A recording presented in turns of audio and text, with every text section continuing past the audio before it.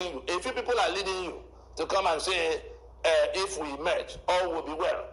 Unfortunately for all those who are listening to them, we have engaged all those people, the frontline contenders in this matter. We can tell you authoritatively, and we're going to, in a recent broadcast, we have said we will call names of the people we have engaged in this matter.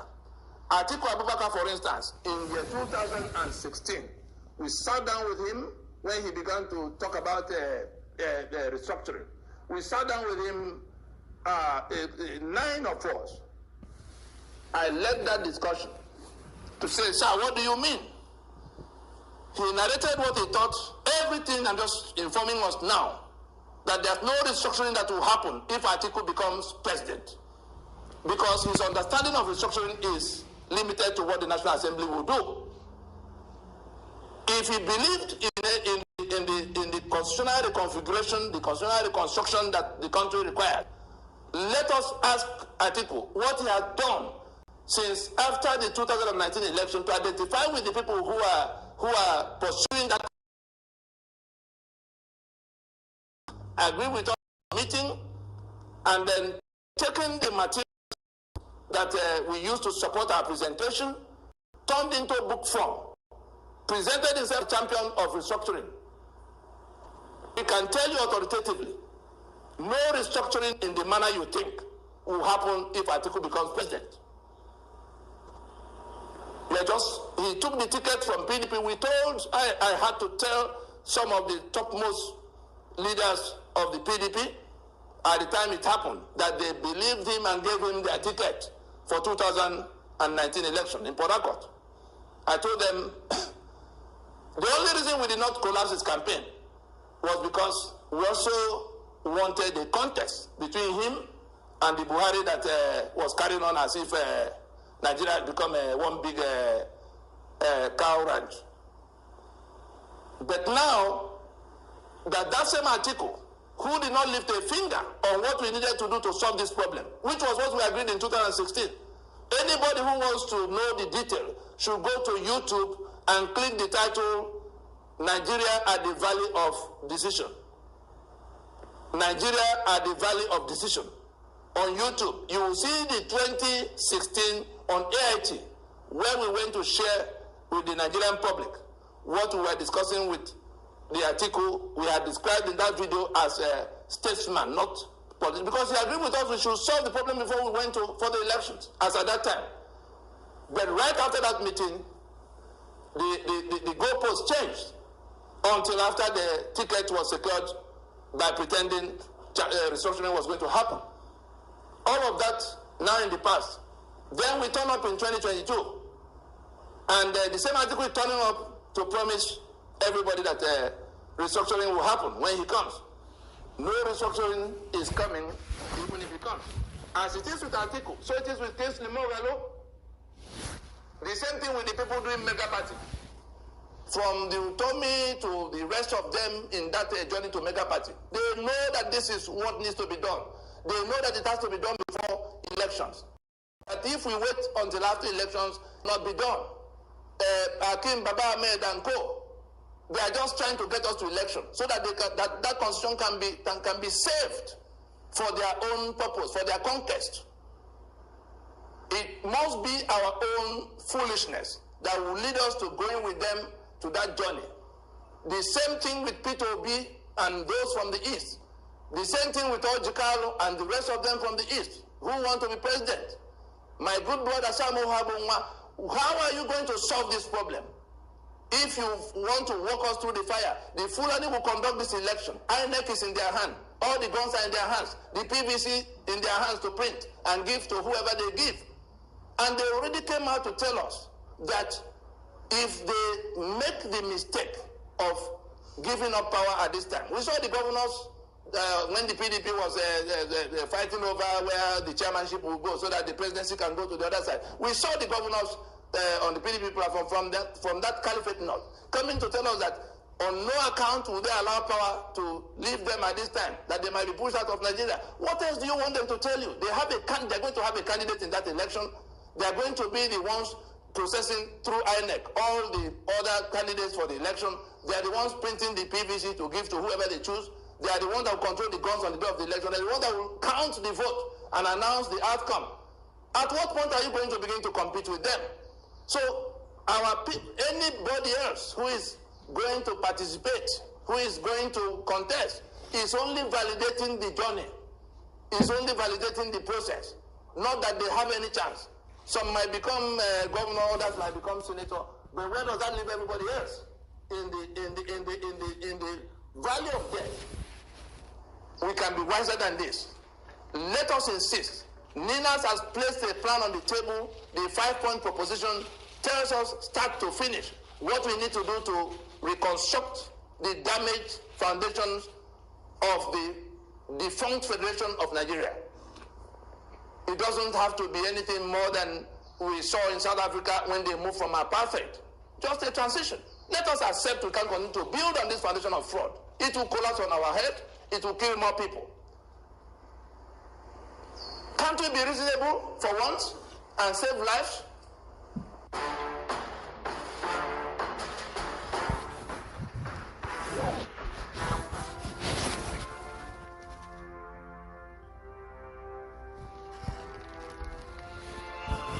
The Caliphate and their southern partners, the Judas goats, are going broke in order to continue keeping Nigerians under subjugation.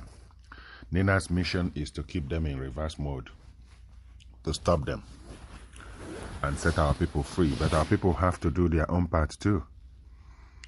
Get the message and act on it and live by the tenets. Enough of playing around. It's about time that we get serious. Crashing the Ruger entrenching Constitution Amendment and halting the doomed voyage to 2023. Nina's Special Bulletin Series, March 2022. Editor's comment. Here is a 3-part special bulletin series by the Ninas Secretariat in video format and as well as audio format, ranging from 15 to 7 minutes in length. Yes, the war for self-determination is on. On one side, you have those who created the forgery called the 1999 Constitution, and their various helpers who either swear to govern by it, or those others who endorse and defend it, pretending that it is a legitimate union agreement. On the other side, you have the owners of the land, and they are repudiating that sham and illegitimate document in increasing numbers. It is futile and compounding the fraud by these exercises of amending the illegitimate 1999 Constitution, and consciously deceiving the people by supporting those amendments. Now it has come to the 2022 amendments, being a grand scheme to smuggle in Fulani colonies called Ruger throughout the country. I repeat, the war for self-determination is on. It is a war between darkness and light. In this audio series, the way of justice contrasts with the way of injustice. And Nigeria being a multinational entity, it is right and proper for ethnic nations to be the ones to democratically agree and produce their legitimate union agreement. Please follow ninasvoice.org for more on this and other important issues that Nigerians must attend to. Thanks for listening. This has been your guy, Stephen, from the Ninas Lower Niger Territory Radio. What is Constitution? Okay, so before we talk about what a constitution is, let's first explain why we need one. Let's start by looking at the fundamental things we all need as human beings. These are a voice in the decisions that affect our lives, material well-being such as food, shelter, and education, security and protection from violence or discrimination, and recognition and respect as individuals and communities. To help meet these needs, people create governments and delegate powers to them to exercise for the common good of society. The problem, though, is that while governments need powers to perform their functions, history tells us again and again that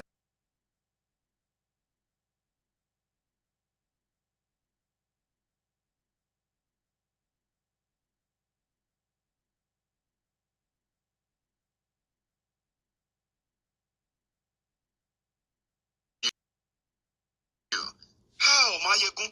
I mean, don't pretend. You want me to say it loud and clear?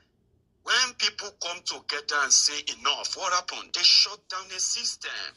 They can't kill millions in a day, trust me. They can't. Just like Russia occupation of Ukraine is never really going to last. They will walk around it because 190,000 soldiers, they cannot occupy a country of 40 million people successfully. That is exactly what is happening in Igbo land. That's exactly what is happening in Yoruba land. Because Nigeria has been occupying our land, our resources, abrogating them for themselves, while our people live in penury and abject poverty. But they didn't do it alone. They did this in collaboration with those who are supposed to speak for us, who are supposed to fight for us, who are supposed to be on that table to say, no, Yorubas will not take this. No, Igbos will not accept that. They went to bed with them and they were comfortable with them. Did you get that? I don't know if you did. Basically, what Mayegun is saying is that our people need to wake up from our decades of slumber. Our people need to wake up and gain some strength instead of the weakness that we're displaying all over the place. We are expecting a Messiah to come down from the sky to set us free. We're expecting some foreign powers who do not care, who are actually favored by current status quo, so much so that they wouldn't bother. We're expecting them to change their mind and forget about their so-called national interest and then come for our rescue. They will not do it. So we have to actually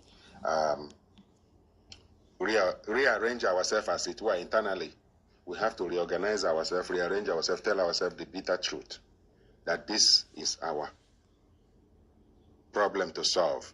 This is our challenge that we must figure out. Not some external intervention that will never happen, because they don't really care. It's us against them, so to say. When you don't get rid of those who enable them, you can shout on the United Nations from now till eternity. It's never going to happen. I'm looking for that day, that spark. I can feel it. I can sense it. But at the same time, yeah, it is so gloomy. It is so bleaky. And it is so blurry too. As long as we are so divided, looking for vainglory attention. Oh, you know what I mean? I will say more. But trust me, the day we find that spark, the world will listen. Not that they will come and fight. They won't come and fight for you. But they will listen. And when they listen, your criminal rogue politicians and leaders will see where they can run to. But if you think reporting them to this Western power, will make your politicians shock, it will make them buckle up, then you are not paying attention. That's the point. You are not paying attention. Nobody is coming. Pay attention to what is happening in Ukraine. If Nigeria starts killing us in the Yoruba land, nobody is coming. You would have to what? Get yourself guns and all of that and do that. But before you get to that stage, why not win the people over? Let them know what we are asking for is this. Okay? Nigeria is not working. Trust me, it is not. They can use all manner of manipulation, propaganda, threat, fear to drink you or to continue to condition you. But you know it in the inner you, I mean, the inside of you that it is not working and it's doing a lot of damages. So, well, if Nigeria is not working and there is a way out, like the call for referendum by the Nigerian Indigenous Nationalities Alliance Self-Determination, how come Nigerians are acting ignorant? How come many people are not keen in and figuring out that, look, this is the peaceful way out? What is wrong with our people? What are we looking for? Some extraterrestrial humans to come and die for us? To come and make the impossible possible? It's really in our hands to make it happen. Not some forces from the Azores. What we make of it is what it's actually going to be at the end of the day. How do you deal with that? You don't let those who make that, who brought you to this stage, you don't let them continue to decide on how to bring you outfit. You have to push yourself forward. Like we have seen those who have done that. Yeah? So you get rid of these rogues. At some point, you're going to get rid of. Oh no, they're going to be reading that. We're going to get rid of them. At some point. Yeah? But when you have people on your side, it becomes easier. And I'm preaching to you today, okay? If everybody who travel to Ukraine tell you their stories, our brothers and sisters are in Dubai right now. They have been facing hell for the past 1 year. No joke. Many of them are facing the obstacle of not having their work visa renewed in Dubai. And it is deliberate. When they called on Nigeria, what happened? It is a dead silence. We are working on it. We are coming back to you. We'll do something about it. Many of you are the victims today. Some of you are going back to Nigeria this weekend, I've been told. Some of you are going back to Nigeria by next week. It's because even when you run away from Nigeria, in far away Dubai, Nigeria still happened to you. Yeah, Nigeria still haunt you. Do you get what I mean now? Yes. So once we have ourselves on our sides and say, listen, you may love Nigeria, but it's not working. These criminals don't want to have a chat about it. If you want to keep Nigeria, there should be an arrangement that says the people agreed, and this is going to be the terms and conditions. Why is that difficult? Referendum. Why is election the next thing? Of course, it's because you haven't really learned any lesson. Yeah? And you are probably never going to learn one until it becomes obvious that you have no other way to go. Deal with it now or perish with one Nigeria. Yeah. I don't preach hate, I don't preach division. I just tell you the facts that we all know. The division is obvious. And the people that brought this division upon us, they are no other people than the politicians. The politicians who told you to be careful of this person, careful of that person, careful of this tribe, careful of that tribe, and in all to their own advantage, not yours. At the end of the day, our people, majority of our people are left in abject poverty, in total destruction and ruin, and they want it to look like everything is normal. No, it's not. Until it is the politicians that rendered our people slaves to the caliphate. It is the politicians that want the system to continue as it is because it's favoring them.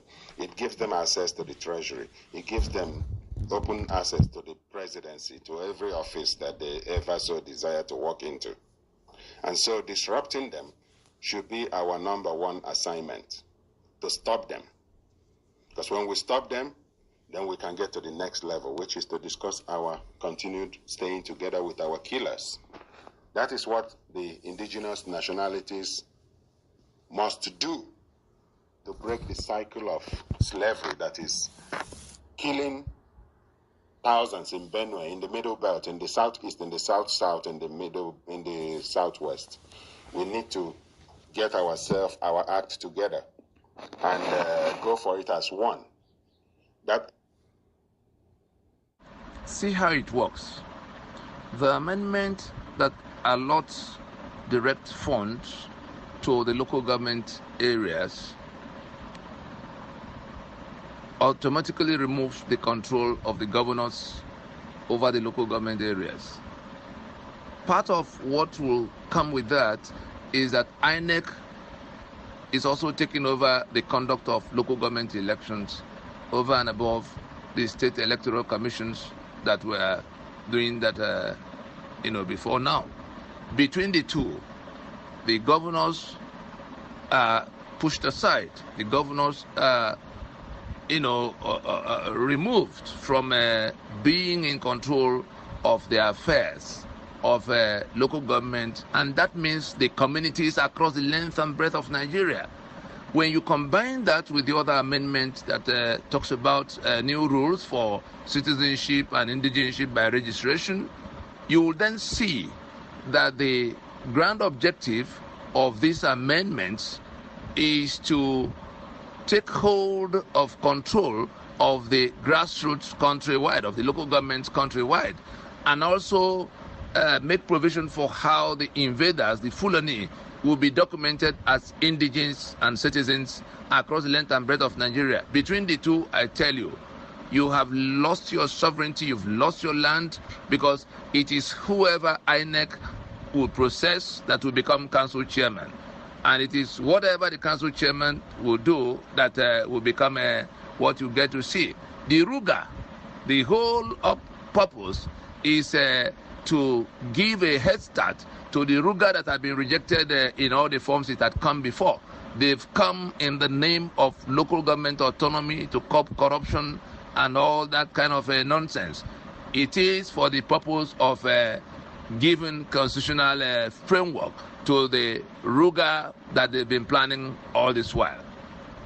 That's just what it is. There's no other thing to this whole amendment charade. Here is Nina's press statement on March 1st, today, 2022. All amendments to the 1999 Constitution will go down with that Constitution.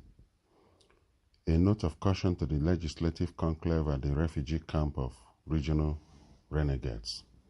Nina's Secretariat, March 1st, 2022. 1. In the face of the union dispute declared December 16, 2020 by the Nigerian Indigenous Nationalities Alliance for Self-Determination, NINAS, on account of long-standing grave constitutional grievances emanating from the Caliphate-imposed Unitary Constitution of Nigeria 1999. The participation of the members of the Nigerian National Assembly from the Alliance territories of the South and Middle Belt in the ongoing Constitution Amendment exercise of 2022 is tantamount to an affront and a defiance of the sovereignty will of their people, who have repudiated the fraudulent 1999 Constitution as the basis of the Nigerian Union. 2. Let it be recalled that by a public statement of February 25, 2022, titled, "No quantum of amendments will save the 1999 Constitution from going down wholesale, nor can amendments confer legitimacy on that fraud of 99. NINAS had dismissed the 2022 round of Constitution Amendment charade of the National Assembly as an exercise in futility and a treasonous affront on the people, being done in usurpation of the sovereignty of the people. 3. The February 25, 2022 NINAS public statement was to remind the errant legislators in clear terms that the contention of their constituents and as encapsulated in the December 16, 2020 Constitutional Force Majeure Proclamation is that the peoples of the Nigeria have not agreed upon nor made any union constitution contrary to the false claims in the preamble of the 1999 Constitution. 4.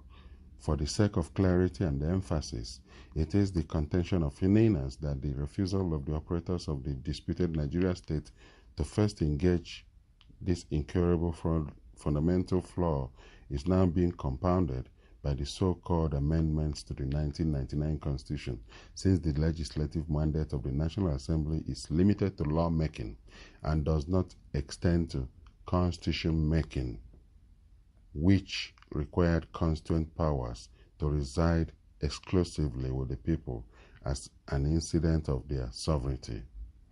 It is in this sense that NINAS views the amendments exercise as an arrogant affront to the people, an assault of the sovereignty of the people, and such a dangerous defiance of the sovereign will of the people, capable of triggering unpleasant consequences from their own people being killed, impoverished, and traumatized under that obnoxious 1999 Constitution.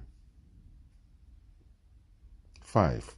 Whilst reiterating the postulations and warnings of the February 25, 2022 NINAS public statement, the purpose of this short statement today is to remind the senators and members of the House of Representatives from the Alliance territories, that is, South and the Middle Belt of Nigeria, who will be voting in the 2022 Constitution Amendment charade, that the growls of the people you claim to represent will not be about whether or how you vote, but about why you partake in a constitutional amendment exercise that reinforced the hijack and confiscation of the sovereignty of the people you claim to represent by an illicit caliphate-controlled federal government presiding over the extermination and impoverishment of the same people you claim to represent.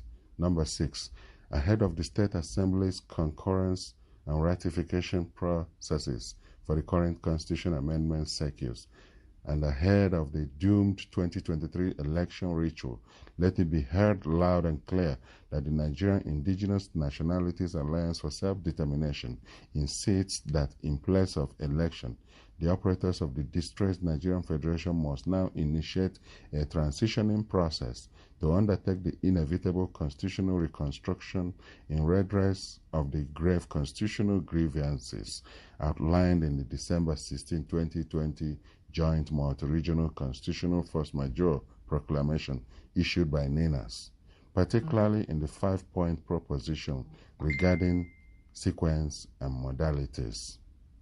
This is from the NINAS Secretariat, March 1st, 2022. In international politics, there are no friends or enemies, only friends, unquote, and enemies, unquote. France was such a friend, unquote. The reason for its support, I believe this is referring to Biafra, was, of course, not philanthropy, but competition with the co-colonialist UK.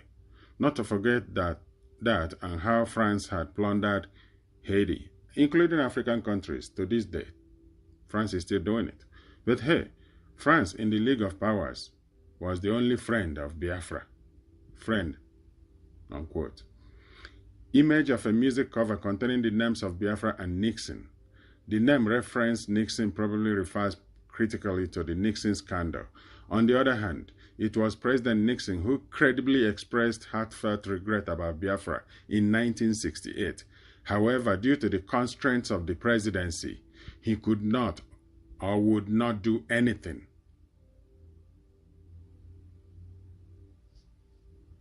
There is a note here.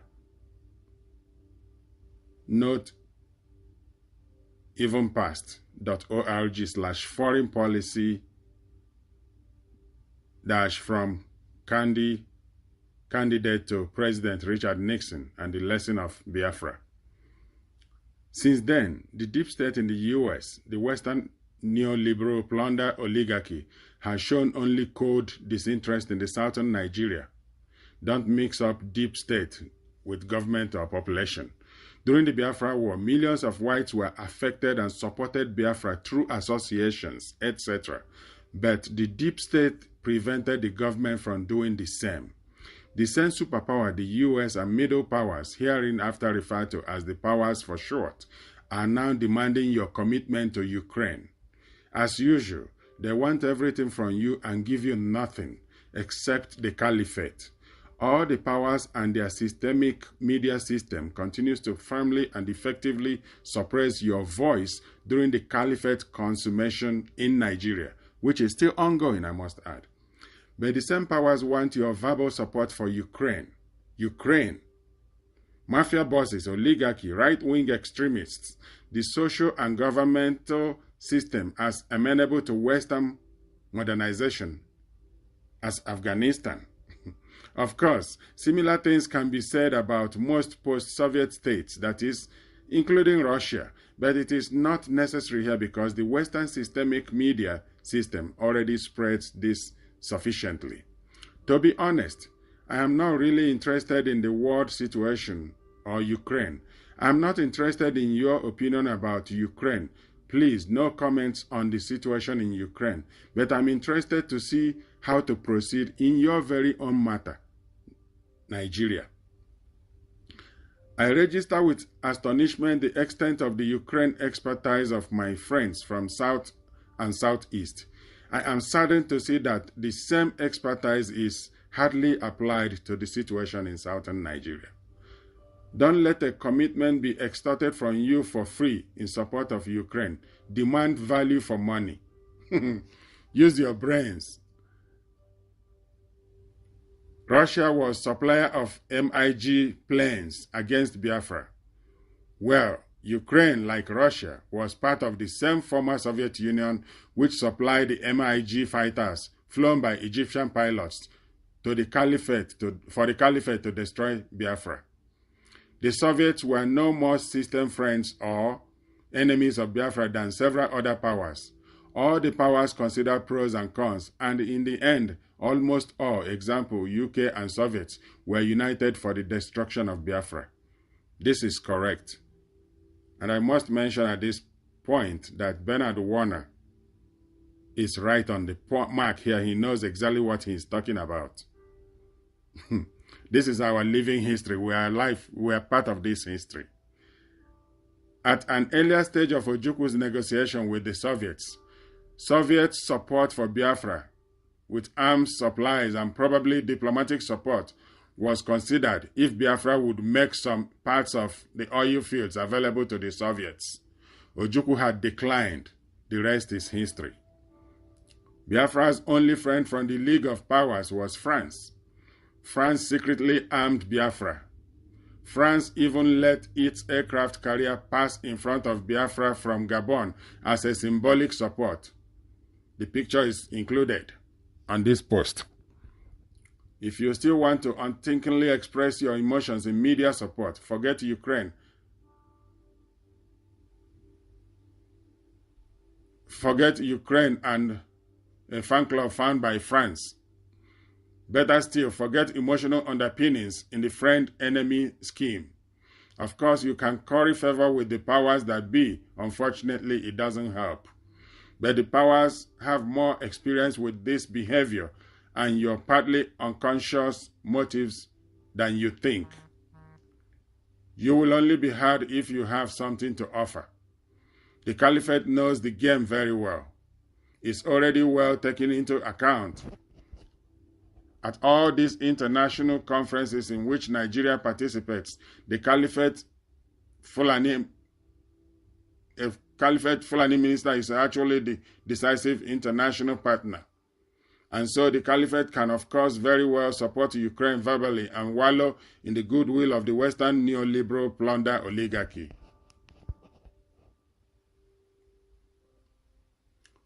For the people in the South and especially Southeast, the same support for Ukraine brings nothing at all.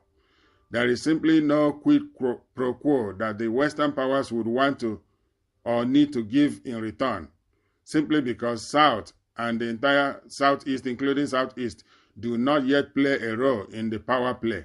And this is true. That's why they abandon Nigerians to their fate, to the fate that has befallen them, which is jihad, takeover of the entire landscape. Are the powers now pigs? Are the powers now pigs? Not necessarily. It seems to be an anthropological constant that absolute power leads to pig morality. That is simply how power politics works. If you manage to find common interests,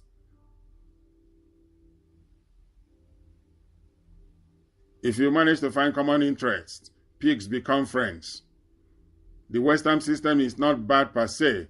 In many areas, it is better than all other systems. For example, I can write text like this one in it, as long as not too many people read it. However, the powers that be are not interested in your welfare, only your resources. Then, if ever a common interest basis with powers is found, make a fan club.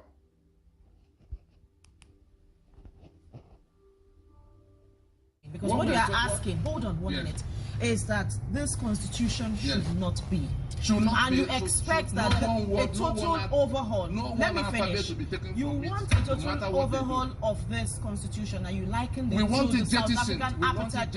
Okay, tell us the process to get into what we are saying, because the president also, do not forget, assumed office, or all the people you expect to do something about it, assumed office based on this document.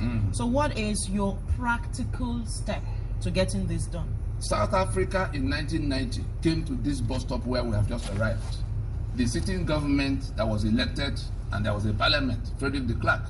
He now, for the first time up to that time, accepted that the apartheid constitution could no longer be the basis of the South African society because it was imposed by a white minority to take the lands and the rights of the blacks, and that is exactly what we have here. The Ijaw lost their land and their oil and gas to Nigeria because some military president under Gowa seized it by decree. The Lagos port belongs to Lagos people. Nigeria takes more than 2 trillion naira from this port every year. But from independence to date, not one controller general of custom of Yoruba origin. And therefore, if Gani Adams now say, how did we come to this? And he pick up arms, the discussion that should be holding is one in which the government of the day will have to accept that this apartheid constitution can no longer be the basis of Nigeria. We are not anarchists. In the suit we filed in 2007 against the constitution, we asked the court to give an order that will compel them within a period of 18 months to remain in office and work out that discussion that will lead to a new constitution. That's not too much to ask for because South Africa did it. They accepted that the apartheid constitution had to go, and they called everybody. Now, relying on them to work out a new constitution. No, they are not saying so. In that terms of reference, they say how to incorporate whatever. Well, I'm asking you how you intend to arrive at a new constitution. How it will arrive at is that the people, those who are trapped here, before going to make a central constitution, because a federation should have a federation of many constitutions. Up to 1966, we had 5 constitutions because each of the federating units were like countries of their own that were now coming to cooperate, like Germany and France and Portugal doing European Union. That was the kind of constitution Awolowo had to manage Western region. That was the kind of constitution Obara had to manage Eastern region. But some people woke up in 1966, threw all of those things away, and now locked us into this unitary arrangement. So we're saying that the first step is to ask those who will come, because tomorrow morning they will now begin to announce the names of their friends who are going to meet. We are not going to pay any attention to whatever government does. The conference is already on, and steps are being taken to take a referendum from those who are working their way out of this union, because the union has collapsed. If we do not accept in good time that it has collapsed and go to sit down to discuss how we will revive it, I tell you that under the instruments available to those who are choked here, and 3.5 million people have been killed in eastern Nigeria on this same question. OD have been wiped out, Okerenkoko have been wiped out, Obakere have been wiped out. All kinds of things are going on. Just the other day, 78 students were massacred in their sleep because some people must be in power in Nigeria. They say they will make the country ungovernable, and they are making it ungovernable to date. And we are still thinking that there's a Nigeria. That Nigeria that will include a Sharia belt in which I cannot function in Sokoto or Kano or Maiduguri. I will not be part of that Nigeria. I will rather invest all my energy in how to take out my portion. If those who are saying they are conquered us and they are going to keep us by all means for all times insist that we cannot discuss, then we'll do whatever comes within our reach to do to take our portion. Now let me ask you, Mr. Nadi, yes. If at the end of the day we are having reactions from Afenifere, for instance, we are having reactions from Ohanes and people.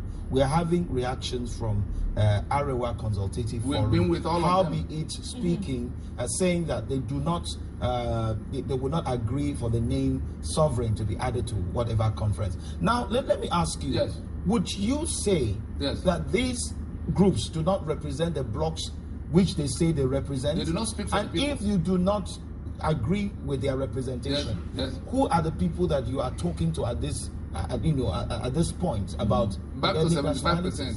Tambuwa said that all of them politicians constitute only 25%. He said it on the floor of National Assembly the day they resumed last week or so, that they constitute only 25% of the country's population.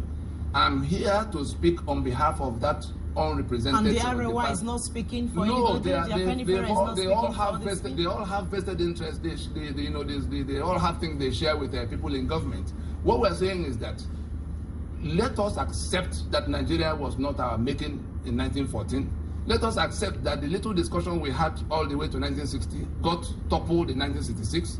Let us then accept that the product of that toppling, which is the current constitution, because from 1966 to date, all the 36 states that were created, who created them?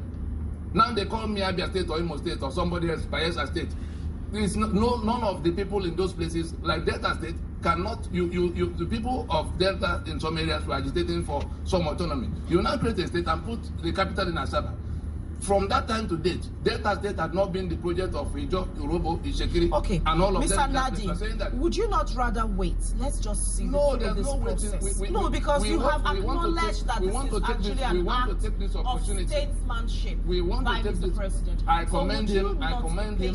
At least to have you, to prove you right or wrong. Is it not a bit too early? I was actually expecting to see your name in that list. Of course, they know they will not put my name on any list of people who are going to be discussing, who are going to a meeting in which Nigeria is held sacrosanct, in which somebody will write in the terms of reference that the outcome of the conference will be integrated into a constitution, meaning that they want to preserve that constitution by all means. And we are saying we will not touch one alphabet from inside this constitution. So these are the two grounds, these are the two positions that will have to be married through the next few days. But in the event that this conference is convoked, yes, in the event that the different nationalities meet and do discourse, yes, would you now throw away all of that? Because your view can be seen as extreme. It is either this, it is either all or nothing. Do you think there is no halfway? There's no halfway in a matter of reconstruction. If you want to put a 40-story structure on this ground now, you know it will take it. But the first thing that will happen is that bulldozer has to enter here to level it, to be able to put up a new structure.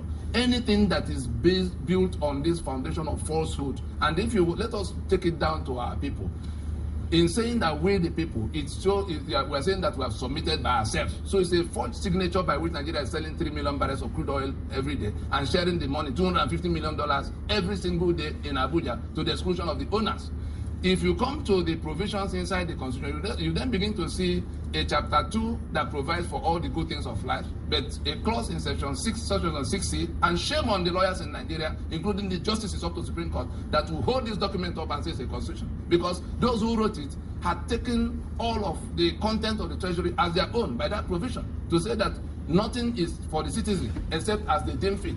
That is the unjust. So, Nadi, before we let you go on this segment, like Victor asked, and yes, it's the heart of the matter. The thing to do is to allow the ethnic nationalities and have this discussion without what you are saying, and this scales through. If somebody, what does that Abacha held a conference, but Obasanjo held a conference. What happened to them? Because somebody sat in Abuja, like David Mark is sitting, to tell us that it is how they do it that we have to accept. What we're saying is that they must accept that sovereignty belongs to the people and let them organize themselves and send those who they will truly wish to discuss their future for them in a conference that will end in a referendum. Thank you, sir, for coming. Thank you very much, sir, for joining us this morning. Thank you. We have been speaking to Mr. Tony Inani, who is the Secretary General of the Lower Niger Congress and the convener Movement for New Nigeria. Thank you once again. The story have never changed. It's the same thing. All the cosmetic measures being applied on Nigeria to make Nigeria, to get Nigeria going, is not working, because everything that is being done by the senators, by the members of the House, or even executive branch or the judiciary, they are all skirting around the fact that the foundation is faulty. Nigeria's foundation, rooted on 1999 Constitution, is a fraud, and you don't expect this fraud to fix itself. Nigeria needs a surgical operation. That's the only thing that will work.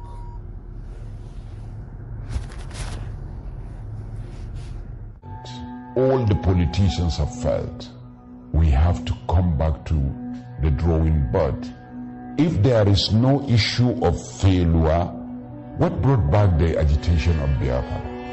Because we have failed. People share the same mind with me, but they are afraid. Some are emotionally inclined to their religion. Some are emotionally inclined to their tribe. That is why people kept quiet.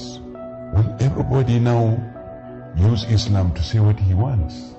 So people can easily use Islam to say it is against the tenet of Islam to call a failure. Were they absent when Jonathan was criticized by Muslim clerics, gradually I learned that the problem we have in this country that is going to consume all of us if we are not careful is extremism. The best option in dealing with banditry, Boko Haram, whatever, is to crush them.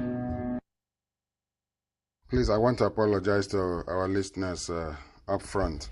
The reason I have been mentioning the rogue franchise that has destroyed essentially our place, that has caused Nigerian military to be wearing rags along the road from Port Harcourt to Anambra State. You will see them even beyond. You will see Nigerian police essentially not showing up in uniform.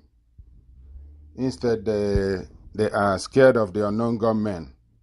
Places like Olo are completely destroyed. You will see broken glasses as you come to an intersection in Olu where Nigerian police and other security agencies are extorting our people, taking money from them right at the middle of the road. In fact, they are using POS to transfer money to Nigerian police and the Nigerian Civil Defense, Custom, Army, immigration and prisons. You can name it, anything that is bearing arm in Nigeria.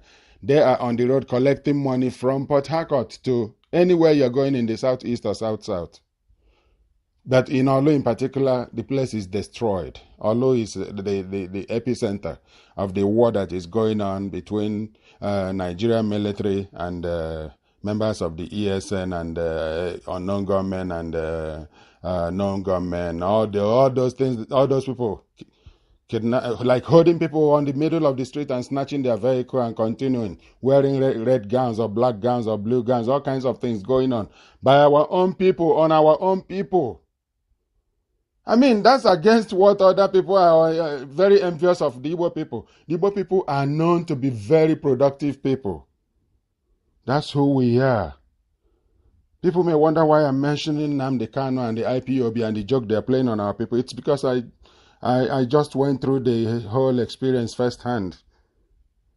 You know, here's a simple definition of economic activity.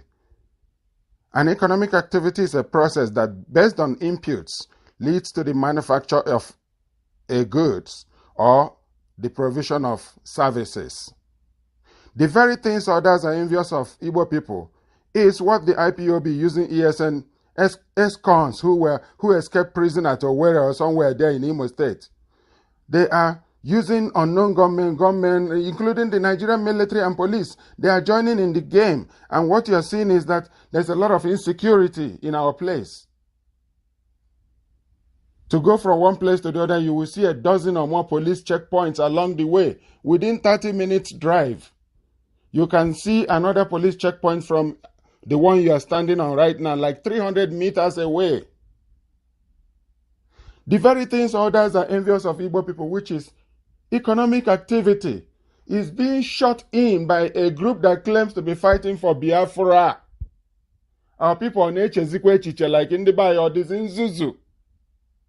That the people that are destroying you wouldn't be the people trying to save you from current danger in Inani, which is Nigeria, because Nigeria is a dangerous place to be.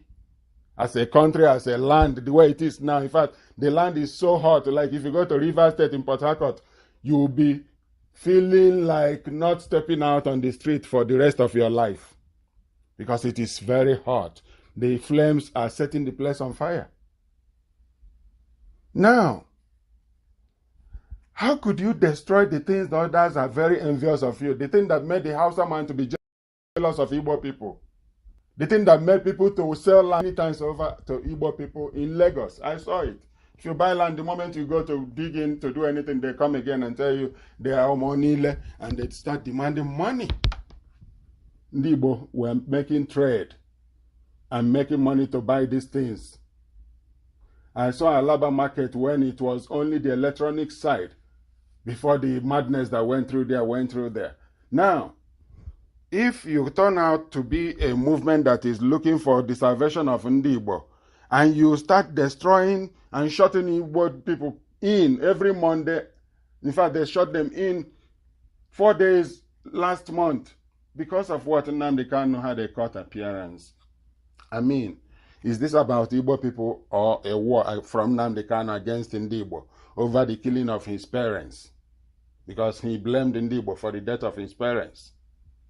Is this a war between the haves and the have-nots? Is this a war between the people that broke out of prison and those that have not committed any crime yet, that haven't gone into prison? What is going on?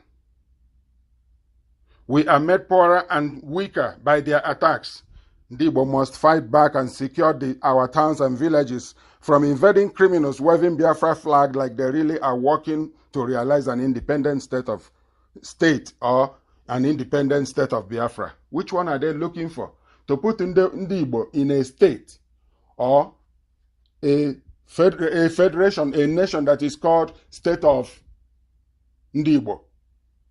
Are they trying to put us in a particular state, or we are becoming people, a nation, by their actions? This has been your guy, Stephen. Have a nice day.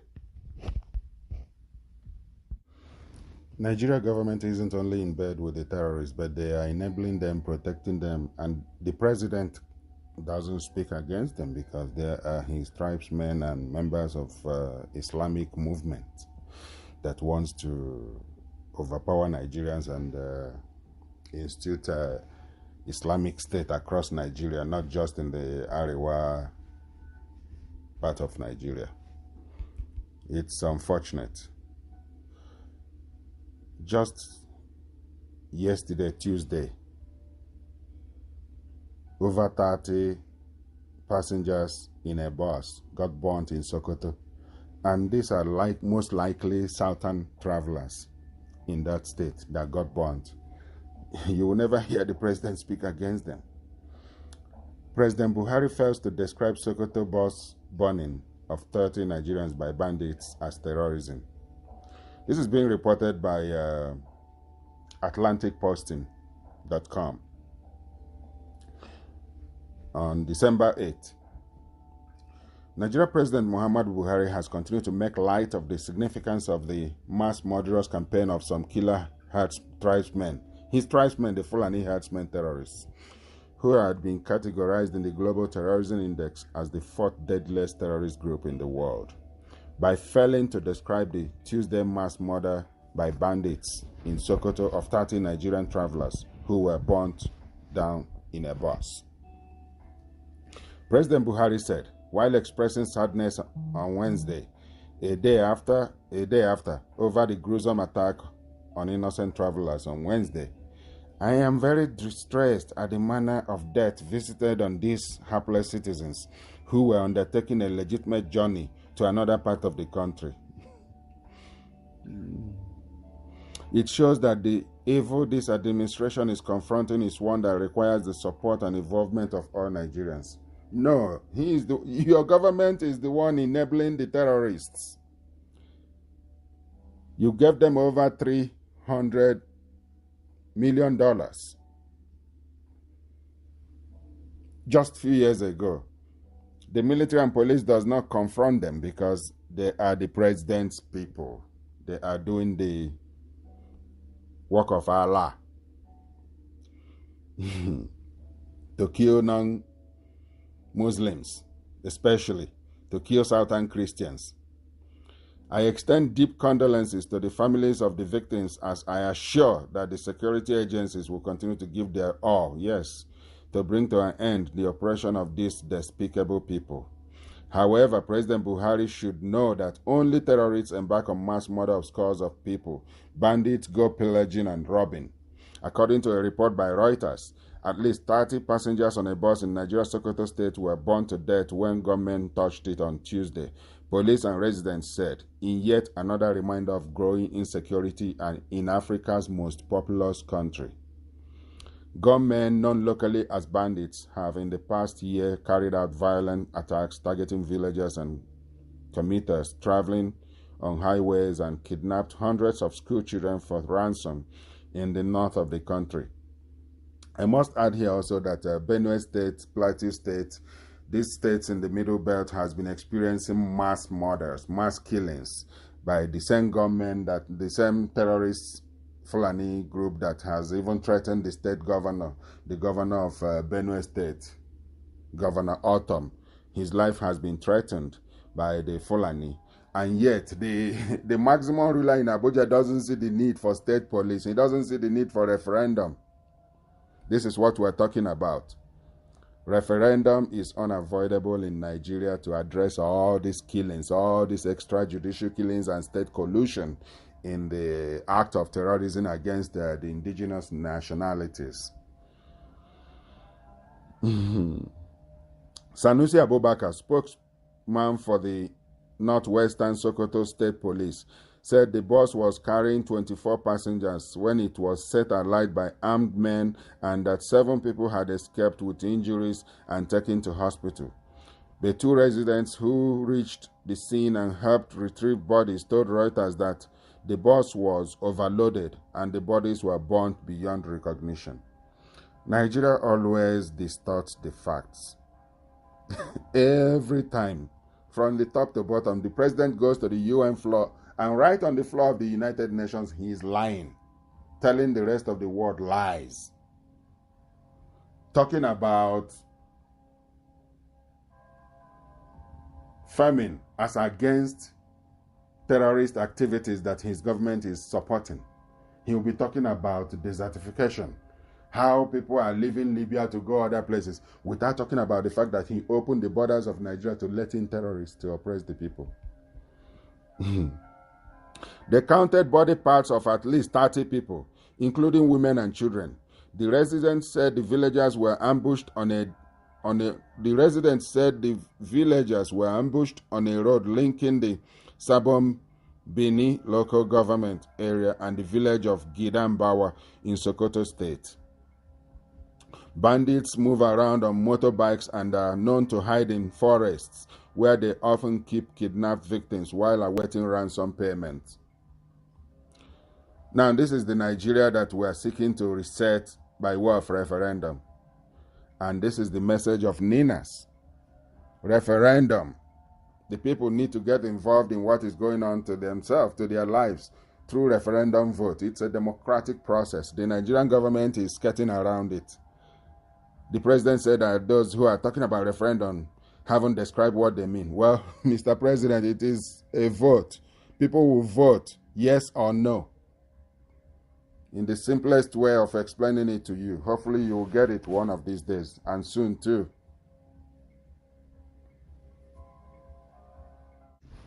They could not see these traits in our ancestors. They concluded that they had been blessed with enough slave labor created by the gods to fuel and power their empire. Consequently, while carrying Bible on one hand, as they walked our ancestors like ox, even to death, they felt no guilt. When they assassinated our leaders, loot and impoverished the wealthy African continent, it was not a matter of conscience, for the gods chose Africa for slavery and exploitation, according to Greek philosophy. Similarly, behind Fulani victories, actions, and relationships, are leadership, beliefs, and practices passed down generations as follows. A commitment to the territorial agenda of Usman Dan Fodio shapes their political agenda and aspirations. Nigeria is considered their great-grandfather's inheritance.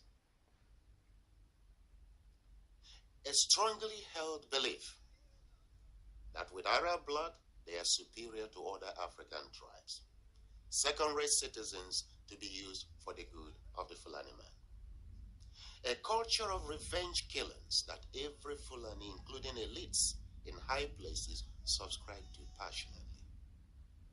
A duty to learn the languages of others for infiltration and economic, political, and religious advantages.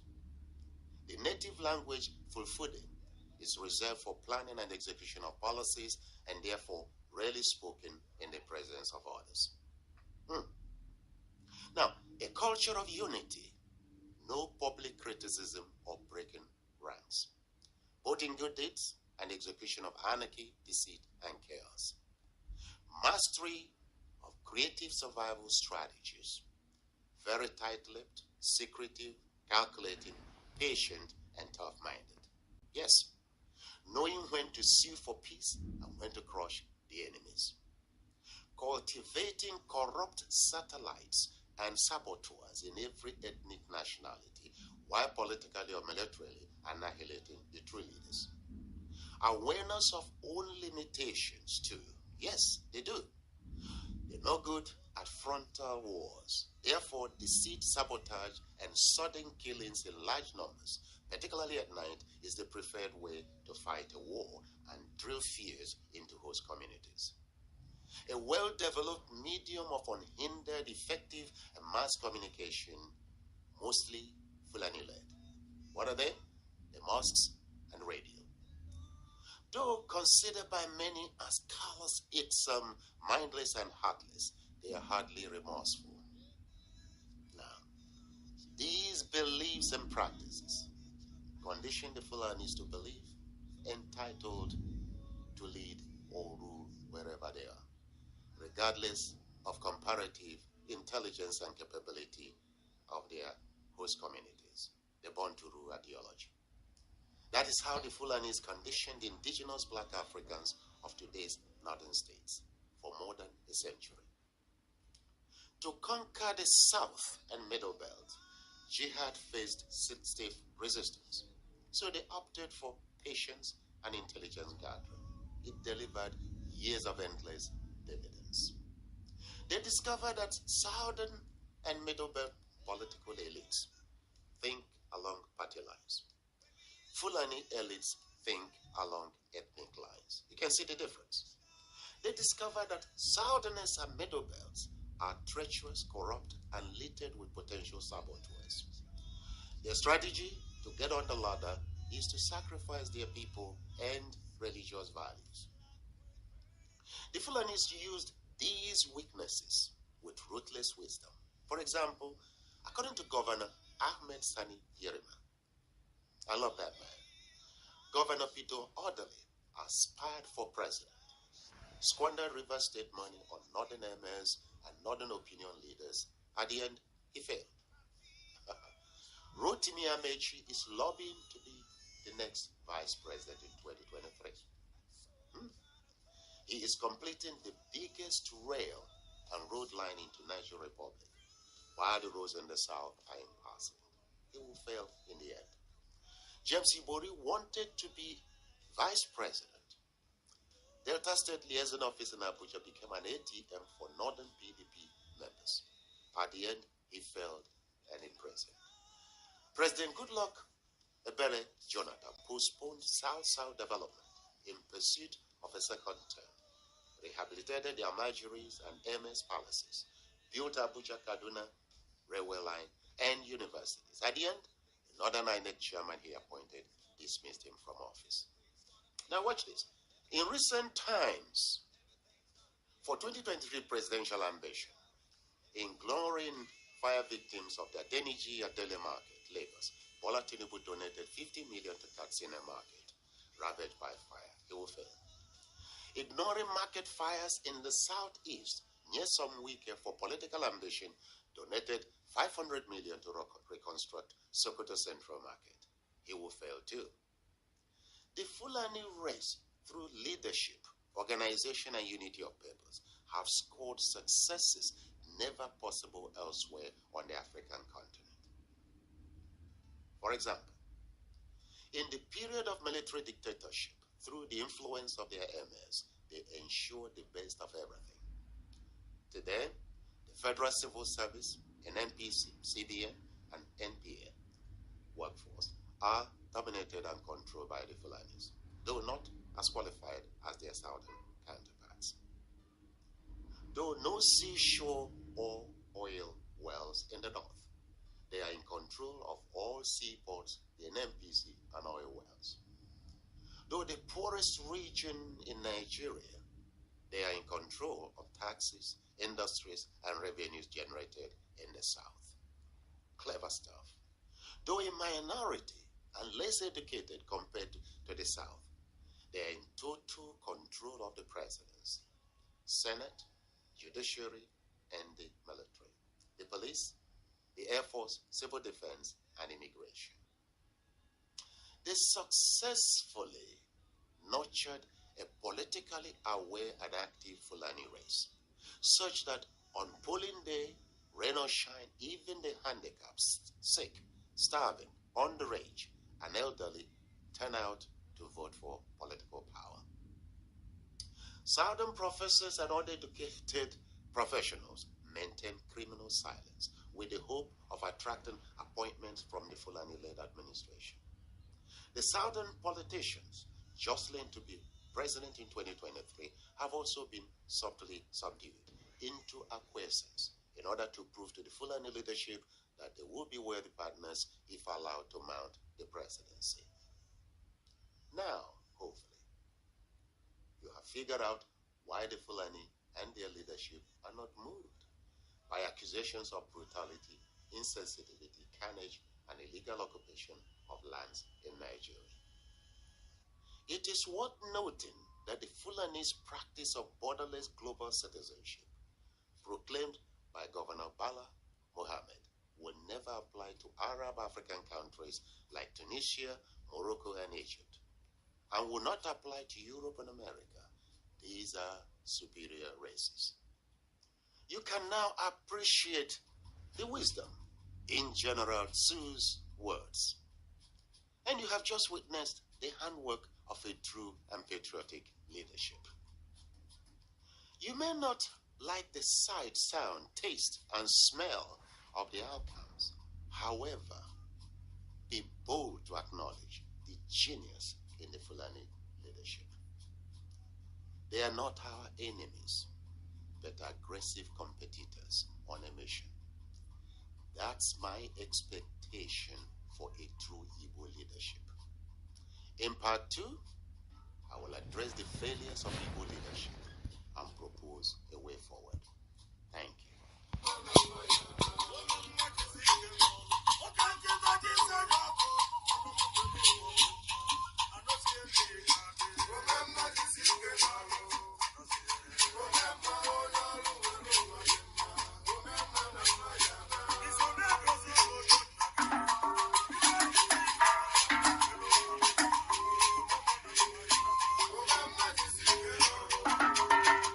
On insecurity, the governor of Benue State points directly to the right direction, that the federal government of Nigeria is an accomplice. By Autumn, February 10, 2022, today. Benue State Governor Samuel Autumn on Wednesday said the reason for his constant cry was that he was not elected to preside over displaced persons or dead bodies. Autumn stated this when he received in audience the Director General of the Administrative Staff College of Nigeria, Mrs. Cecilia Gaya, who couldn't come by herself but was also represented by Goodluck Audu. The governor said, having foreseen the danger herdsmen invasion on communities might pose to the nation, he decided to raise the alarm, and his administration came up with the anti-open grazing law. I must add that Benue State has seen a lot of killings by the Fulani jihadists, the Fulani herdsmen terrorists, brought into the country, and some paid by the governor of Kaduna, Nasser El-Rufai.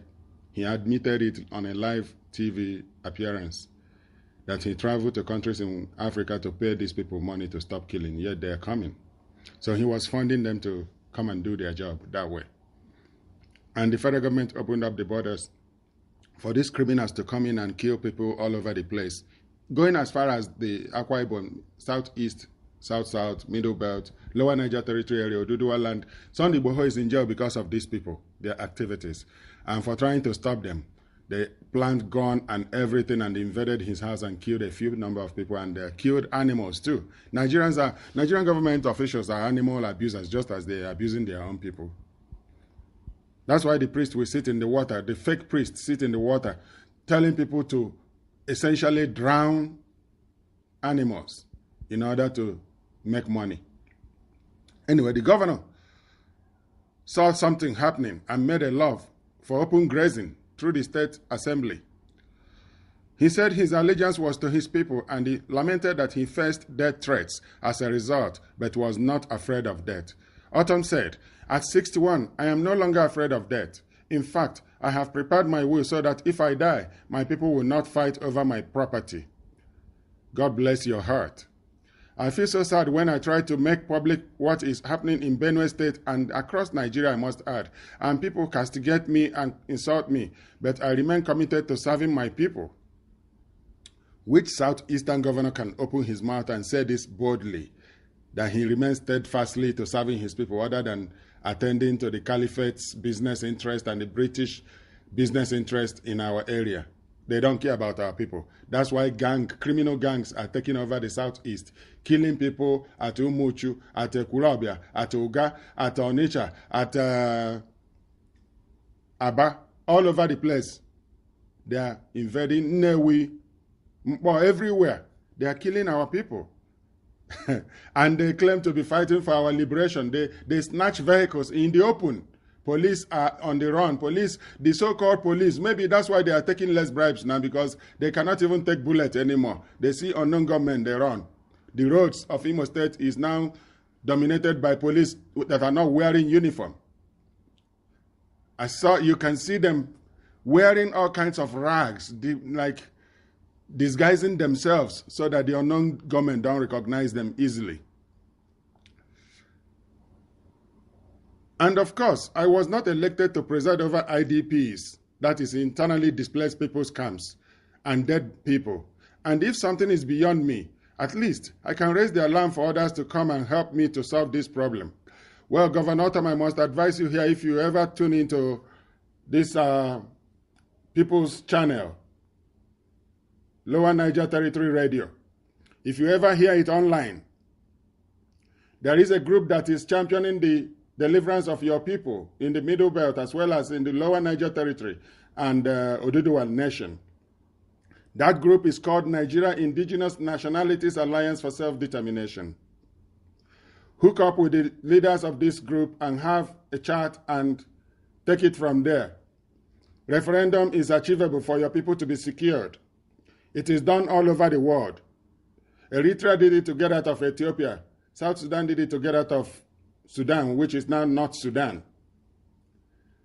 East Timor did it to get away from the chokehold of Indonesia. Scotland has done it once in my lifetime. I saw them go to vote, but they failed. Quebec did it 1995. They also failed by a percentage point or so. Europe have always gone through referendum to resolve differences. UK went through referendum to get out of the European Union just not up to 3 years ago. So many countries has gone through this process. Africa's own must not be different. That is what we serve the people of Benue State, people of Adamawa, people of Taraba, people of Plateau, people of Anambra State, Imo State, Abia State, Cross River, Akwa Ibom, Yoruba Land. Sunday Boho will not be in jail now if Nigeria has been a just society. And it is because of that we call for referendum, a multi-regional binding referendum to be supervised by the United Nations. That is the vote our people want to vote for. Not who replaces Muhammadu Buhari under the same constitution of 1999 that is fully rejected and repudiated by all our people in the Middle Belt, Oduduwa Land, and Lower Niger Territory. He accused the federal government of complicity in the security problem in the country. And of course, I was not elected to preside over IDP camps and dead people. If something is beyond me, at least I can raise the alarm for others to come and help me to solve this problem. He accused the federal government of complicity in the security problem in the country. On the training of civil servants by ASCON, Autumn said the civil service remained the engine room of any administration, as it was responsible for the success and failure of any government. So what is the situation with Nigeria? Leadership failed Nigeria, leadership that is based on a very criminal document, the constitution that allows idiots to rule over princes and princesses. Forgive my French. This is what has destroyed the country further.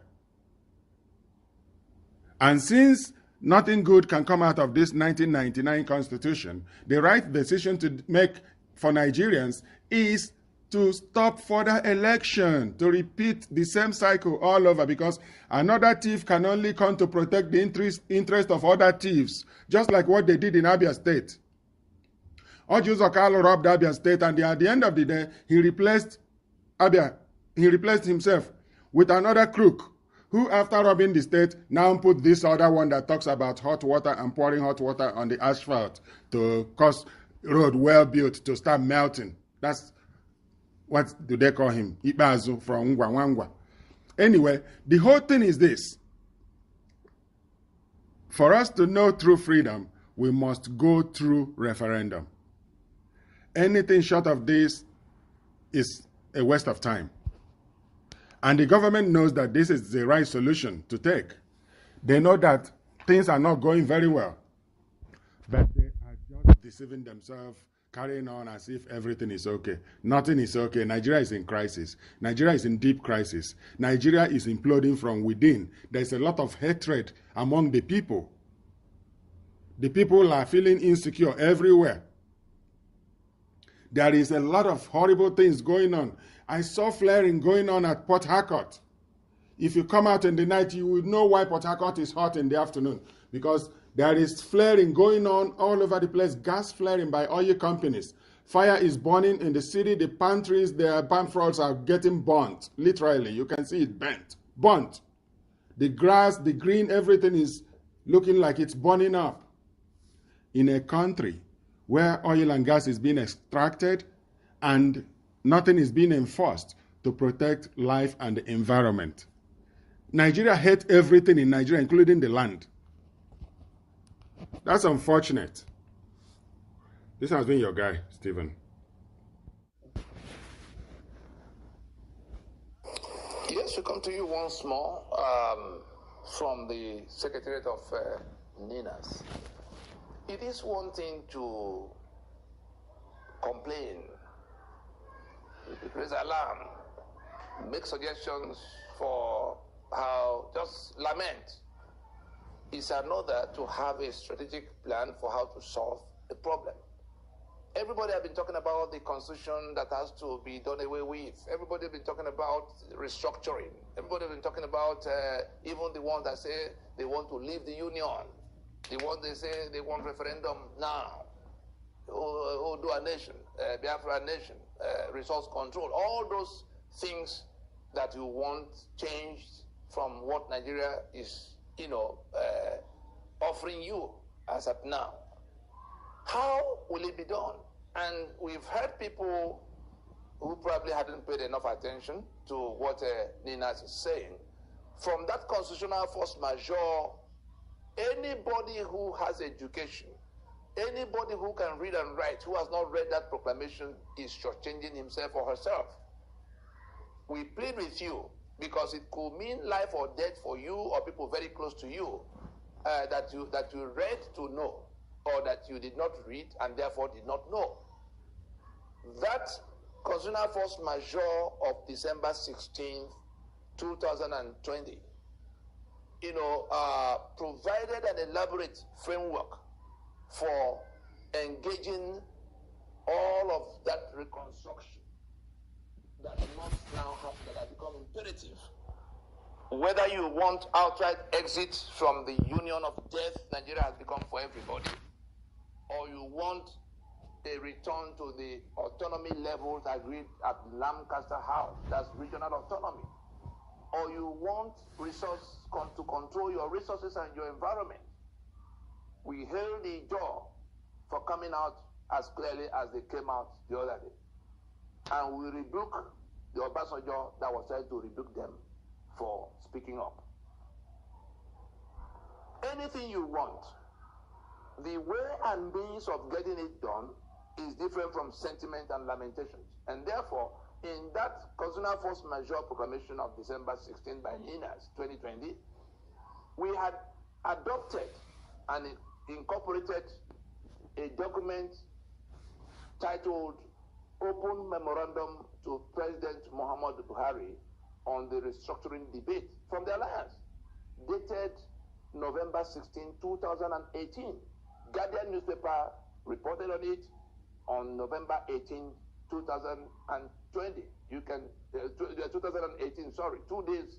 We wrote it out on the 16th, and it was in Guardian newspaper on the 18th. We can very easily check that out. And what was it? It is in that open memo on the restructuring debate from the Ninas Alliance, addressed directly to the president, who went to France in that period. He went to Paris to say, all these people who are looking for one adjustment or the other in the constitution, they don't seem to know what they are looking for or how it can be attained. Let them bring it. So he went pretending, and I use the word pretend advisedly, because it was part of the Fulani delegation that came to Pronaco 2005-2006. He understands exactly what we're talking about. That was why they put restructuring in their manifesto. Very dishonest. And so now nobody seems to know how to do it. But we also took time to detail step by step, start to finish, how it can be undertaken. We have acquired a body of knowledge on this subject matter, coming from NADECO to the Pronaco that took 2 years to bring all the nationalities together to look at the options available to us. And moving on to the MNN that took this constitution to court in 2007 to say we didn't make it, and all of the things that led to the Solemn Assembly, the joint multi-regional actions that became the Solemn Assemblies that we saw in Port Harcourt in April of 2015, in Ibadan in September of 2017, and in Makodi in July of 2018. Those processes have become a body of knowledge sufficient to solve this problem that is looking intractable. And so that open memo is simply, to identify the two-step procedure. Anybody who is talking about calling national conference, or Basojo called national conference, Jonathan called national conference, the reason those conferences didn't work was because the modalities were wrong. If you call another conference today to say, oh, come, let us all reason again, you're going to fail as woefully, even more woefully. What needs to be done is in 2 stages.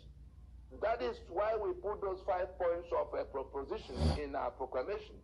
Anybody who will read those 5 points will see exactly how we can come to those 2 stages. We must accept that that constitution we have now cannot carry us anywhere. We must accept that it has to go. We must accept that we can't go to another election under it, so that we can put a time frame. Otherwise, we'll be at this discussion another 10 years, and people will be dying in millions.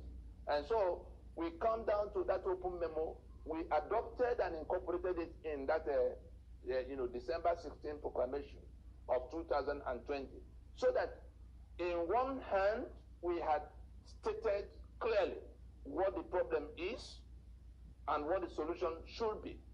On the other hand, by adopting that open memorandum on the restructuring debate from this alliance, we also placed on the table a step-by-step articulation of how to undertake that fundamental reconstruction that we can no longer postpone. Let nobody from after this broadcast, let nobody come saying we don't know what to do or how to do it. We challenge those who may want to say so to go to the website of NINAS to read that open memo. You can even Google it, open memorandum to President Muhammad Buhari on the restructuring debate from this alliance. And then you will see exactly what needs to be done to come to the restructuring that you want, to come to the referendum that you've been seeking. If we go in this sequence, NINAS is www.ninasvoice.org. ninasvoice.org. Keep on listening. Those who want 100% autonomy can then vote in that referendum to be by themselves. Those who are satisfied with 80% autonomy can vote in that referendum. But we must get to the point, the threshold of transitioning, where those choices will be made, because what the campaign we are leading is to restore the sovereignty and therefore the self-determination rights of the constituent components of Nigeria without exception of any section. All the nationalities, big or small, will agree among themselves how they want, in what formations they want to federate. Those who want to relate will stay together. Those who don't want to relate will say so by making maps that will exclude other people. But the whole thing is to accept now that we must go to taking that decision on how we want to live. The decision we took in 1960 at Lancaster House has been overtaken, and that is what we have to resolve now. If we do not act quickly enough to resolve it together, those who are being killed across the Middle Belt and the South, those whose future have been ruined, who are roaming all over the world, young people who are fleeing from Nigeria, I tell you, the right to self-determination, which is what they seek now, whether they are asking for restructuring or they are asking for Oodua Republic or Biafra Republic or whatever it is, or resource control, all of those things are issues of self-determination arising from the constitutional grievances imposed by the unitary constitutional arrangements. They are all connected. They are just a matter of degree of autonomy that will be acceptable to them. The process, the procedure by which that choice has to be made is what Ninas has placed on the table. Anybody who is not already a part of it, anybody who is not already a part of the campaign to shut down the journey to another election under the 1999 Constitution is a part of the problem. Silence is not golden here. Silence is complicity. Tribute to Bishop Tutu, who told the whole world that keeping silent in the face of a moral question is support for the evil. True. Let us stand up now and join in insisting that we should go and that we must solve this problem now, other than waiting for it to consume everybody. The process for doing it is clearly articulated in that open memo. A word is enough for the wise. Ninas has done well for our people. The sleeping heads only just have to wake up. Here's a message to those we consider to be compatriots. Please forgive in any way you might have been wronged by the sometimes uncouth language the robust polemics brings here. We realize that there is a statesman in every politician, just as there is a politician in every statesman. The only difference is that the politician thinks more of the next elections, while the statesman thinks more of the next generation. I therefore invite every politician here to allow the statesman in him or her to watch and deeply reflect on the above message we're about to pass from the Lower Niger Territory, as well as NINAS, Nigeria Indigenous Nationalities Alliance for Self-Determination, on the voyage to 2023, aiding the enemy in a war against our people. I also invite every statesman here to allow the politician in him drive the dissemination of the message of the video, to derive it, benefit from it, digest it, see if it makes sense or not. Enjoy listening. Continue our mobilization towards halting the voyage to the 2023 elections.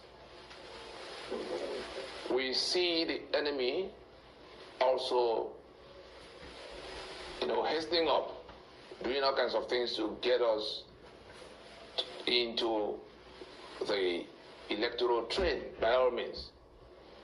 And who is that enemy? The enemy that imposed the constitution that makes us slaves in our lands, who wants to save that constitution and therefore their stranglehold against the rest of us. We are now all familiar with the things happening to us on account of that constitution. We are slaves in our lands only on account of that constitution. The people that impose that constitution and who are refusing to come to a meeting of reconstruction of the union agreement are the ones who desperately want to get to elections.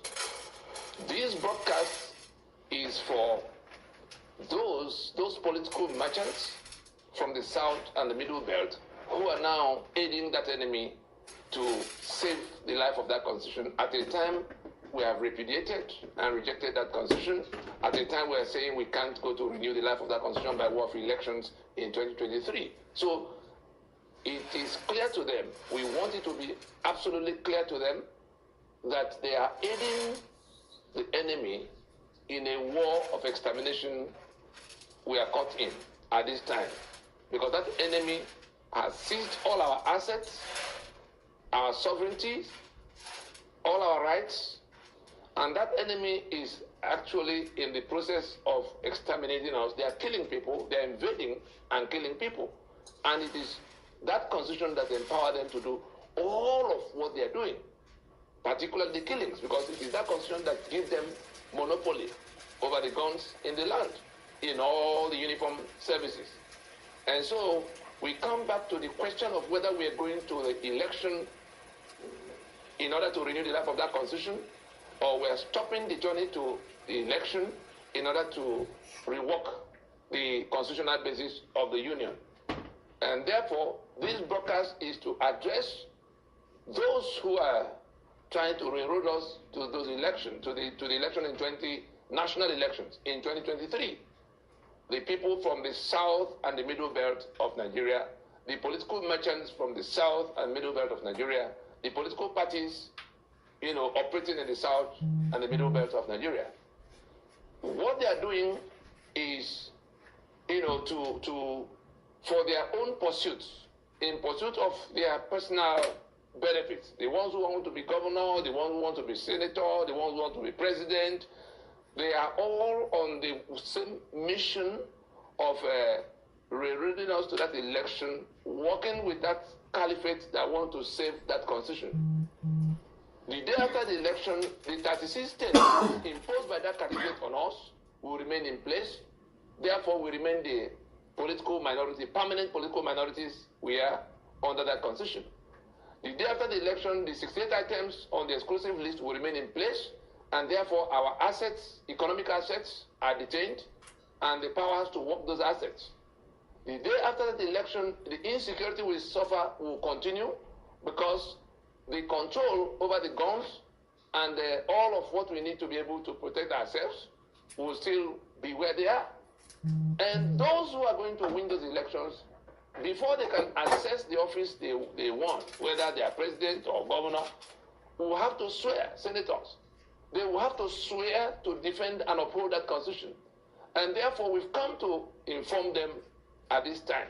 We are still in January of 2022.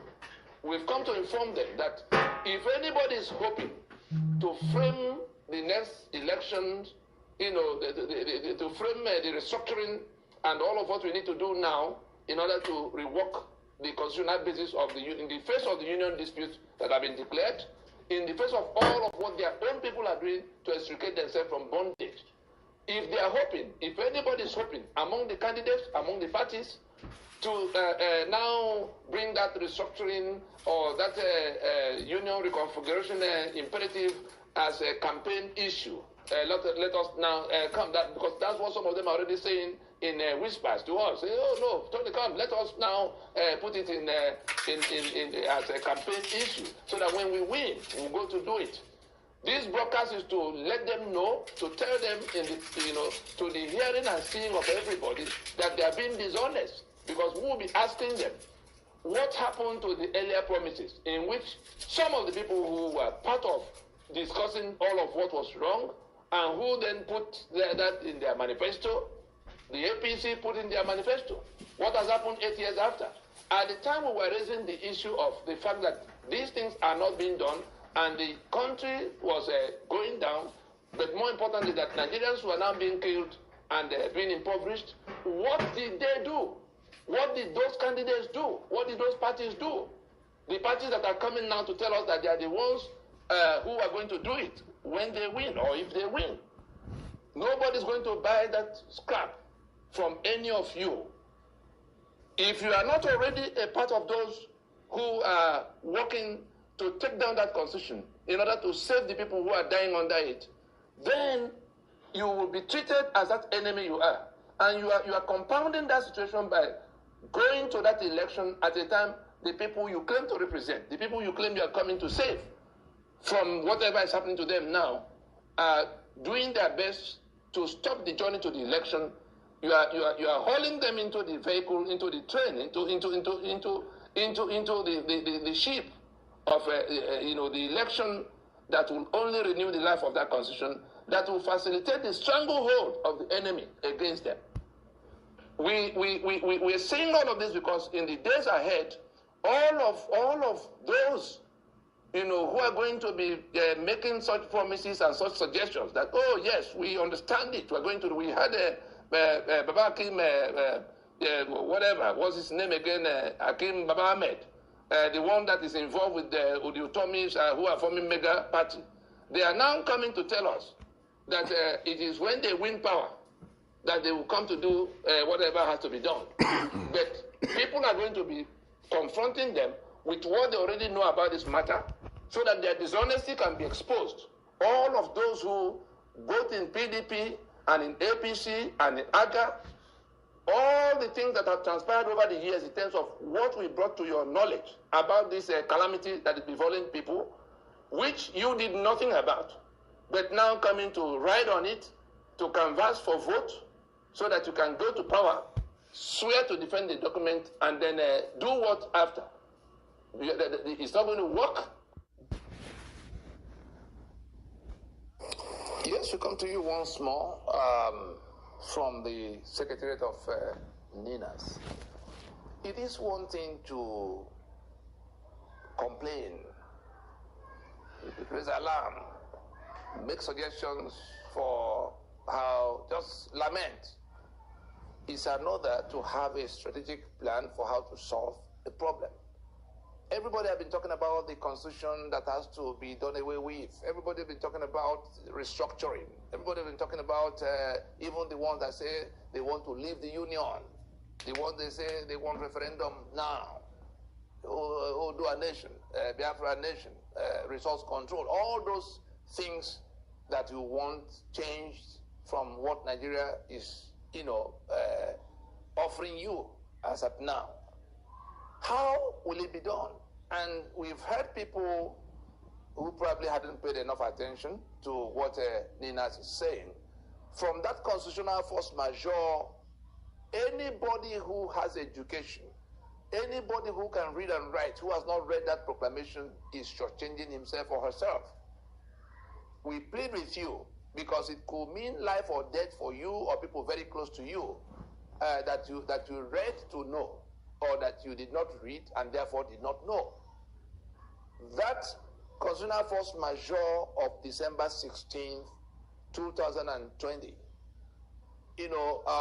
provided an elaborate framework for engaging all of that reconstruction that must now happen, that has become imperative.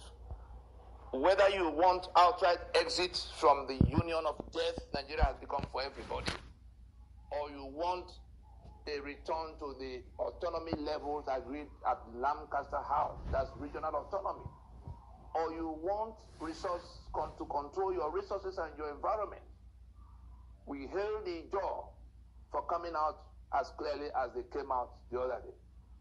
And we rebuke the Obasanjo that was said to rebuke them for speaking up. Anything you want, the way and means of getting it done is different from sentiment and lamentations. And therefore, in that constitutional force majeure proclamation of December 16 by NINAS 2020, we had adopted and incorporated a document titled Open Memorandum to President Muhammadu Buhari on the Restructuring Debate from the Alliance, dated November 16, 2018. Guardian newspaper reported on it on November 18, 2020. 2018, sorry, 2 days, we wrote it out on the 16th, and it was in Guardian newspaper on the 18th. We can very easily, check that out. And what was it? It is in that open memo on the restructuring debate from the NINAS Alliance, addressed directly to the president, who went to France in that period. He went to Paris to say, all these people who are looking for one adjustment or the other in the constitution, they don't seem to know what they are looking for or how it can be attained. Let them bring it. So he went pretending And I use the word pretend advisedly because it was part of the Fulani delegation that came to Pronaco 2005-2006. He understands exactly what we're talking about. That was why they put restructuring in their manifesto. Very dishonest. And so now nobody seems to know how to do it. But we also took time to detail step by step, start to finish, how it can be undertaken. We have acquired a body of knowledge on this subject matter coming from NADECO to the Pronaco that took 2 years to bring all the nationalities together to look at the options available to us. And moving on to the MNN that took this constitution to court in 2007 to say we didn't make it, and all of the things that led to the Solemn Assembly, the joint multi-regional actions that became the Solemn Assemblies that we saw in Port Harcourt in April of 2015, in Ibadan in September of 2017, and in Makurdi in July of 2018.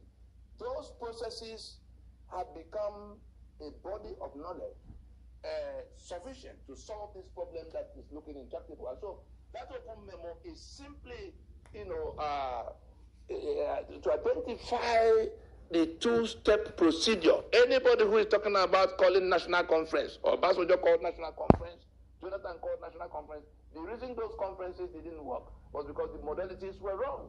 If you call another conference today to say, oh, come, let us all reason again, you're going to fail as woefully, even more woefully. What needs to be done is in 2 stages. That is why we put those 5 points of proposition in our proclamation. Anybody who will read those 5 points will see exactly how we can come to those 2 stages. We must accept that that constitution we have now cannot carry us anywhere. We must accept that it has to go. We must accept that we can't go to another election under it, so that we can put a time frame. Otherwise, we'll be at this discussion another 10 years, and people will be dying in millions. And so we come down to that open memo. We adopted and incorporated it in that December 16 proclamation of 2020, so that in one hand we had stated clearly what the problem is and what the solution should be. On the other hand, by adopting that open memorandum on the restructuring debate from this alliance, we also placed on the table a step-by-step articulation of how to undertake that fundamental reconstruction that we can no longer postpone. Let nobody from after this broadcast, let nobody come saying we don't know what to do or how to do it. We challenge those who may want to say so to go to the website of NINAS to read that open memo. You can even Google it, open memorandum to President Muhammad Buhari on the restructuring debate from this alliance. And then you will see exactly what needs to be done to come to the restructuring that you want, to come to the referendum that you've been seeking. If we go in this sequence, NINAS is www.ninasvoice.org. ninasvoice.org. Keep on listening. Those who want 100% autonomy can then vote in that referendum to be by themselves. Those who are satisfied with 80% autonomy can vote in that referendum. But we must get to the point, the threshold of transitioning, where those choices will be made, because the campaign we are leading is to restore the sovereignty and therefore the self-determination rights of the constituent components of Nigeria without exception of any section. All the nationalities, big or small, will agree among themselves how they want, in what formations they want to federate. Those who want to relate will stay together. Those who don't want to relate will say so by making maps that will exclude other people. But the whole thing is to accept now that we must go to taking that decision on how we want to live. The decision we took in 1960 at Lancaster House has been overtaken, and that is what we have to resolve now. If we do not act quickly enough to resolve it together, those who are being killed across the Middle Belt and the South, those whose future have been ruined, who are roaming all over the world, young people who are fleeing from Nigeria, I tell you, the right to self-determination, which is what they seek now, whether they are asking for restructuring or they are asking for Oodua Republic or Biafra Republic or whatever it is, or resource control, all of those things are issues of self-determination arising from the constitutional grievances imposed by the unitary constitutional arrangements. They are all connected. They are just a matter of degree of autonomy that will be acceptable to them. The process, the procedure by which that choice has to be made is what Ninas has placed on the table. Anybody who is not already a part of it, anybody who is not already a part of the campaign to shut down the journey to another election under the 1999 Constitution is a part of the problem. Silence is not golden here. Silence is complicity. Tribute to Bishop Tutu, who told the whole world that keeping silent in the face of a moral question is support for the evil. True. Let us stand up now and join in insisting that we should go and that we must solve this problem now, other than waiting for it to consume everybody. The process for doing it is clearly articulated in that open memo. A word is enough for the wise. Ninas has done well for our people. The sleeping heads only just have to wake up. Here's a message to those we consider to be compatriots. Please forgive in any way you might have been wronged by the sometimes uncouth language the robust polemics brings here. We realize that there is a statesman in every politician, just as there is a politician in every statesman. The only difference is that the politician thinks more of the next elections, while the statesman thinks more of the next generation. I therefore invite every politician here to allow the statesman in him or her to watch and deeply reflect on the above message we're about to pass from the Lower Niger Territory, as well as NINAS, Nigeria Indigenous Nationalities Alliance for Self-Determination, on the voyage to 2023, aiding the enemy in a war against our people. I also invite every statesman here to allow the politician in him drive the dissemination of the message of the video, to derive it, benefit from it, digest it, see if it makes sense or not. Enjoy listening. Continue our mobilization towards halting the voyage to the 2023 elections. We see the enemy also, hastening up, doing all kinds of things to get us into the electoral train, by all means. And who is that enemy? The enemy that imposed the constitution that makes us slaves in our lands, who wants to save that constitution and therefore their stranglehold against the rest of us. We are now all familiar with the things happening to us on account of that constitution. We are slaves in our lands only on account of that constitution. The people that impose that constitution and who are refusing to come to a meeting of reconstruction of the union agreement are the ones who desperately want to get to elections. This broadcast is for those political merchants from the south and the middle belt who are now aiding that enemy to save the life of that constitution at a time we have repudiated and rejected that constitution, at a time we are saying we can't go to renew the life of that constitution by way of elections in 2023. So it is clear to them, we want it to be absolutely clear to them that they are aiding the enemy in a war of extermination we are caught in at this time.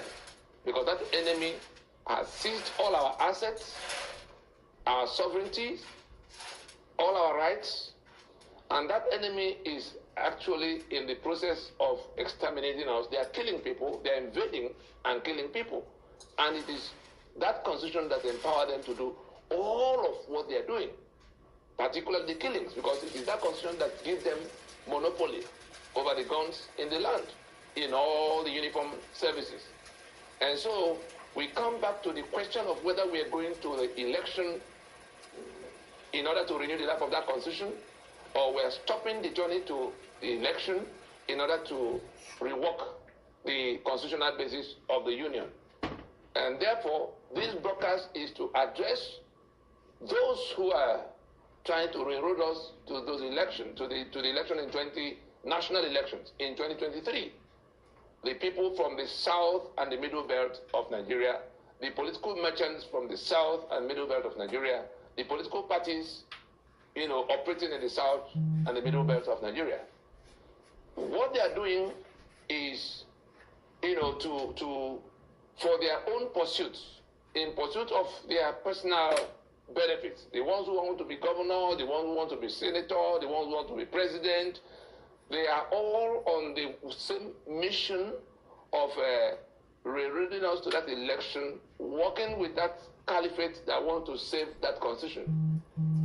The day after the election, the 36 states imposed by that caliphate on us will remain in place. Therefore, we remain the political minority, permanent political minorities we are under that constitution. The day after the election, the 68 items on the exclusive list will remain in place, and therefore our assets, economic assets, are detained, and the powers to work those assets. The day after the election, the insecurity we suffer will continue, because the control over the guns and all of what we need to be able to protect ourselves will still be where they are. And those who are going to win those elections, before they can access the office they want, whether they are president or governor, will have to swear, senators. They will have to swear to defend and uphold that constitution. And therefore, we've come to inform them at this time. We are still in January of 2022.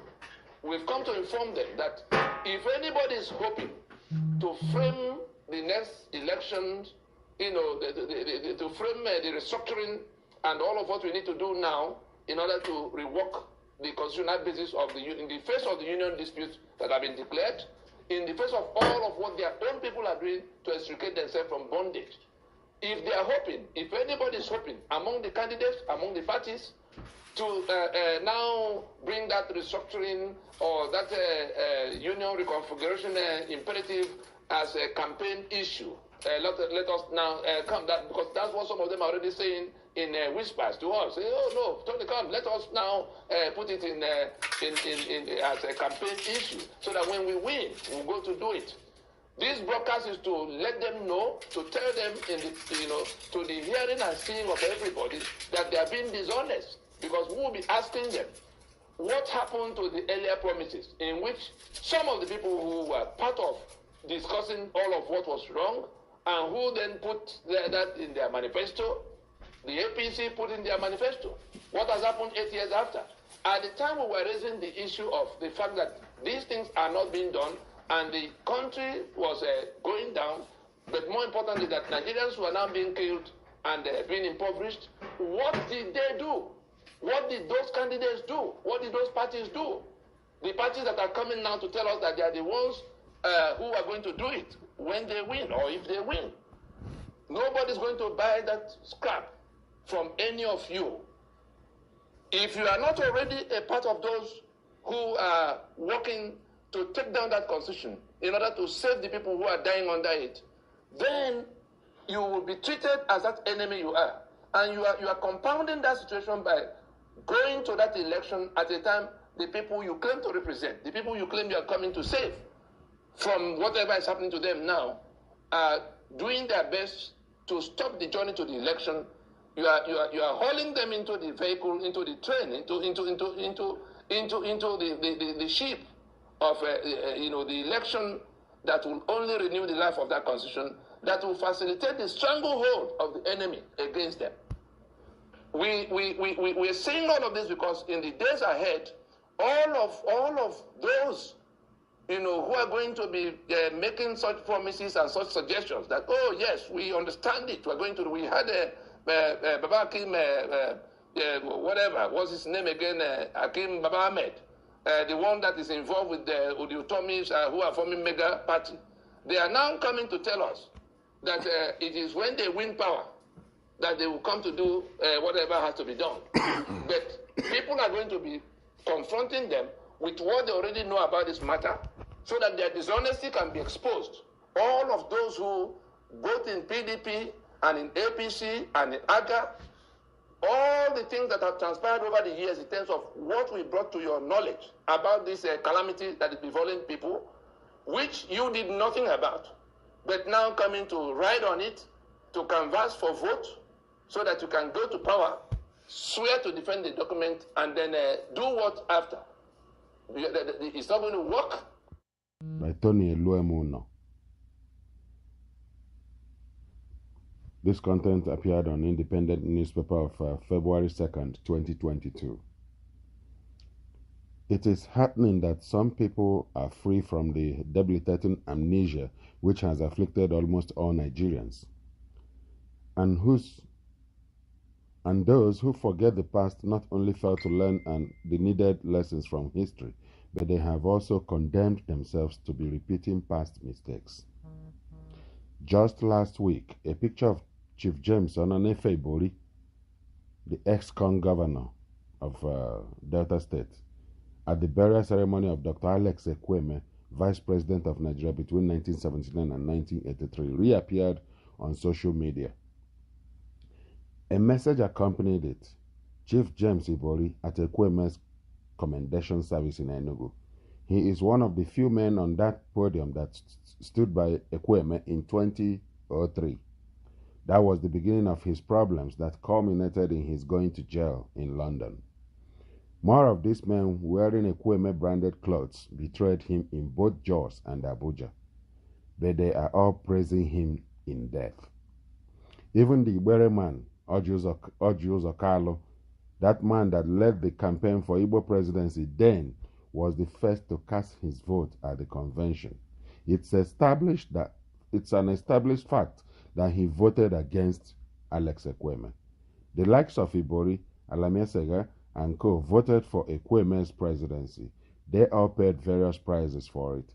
No Southeast governor did. I felt happy seeing Chief James Ibori attend the ceremony. It is very significant that he is a free man at this time. He is a true friend of Ekwueme.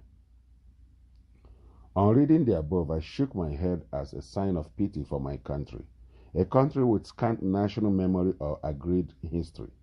Already, many have forgotten that Dr. Alex Ekwueme was seriously in the race for the presidency in 2003, and that he nearly beat the incumbent president, Chief Olusegun Obasanjo, for the People's Democratic Party ticket at the 2003 PDP primaries. Yes, how many Nigerians, including those stoutly campaigning for an Igbo person to become president, know or remember that Ekwueme's staunchest supporter was not an Igbo man or woman, but an Urobo from Delta State, Chief James Ibori. Ibori was by then the governor of Delta State, a South-South state, but he played the pro-Ekwueme role no one from Southeast played. He hazarded himself and paid a great price for it. Ibori had built a coalition of almost 20 state governors who wanted Obasanjo out. About 3 p.m. on Sunday, January 5th, 2003, I was inside the Eagle Square venue of the National Convention and Primary. A tall and handsome 40-something-year-old Ibori, clad in blue jeans shirt and shorts, waved at me to come to him. I obeyed and he said, coolly, with a deliberate emphasis on every word, "Tony, you and your Igbo brothers and sisters will sweat profusely before an Igbo person will become president in Nigeria. Come, see this." And he showed me a message he sent to the 5 governors of the 5 southeastern states, asking them to get their delegates to vote for Ekwueme, and he would throw in Delta so that Ekwueme would not be disgraced. He said he sent the message by 1:30 p.m., but none of the governors ever bothered to reply. Then he added, "Tony, I know some of them must have forwarded the message to Obasanjo as a way of reporting me. My Mr. Uchenna Awom, now Senator Abaribe's media assistant, remains my witness. He was with me at that moment." That was Sunday. That night, The delegates voted and Obasanjo defeated Ekweme. Everyone had expected the gentlemanly Ekweme to accept defeat with all the grace his brains, which had earned him over 5 university degrees, could dream up. But they were disappointed. Ekweme decried the absence of internal democracy in the party and called the attention of the world to looming danger. He said that all those who supported him would be hunted down and viciously crushed. The Obasanjo camp did not disappoint. By 27 January 2003, spurious allegations that Ibori was an ex-con, having been convicted by a Buhari area court, landed from the blues. The Obasanjo camp tried mightily to use it to scuttle Ibori's attempt to be re-elected as governor of Delta State. When they failed, after the matter had gone to the Supreme Court for not once but twice before being heard at the Electoral Tribunal, they did all in their power to make Ibori the face of the corruption in Nigeria. Talking about Igbo presidency or how to make an Igbo man or woman Nigeria's president, the time was actually auspicious 19 long years ago, and the man, Dr. Alex Ekweme, was the most presidential politician in Nigeria of that era. I strongly remember Mr. Uchenna Awom, my House of Representatives correspondent, returning to the Delhi Independent Office in Wuse Zone 6, Abuja, one evening and said excitedly, "Oga, destiny beckons on Ekweme." Uchenna was not seized by any wild imagination. He had that evening witnessed the young Turks of the House of Reps treat Ekweme as only a president would be treated. They were already talking about the then President Obasanjo in the past tense. No, it was not that they hated Obasanjo. They were convinced that if Obasanjo was allowed to a second term, the damage he would do to Nigeria would be enormous. Anybody can look back on Nigeria from when Obasanjo was inaugurated president and trace the effects of his presidency in Nigeria, and he would be convinced that those members of the House of Reps were right. Anyone can trace the assassination of internal democracy in the political parties and how such has destroyed the concept of democracy in Nigeria.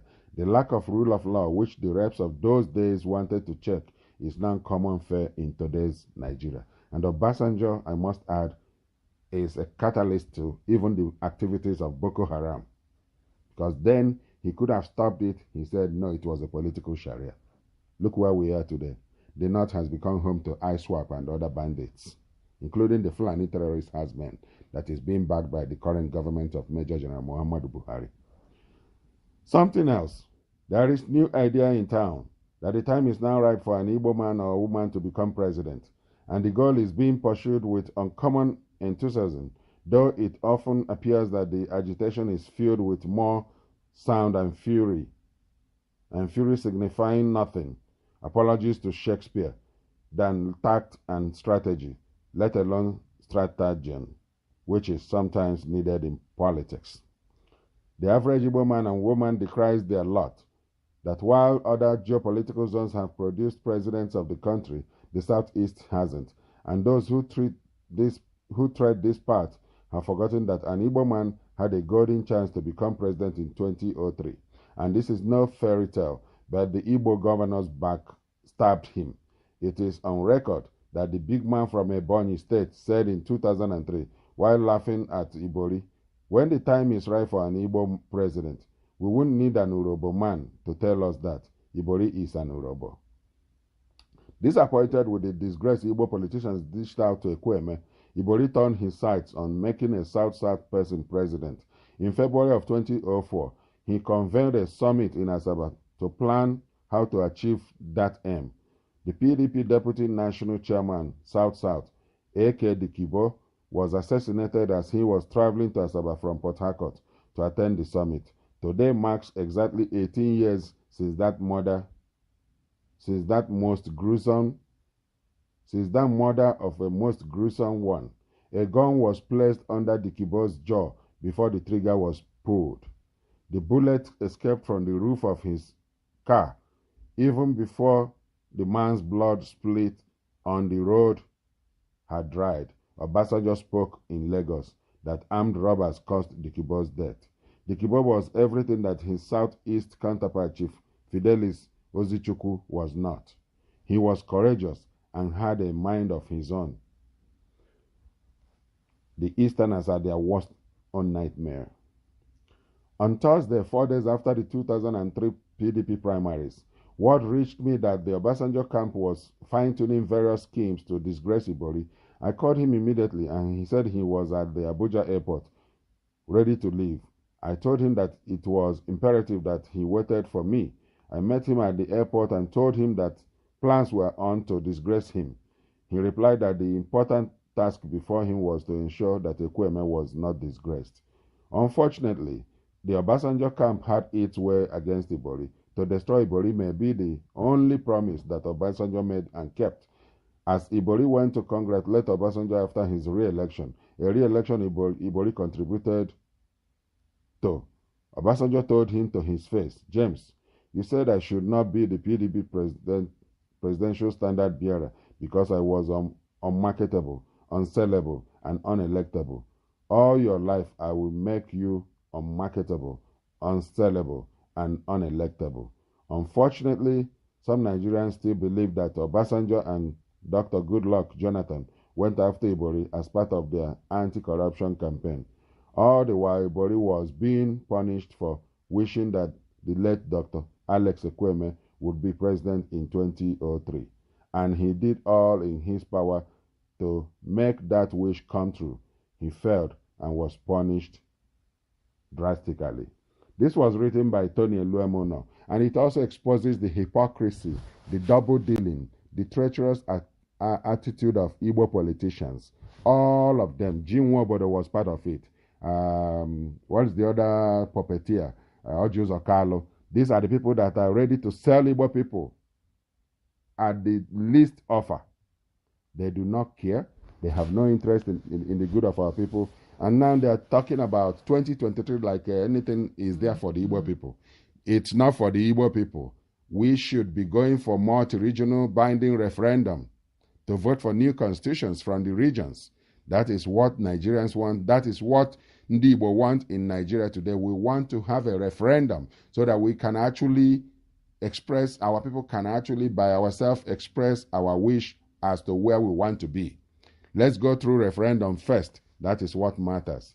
Every other thing is just wasting time. This has been Stephen speaking. Enjoy your day. The most hated person in the world is the person that speaks the truth. And people will not want to listen to the truth because they do not want their illusion destroyed. Mr. Speaker, dear colleagues, I think enough is enough. We need to address the main issue now. Where are we? The role of government in governance is to protect lives and property of the people and to provide welfare for the people. Mr. Speaker, we have failed woefully in all this. My other colleague here, Sununu, said over 70 people were killed. My dear colleague from Oyo State said over 50 people were killed. Somebody from Imo said their people are being killed. Go to the northeast, north central, northwest, southeast, southwest, south-south. The country is on fire. People are being killed. What are we doing in government? Government is talking about politics. The next election. Is it the time when we have fighter jets moving here and there that we will address this issue? Something has to be done, Mr. Speaker. They are busy talking about the next president while the house is on fire. Nigeria lacks shame. There is nothing like, there is no honor among the thieves. There is no honor among the thieves. Well, key to our freedom is taking down the 1999 Constitution.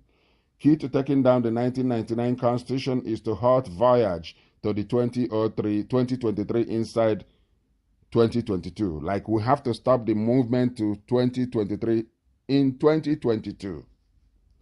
Key to halting 2023 is to prevail on political parties to now close shop until we sort things out, until we sort this union out. First task, we have to spread this information. Ordinary Nigerians need to know that there is nothing for them in 2023. That it is the same criminals, the same evil minds that are trying to recycle themselves to bring out a more devious character. Maybe a drug dealer, maybe a thief, those who have robbed their states dry to take over from the terrorist enabler. There's something that doesn't make sense. And I've been deliberating on this and wonder if other people are thinking about this. What is happening to the Southeast? I was in the Southeast for over 5 weeks between December and February 2022, barely last week. And I saw firsthand a ruined environment.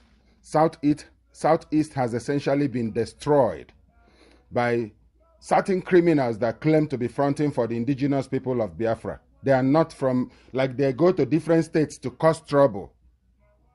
These people have been mentioned to have come from Ebonyi State.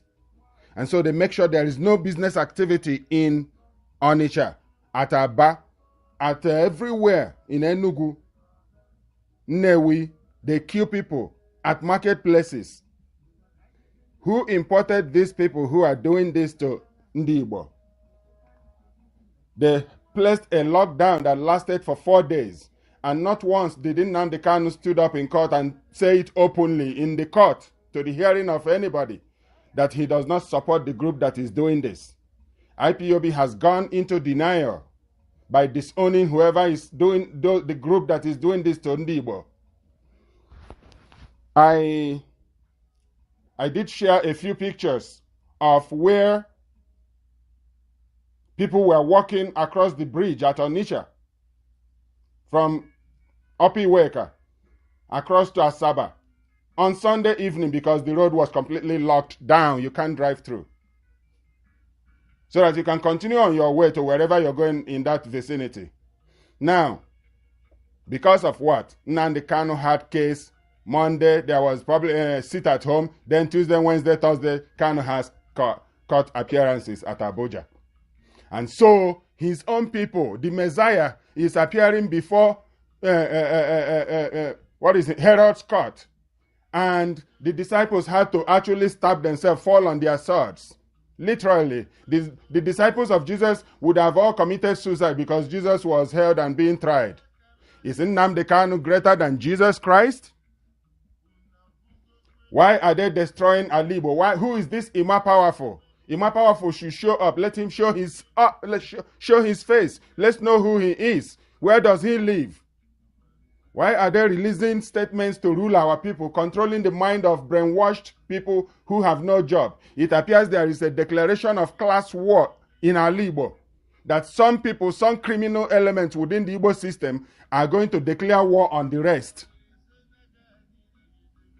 They want to make Aba uninhabitable. They want to turn Onitsha into the new Aba, where they are doing all sorts of destructive activities. And so, if these people are really not from IPOB, like the IPOB has been denying and continue repeating issuing orders, they continue to issue order and deny the consequences, the result. If indeed it's not their members, let them tell us who they are.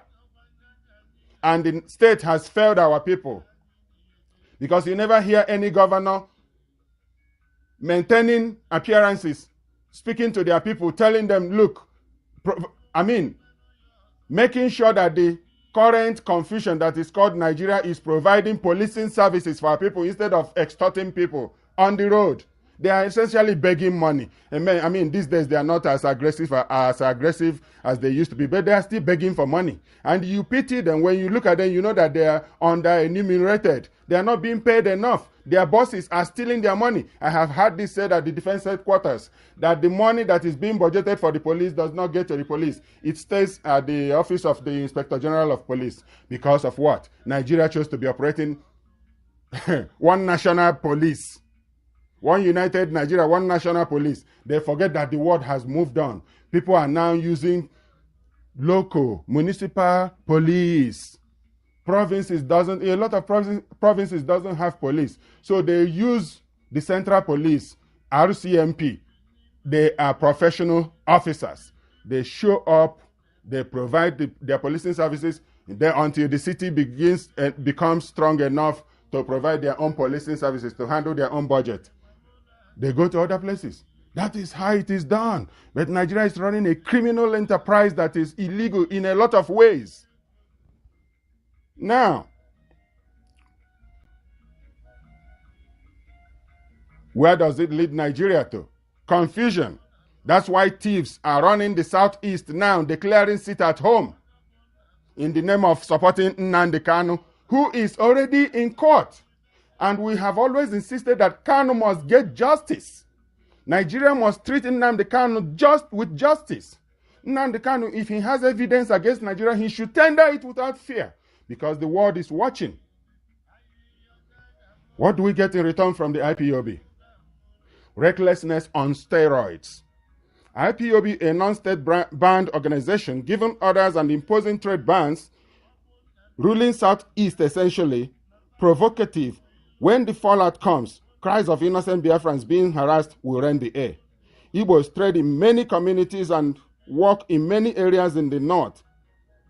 The process of parting ways with Ariwa is an ongoing process. If the members of this renegade group decides to stop Hausa Nama, then they can do so by flooding the market with their own locally bred cows in all states. Where they are not able to do so, then they should let those making sure their Fulani cow grazers don't step into private farms continue with their business. Continue with their business. We must insist that no cow should go into private properties.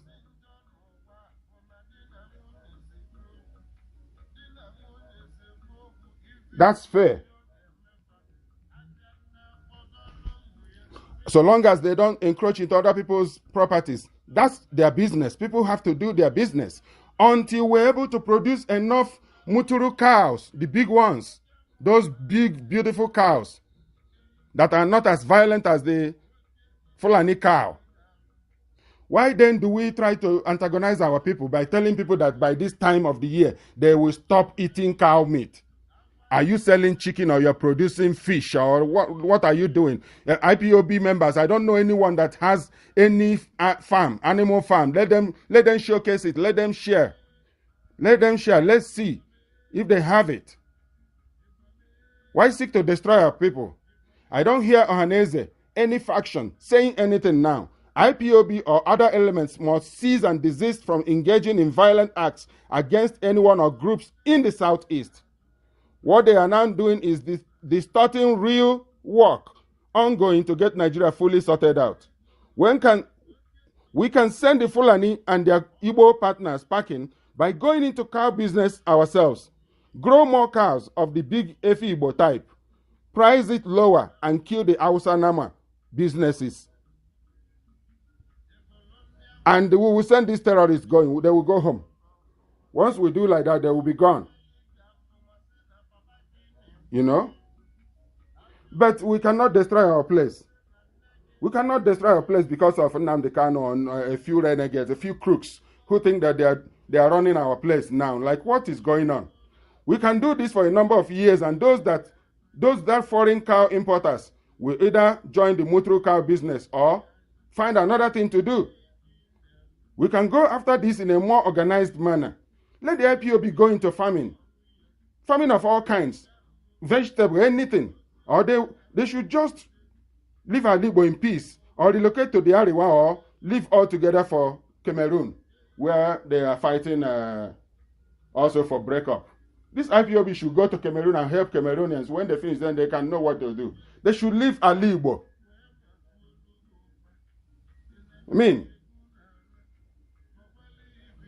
this has been your guy, Stephen, speaking, just expressing how frustrated and weak I am with Nigeria. Nigeria is such a sad commentary on what a country is supposed to be. Very shameful, very sad country.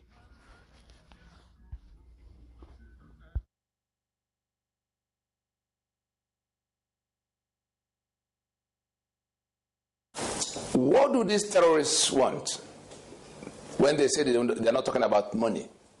And have they communicated it? Yes, because that's the tone of their language. They made a demand.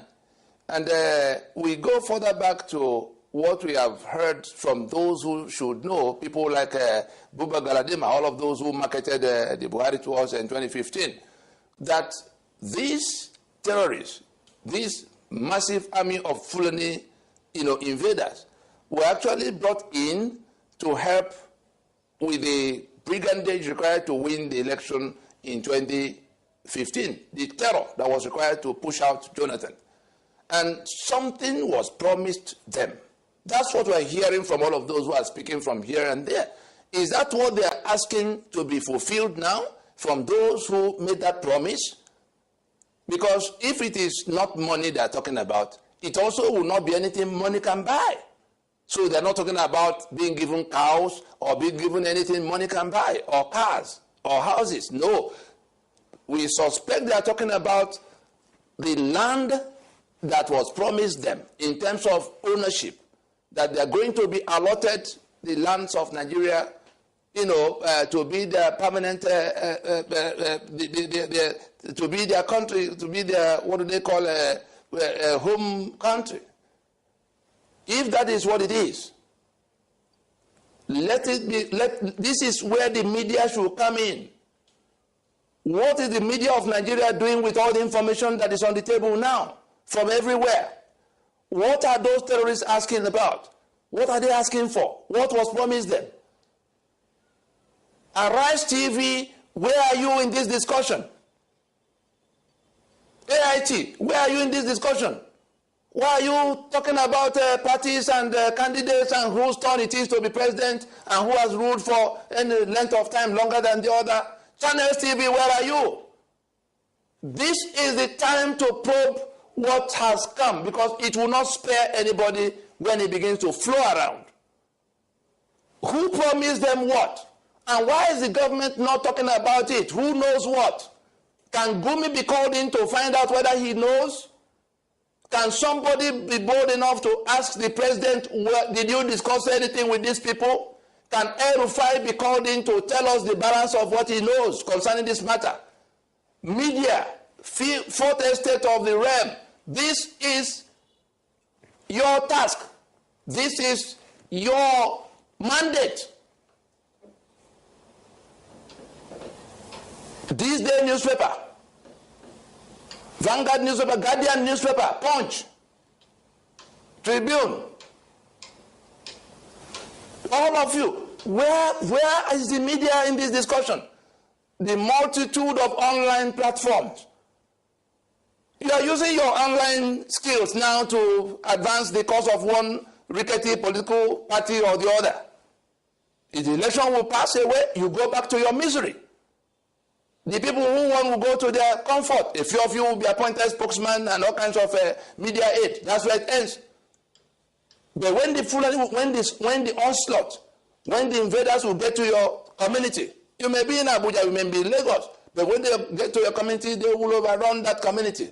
If they turn up in the town where you are, or you board a train, or you go to the airport, or you are on the road, you are the one digging your own grave in this matter. If you do not bring that skill, that online skill you have, for us to interrogate what's happening and what we can do, particularly because there's a proposition on the table for how this matter can be addressed, how this onslaught can be halted, how this invasion can be stopped.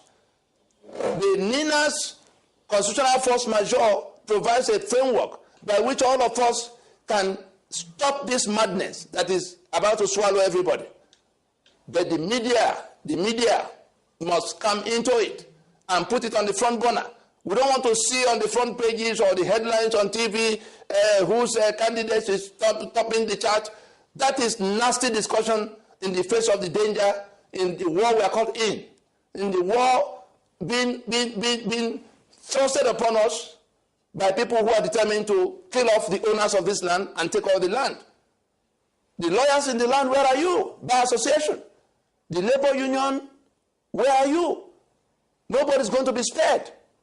The students, your teachers are on strike, even the Teachers Association, ASU and all of that. The intellectuals in this land who should be leading this discussion are being kept busy with all kinds of distractions. Can't you see that it's not by accident that you are being owed salary to keep you in misery and bondage? Why can't we all come and be part of this discussion to arrest this monster before it comes to our doorstep? Because it's not stopping. The election they're talking about is only to buy more time, to enable them get to where you are. You listening.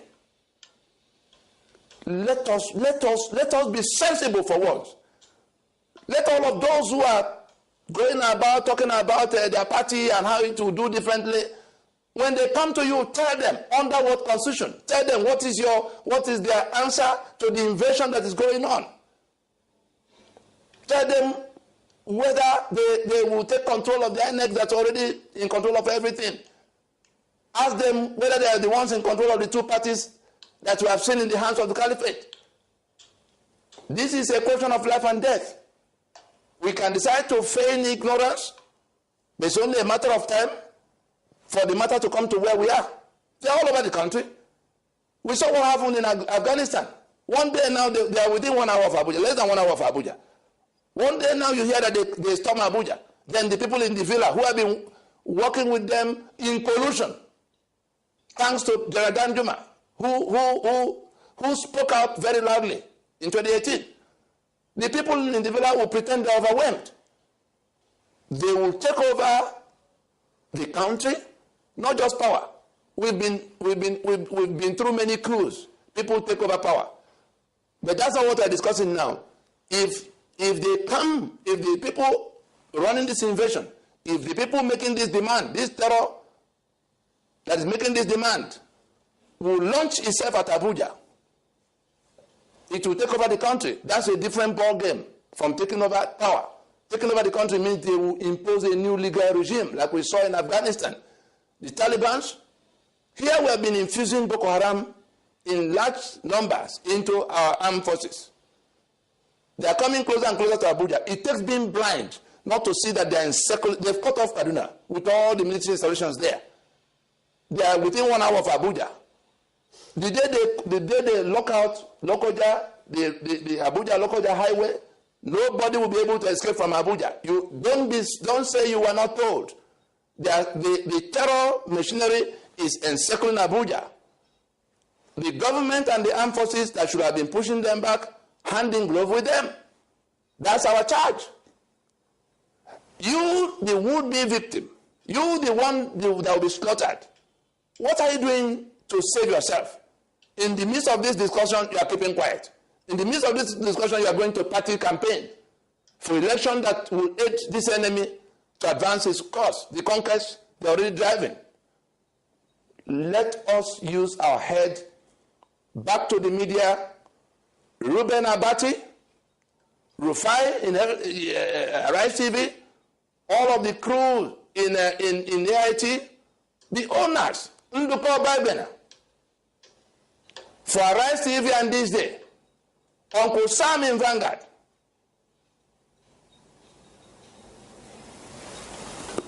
Uncle Raymond Dokwesi in AIT.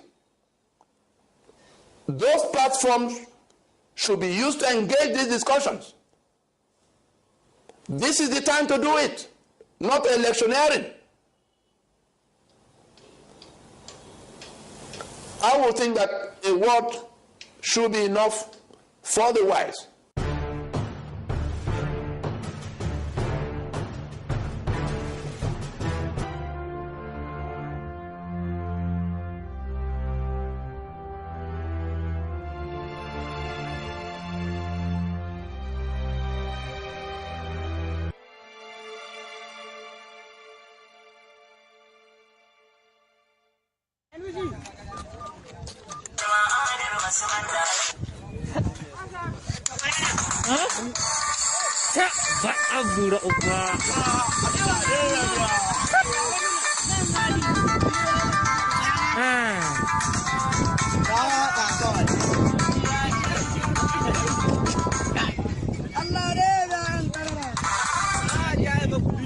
Allah wani kawo na waka ga yanki.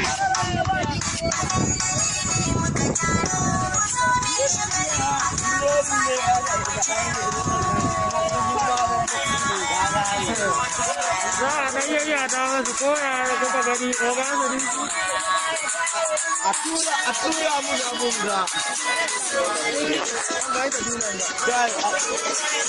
a tura mu da bura a tura mu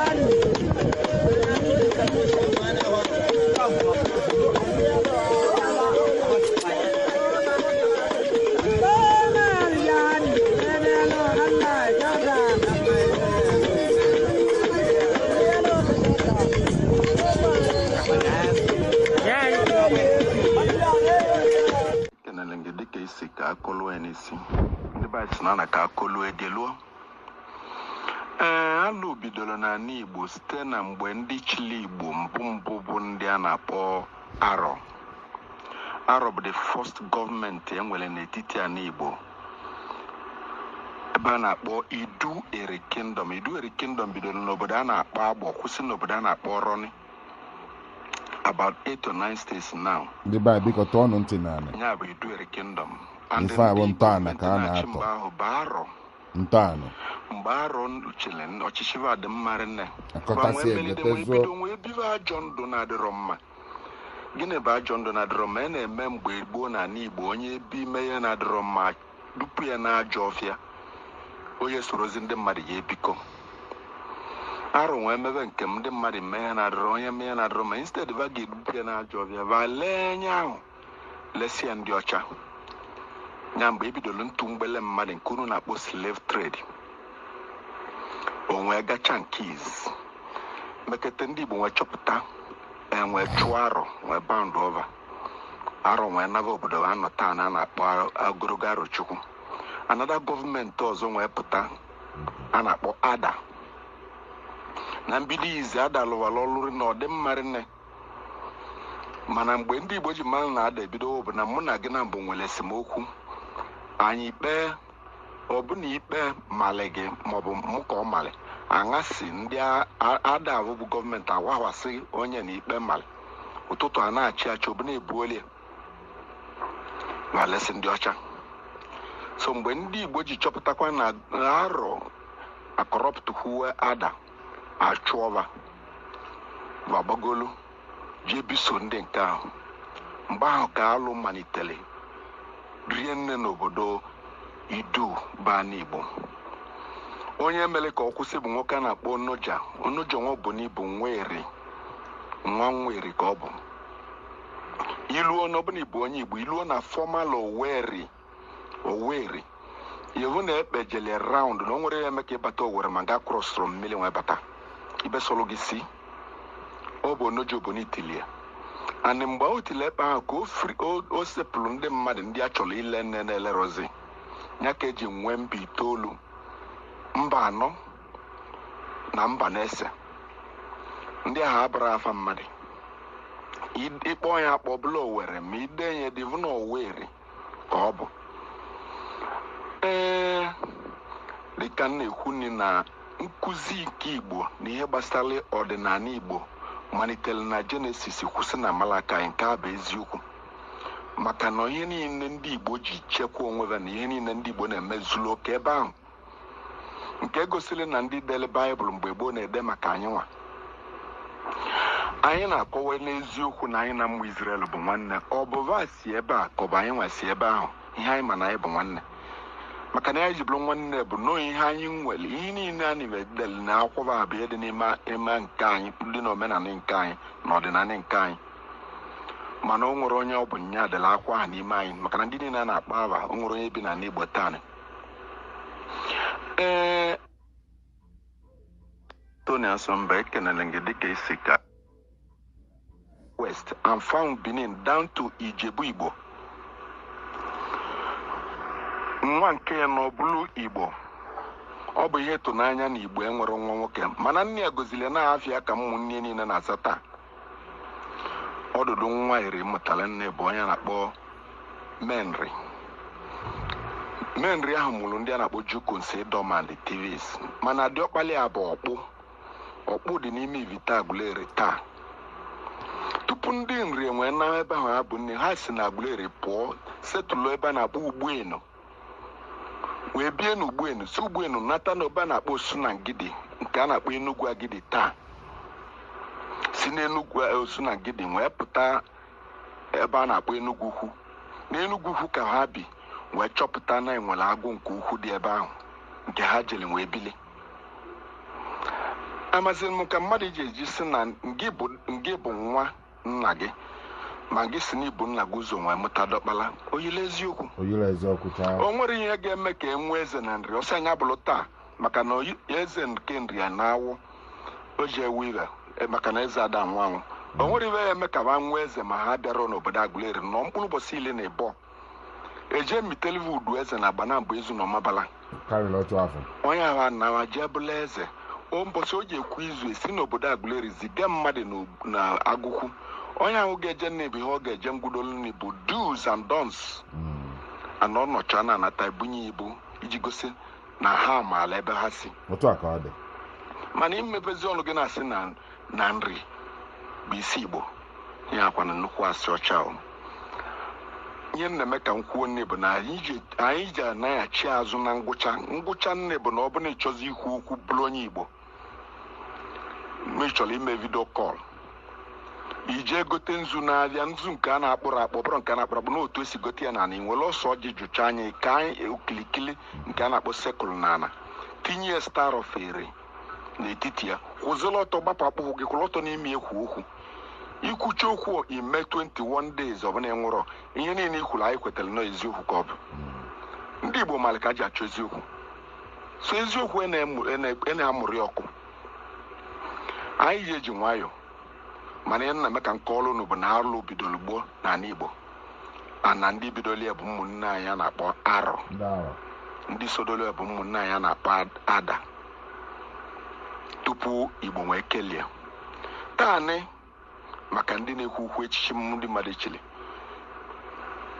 ị gaa n'obodo dị na n'Igbo taanị onwevozila na Igbo dị na nwunye nwe ọtọnọmi dị aja bụrụ igwe maọbụ eze maọbụ obi ọ bụrụ alụ ka ọ bụ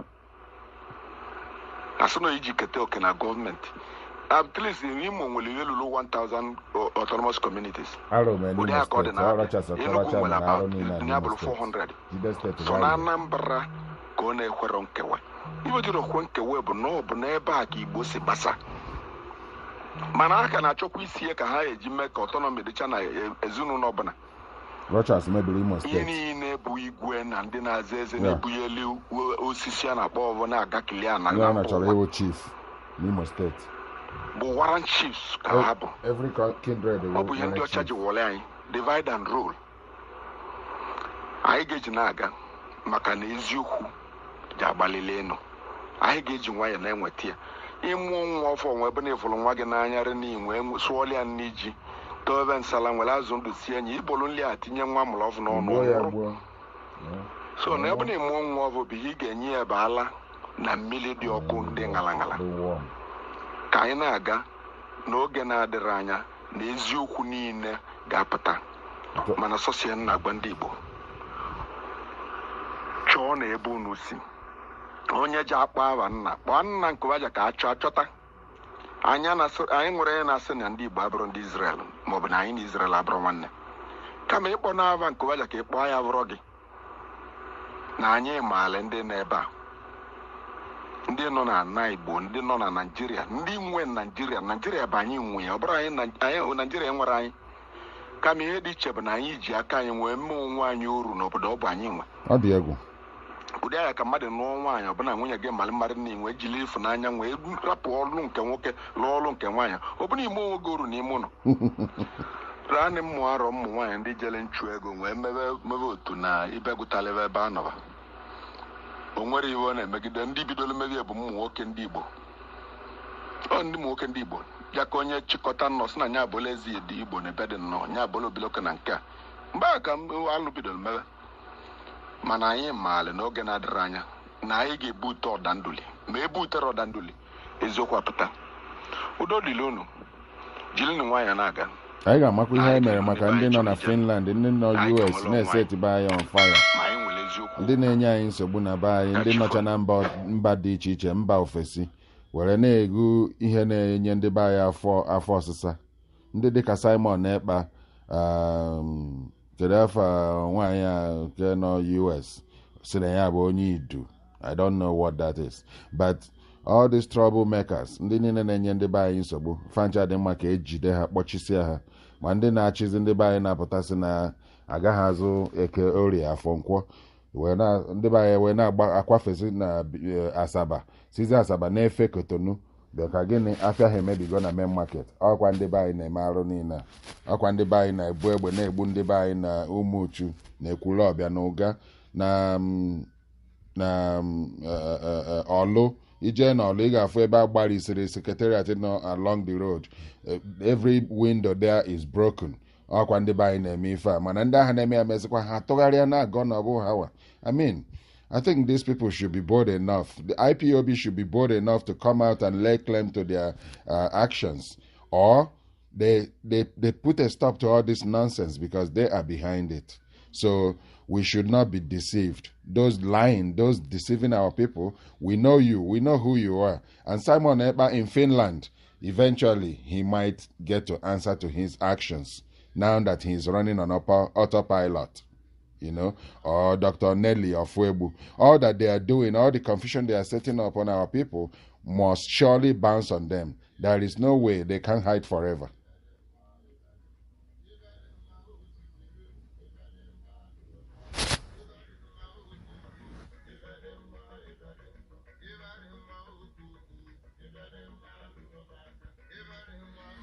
Ndị be anyị ụtụtụ ọma na nwanne unu nwoke Stephen na-ekwu madonna ọfụma udochi ya na ndụ onye ọbụla.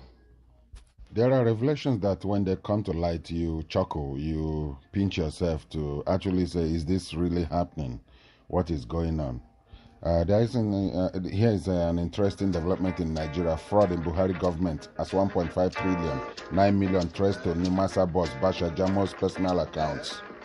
United Kingdom investigators have busted another corruption scandal in the President Muhammad Buhari-led administration involving Nimasa boss, the Nigerian Marine Administration and Safety Agency Nimasa Basha Jamo, where various sums of money have been banked.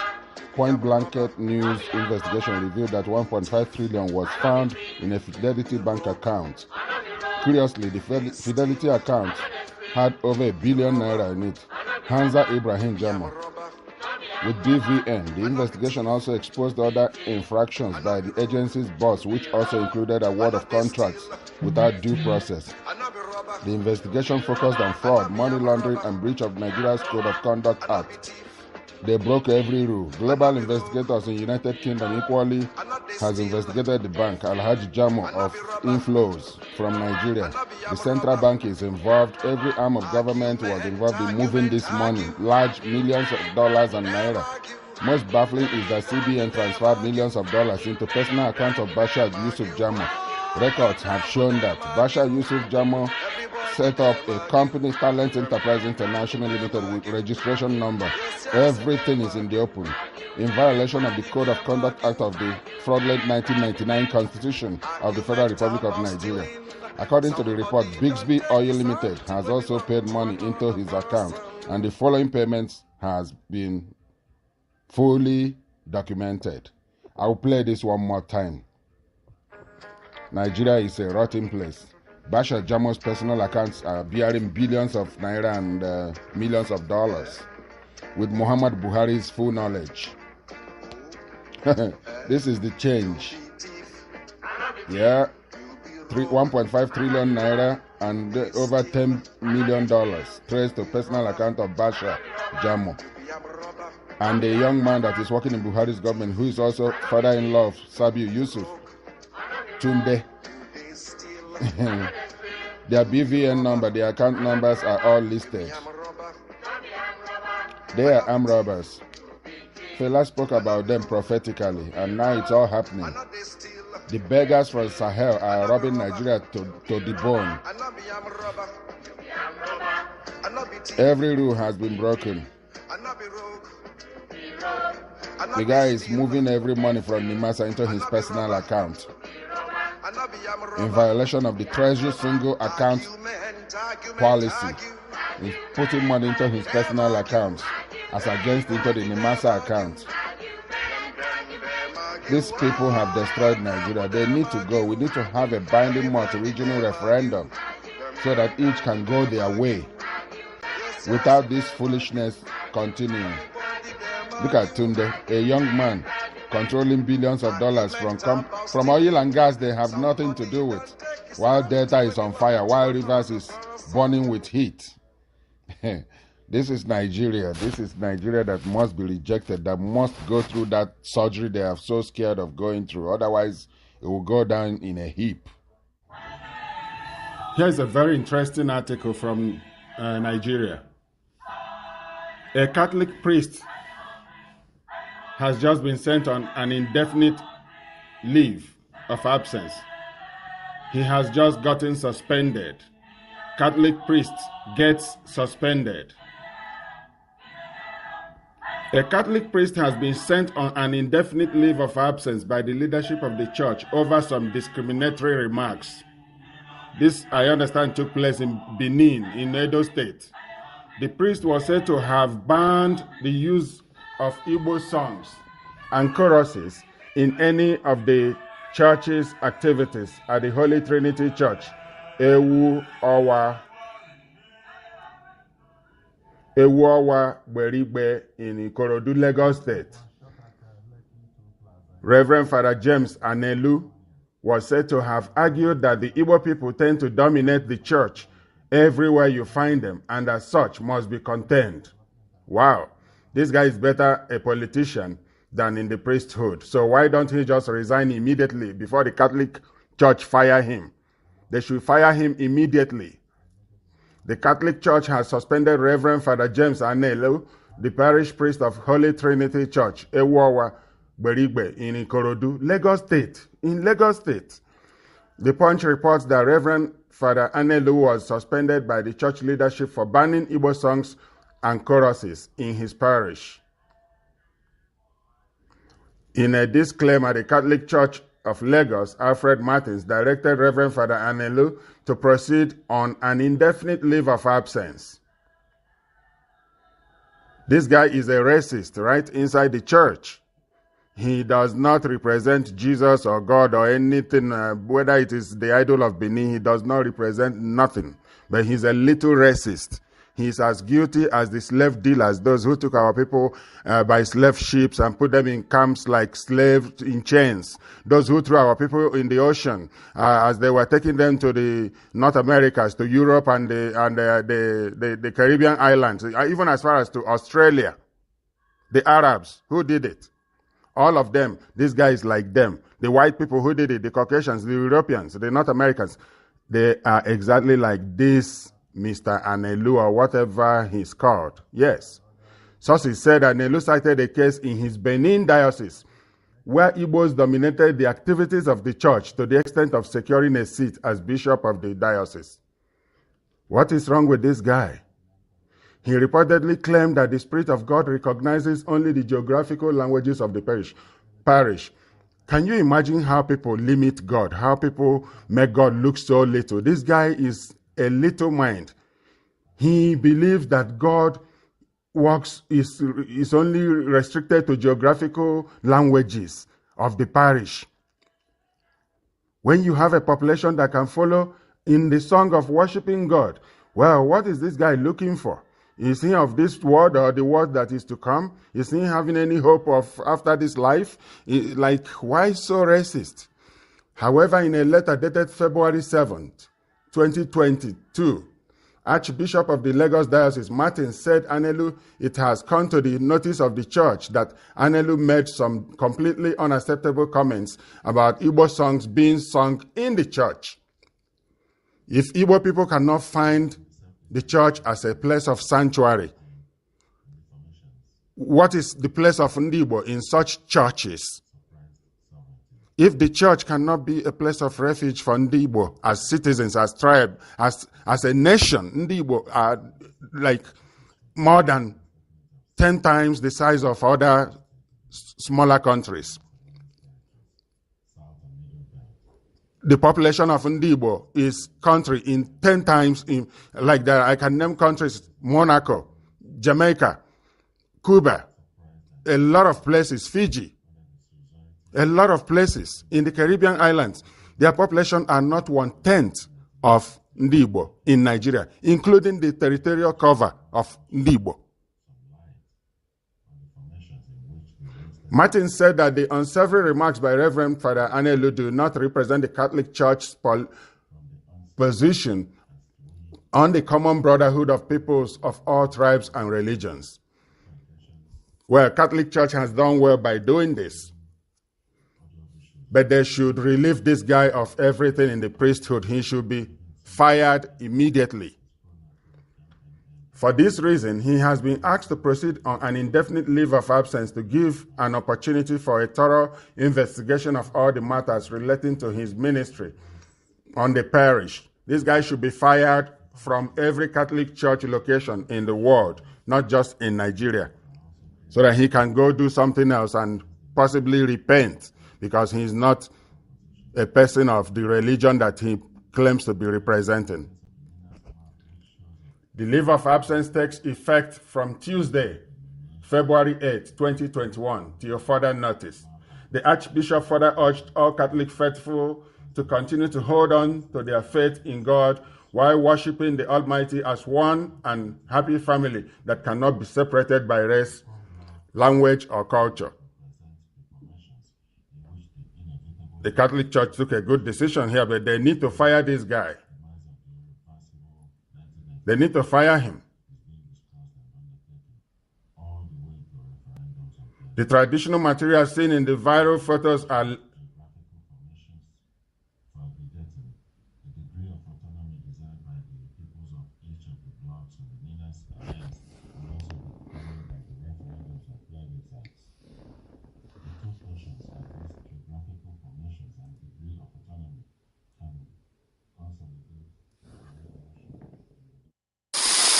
Yes, in the task of exposing the designs of the enemy that is bent on our damnation, ruining our lives, we have seen the movements and the permutations and the undercurrents in terms of the caliphate trying to take the rest of us to election by all means in 2023. Part of the key strategies they've deployed is to throw the ticket of one party to the south and retain the other tickets in the north, so that people will think, oh, we have a chance. The ruling party, we have the presidential ticket of the ruling party. But they forgot that in the 2015 electoral cycle, there was a PDP, the ruling party. The North, like we have seen in what Tambuwal was telling his fellow governors wherever they were meeting the other day, you could see that the allegiance, the interests of the regional interests, the ethnic interests of the North is the principal consideration for the caliphate elements. And so they are not bothered about party, so they can move from one to the other. In the 2015 electoral cycle, migrated to APC while maintaining skeletal presence in PDP, including the party chairman who was then governor in Bauchi. The Muazu, they call him. He was in PDP, but they had decided, like they have decided again, they had decided at that time that they were going to converge in APC so that they will work together and win power. Tambuwal had just confessed it because it was one of the arrowheads. The reverse is now playing out. They have determined that it's better for them to converge in PDP, and they've all moved to PDP. Anybody who is still talking about how to zone and what will happen, they've all gone long time ago into PDP, but maintaining skeletal presence in APC. And so they are going to dump the APC ticket on some southerner, whoever it turns out to be. We have all kinds of names. We saw the one in Bodilon going all over the place. He wants to be president. We saw the jokers from the eastern side, including characters like Amechi and who else is saying the governor in Ebonyi, who has now been thrown out as governor. Well, I don't know what will happen in court when they finish playing their games, but there's really no more to it than trying to pretend that there has been a contestation. The APC ticket is completely hollow because the proprietors of the party, that mob action that took out Jonathan, have moved to the other side. We even hear the name of Jonathan featuring as their consensus candidate. The strategic objective in all of that is to find a way to drag us to election at a time we are saying we can't go to election on account of rejecting the constitution that we don't want anymore. And so when this when this presidential candidate is thrown at some southerner and they quietly converge in the PDP, we hear today again that some of the leading candidates have all stepped down, the Tambuwal and who else was in the fold of Mohammed, whatever. There are 3-4 candidates that have already stepped down for Atiku, the Fulani. And so the PDP ticket will be in the hand of a Fulani man. And the rest of the Caliphate North will rally everybody they can rally according to the explanation of Tambuwal so that they will win the power. But the APC ticket being dumped, the empty APC ticket being dumped on somebody from the south, that could be Tinubu, that could be Amechi, that could be Jonathan, if what we read on the internet begins to prove true. It will just be a matter of pretending that there has been an electoral contest, but the Caliphate already determined the outcome because they control the electoral machinery in INEC 100%. So, I mean, at what point they've shown you where the figures are, where the demographics, converge, and how they're going to work around it to take. So, the purpose of this, broadcast is to let those from the south and the middle belt who are not listening now to know that the caliphate, those who are holding us hostage in bondage and who want to save that constitution by going to election under it, at the time we say we can't go to election anymore to renew the life of that constitution, are only playing all their cards to get us to that election. And so if you are one of those, whether you are in PDP or APC going towards that, the end point, the day after, the morning after the election is that another Fulani man will have won election legitimately. 4 years added to the one they have now, and the conquest will continue towards us, against us. So let it be clear to all. Let nobody say they thought they will win. There's no possibility of any of you winning. Anybody from the south or the middle belt who is going to purchase form to be president of Nigeria knows in his heart of hearts that he stands no chance to win. He's only playing the role of Judas Code to help drag all of us to that election, to validate the process the caliphate desperately wants. They all have one skeleton or the other in the cupboard for which they want, instead of going to address the issues that have come to consume the Nigerian Union itself. They are busy validating the process that had been predetermined. Every other thing is just a show, window dressing, make believe. The question of the ticket of the party that will win if we get to election is settled on their side. So they're in control of the two machineries. They're in control of the two parties so that they can put whoever they choose. You saw their convention and how it ended up with a list they had to generate in one corner. So all of those who are standing around, they're just validating the process by which the caliphate will want, struggling to save that constitution. But we are just letting them know that we see what's going on, and no matter what they do, whether they get to the election or they crumble before they get to the election, or they crumble at the election, or they even get to voting stage and swearing in somebody, this onslaught against the 1999 Constitution is only going to be further intensified. Nobody is going to be permitted or allowed to govern Nigeria on the basis of that fraud. We have a whole year now to go and sort out the matter, or we get ready for sorting it out on the street when those who are at the receiving end will say they can't take it. And it's not a fight against Fulani or Caliphate. It will be a fight first against the people from the Alliance territory, from the South and the Middle Belt, who have been waving this party flag when their peers from the North are waving ethnic flag. That's what's going on. The Caliphate politicians are waving their regional flag. Our own, renegade elements pretending to be politicians are waving party flag.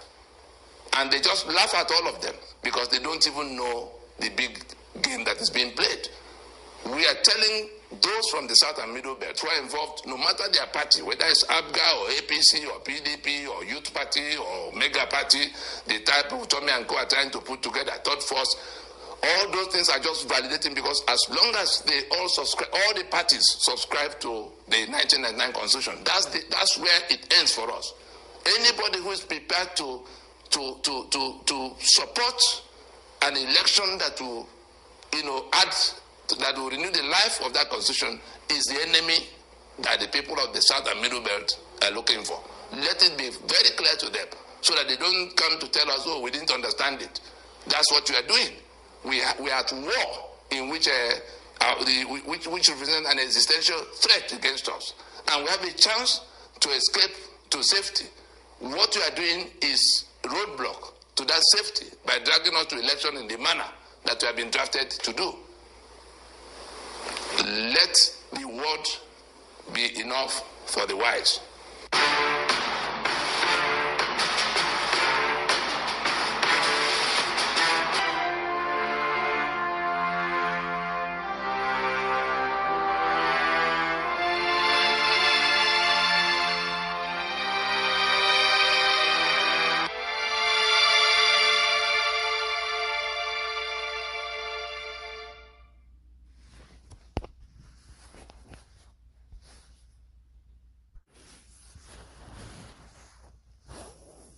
The fate of Nigeria will be decided on the bridge to 2023. Yes, like we raised an alarm about the Ruga that was being smuggled into place through amendments in 2022. There are other alarms we need to raise now, because those who will be at the receiving end of those things are so busy with so many inconsequential things, some economic, some election, PDP, APC, Mega Party, Youth Party, but the ones who are throwing up, the ones who are on a mission to conquer the rest, the caliphate that has, organized itself in a manner that whatever happens, they will prevail to continue in their conquest mission, have other plans from what we can see. And so we saw the drama going on around the electoral bill, National Assembly. There's a particular clause about who can contest and who cannot contest, whether they have to resign before or after. All of that is hanging in the middle of nowhere right now. And yes, they eventually passed, the bill, and the president eventually signed, but with a memo asking for an adjustment, which National Assembly declined. And then somebody goes to court somewhere in Umuahia, Federal High Court, and gets a judgment in which, they were citing the Supreme Court ruling in Amechi's case to say that, so the state of that law is unsettled as it is because people have gone on appeal. But the Attorney General of the Federation of Nigeria already went unilateral in pretending he's obeying that court order to alter the finished, bill, the law that has been signed into place is being altered by a member of the executive branch. Attorney General is a member of the executive branch. They only use the court in Umuahia.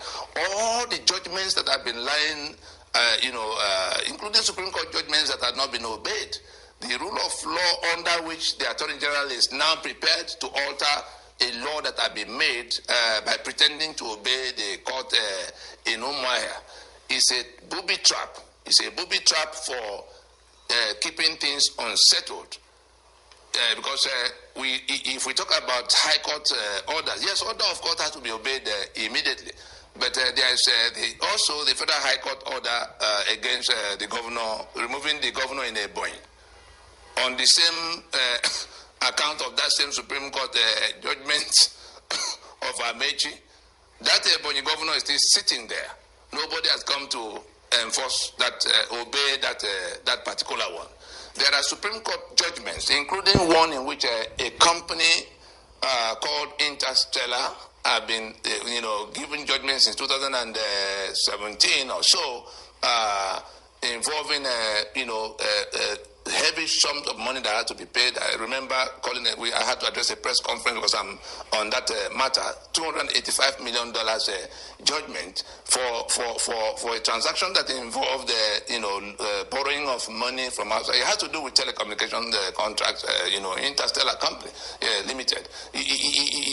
That judgment of the Supreme Court had been lying there since 2017. The Attorney General of Nigeria has not obeyed it.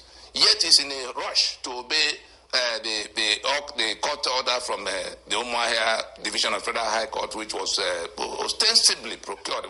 We don't know what to expect or suspect, but looking from where we are, the impression is being conveyed that that order was procured. And so, but the danger we are alerting the country to right now is that a trap has been set in the electoral process itself, in which whatever happens, whatever those who want to derail the election, we suspect there's a plan to derail the election itself in order to land everybody in a situation where election is not going on. And Section 135, let the lawyers in Nigeria listen carefully. Most of us think that 4 years is the fixed tenure of the president. Section 135 of the Constitution of Nigeria, this fraudulent Constitution of Nigeria, leaves a leeway that can alter that 4 years legitimately. And we suspect at this time, and that's the reason for the alarm we are raising now, we suspect that those who want to hold on to power for all times, the caliphate that wants to continue their conquest march by all means, are plotting to derail the election that is that is stated. Yes, we want the election suspended so that we can go and sort out the constitutional basis that is damaged. That's a different subject matter from pretending you are going to election, but setting booby traps that will truncate the election in the middle of the conduct, so that you can now fall back on that provision to assume martial powers. We remember in 2020, some few months ago, we all remember the leaked memo of the Malami addressed to his principal, the Buhari, for how they could suspend the constitution and assume martial powers. We suspect that they want to set up things that will play out in such a way that the election suffers a heavy setback at the wrong time, so that they can fall into the provision, they can have a recourse to the provision of Section 135 that could alter the 4 years you thought was the tenure of the president. That 4 years to let us know, like all the other frauds in the Constitution, the 4 years indicated as the tenure of office in Section 135 leaves a back, is made conditional to something that is not in anybody else's control than the people organizing the election. So that if they derail something around the election, it will mean that the journey has become inconclusive, and therefore they can draw the powers from that section that can be higher than the powers they have now. That is where we suspect they are going. And that is why we are raising this alarm for everybody to know that it is possible for them to rely on these booby traps to set up the confusion that will enable them, extend that tenure of 4 years to whatever they like. It's not the one of if National Assembly to give 6 months at a time. No. The 4 years is made subject to somebody being sworn in.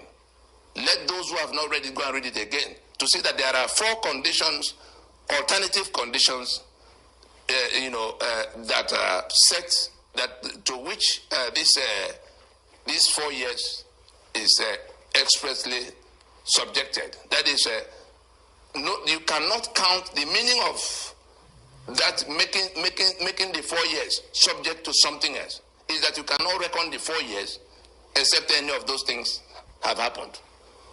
Let the senior advocates, let the professors of law in Nigeria, let the journalists, let the media go to ask those who have been telling them other things, whether the 4 years is sacrosanct, and whether the kind of booby traps we see now cannot be activated to derail election and draw powers that are higher than what the Constitution currently permits. And so we're just telling everybody that it is in our best interest to accept that we have a situation that cannot carry us, a constitutional arrangement that cannot carry us beyond where we are currently, peacefully. There are all kinds of plans for how to manage the situation by those who insist on, imposing themselves on other people, refusing to address the union agreement that the Constitution is, which has gone bad. And they are juggling up all kinds of things. In terms of the election that is coming, they already have, they've seized the 2 major political platforms. We can see it. APC is in their command. PDP is in their command. INEC is 100% under their hold. The security that will carry the ballot boxes under their hold. And those who declare, count the ballot and return the candidate, and everything is under there. So all of those from other parts of the country, we back to our alliance. All of those who are in control of the electioneering machinery are from one part. They are the same people who are who are setting up all these booby traps. And if they go to the election the way they are planning it, the other people are just coming to validate the process. The candidates from the south, the candidates from the middle belt are only going to be validating the process. They stand no chance whatsoever of prevailing, because the 2 major political platforms are already in the hands of those who say they will never give up power. We had the governors of the other side announcing it, that if they gave up power at this time, that they might be pushed out of the union. Yet they are doing all kinds of things. In the last 48 hours alone, we have seen all the kind of things that have happened. That the airport in Kaduna will be attacked in the manner we saw. That the train between Kaduna and Abuja will be attacked in the manner we saw. And nobody is in any, nothing is happening to the people who have been doing this on just a routine basis, other than the same president who summon service chiefs and say, oh, you must go and arrest this one. We have gone past all those shenanigans. We see what's going on. It takes a fool. It takes somebody who is a compound fool to think that, to forget what Danjuma told us about collusion. I mean, what other proof of collusion can we be looking for than the kind of thing we have seen, going on every day? And we saw Afghanistan and how it played out. The people are coming closer and closer to us. And we're carrying on that we're carrying as if election is the most important. The people we are going to election with are not going to that election for the purpose we are going to. They are not coming to, play whether you win or they win. They have only one mission, to carry on their conquest. And there is only one mechanism for carrying on, to remain in power. And to remain in power, they have all kinds of plans of how to prevail.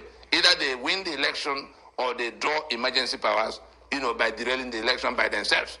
And therefore, our own response, our own safety in it all, is to insist that we stop the journey now, so that nobody is able to draw power from that constitution in the time they are planning to. If we don't do that, of course, we just giving them, leaving the field open for them, validating them in our ignorance. All of those who are buying form of PDP and APC from the South and Middle Belt, let it be known to you that you are not doing so on our behalf. You are doing so for yourself, and you are being the Judas goat that is facilitating for the enemy. You are aiding this enemy in the war against the rest of us. That's all we want to say at this time. But let us be vigilant.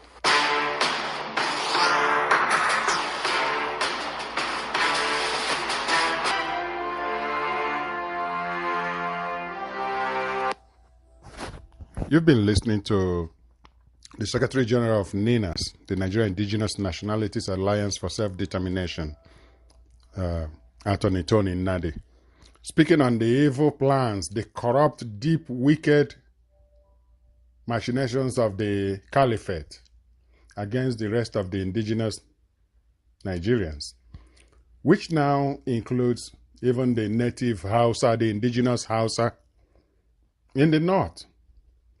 The same people that has been going across the country, burning, looting, replacing communities, are now attacking northern Kaduna that is populated by Hausa Muslims, because their mission is Fulanization. Their own ideas are completely different from every other person there. So they are out to cause a lot of havoc. This is what they are planning. Pay attention to what Tony have just told us. Study it, think about it, deliberate on it, share this information with others. For if you don't take time, if you don't act on this timely information, you will suffer the consequences. And the messengers would have done their own work, but the people failed to listen. I hope we pay attention and let this rain that is building up to fall not catch us unprepared. Have a nice day, and this has been your guy Stephen from the Radio Lower Niger Territory. One more alarm. Asset stripping. The burning house of Lugard, the world calls Nigeria, is heading to its demise. Those who came to take it for themselves are doing all kinds of things to take all the important economic assets for themselves. And so, whether you were looking at the ports and the concessions behind the ports, or the oil and gas and the distribution of the oil blocks, or the bitumen and the limestone and the concessions, to whom were these things allotted? From whom were these things taken? Looking at this map, put all the beneficiaries of the allocations on this map and put the owners of the assets and the locations of the assets on this map, so you can see what we mean by asset stripping. And all by the instrumentality of the 1999 Constitution, particularly the exclusive list that confiscates those assets and make it property of federal government, which in itself is exclusively owned now and controlled by the Fulani. Fulani owns federal government owns the assets, and the Constitution is the mechanism by which it is now codified into law. Nobody can challenge it. Exclusive. Don't talk, don't come there.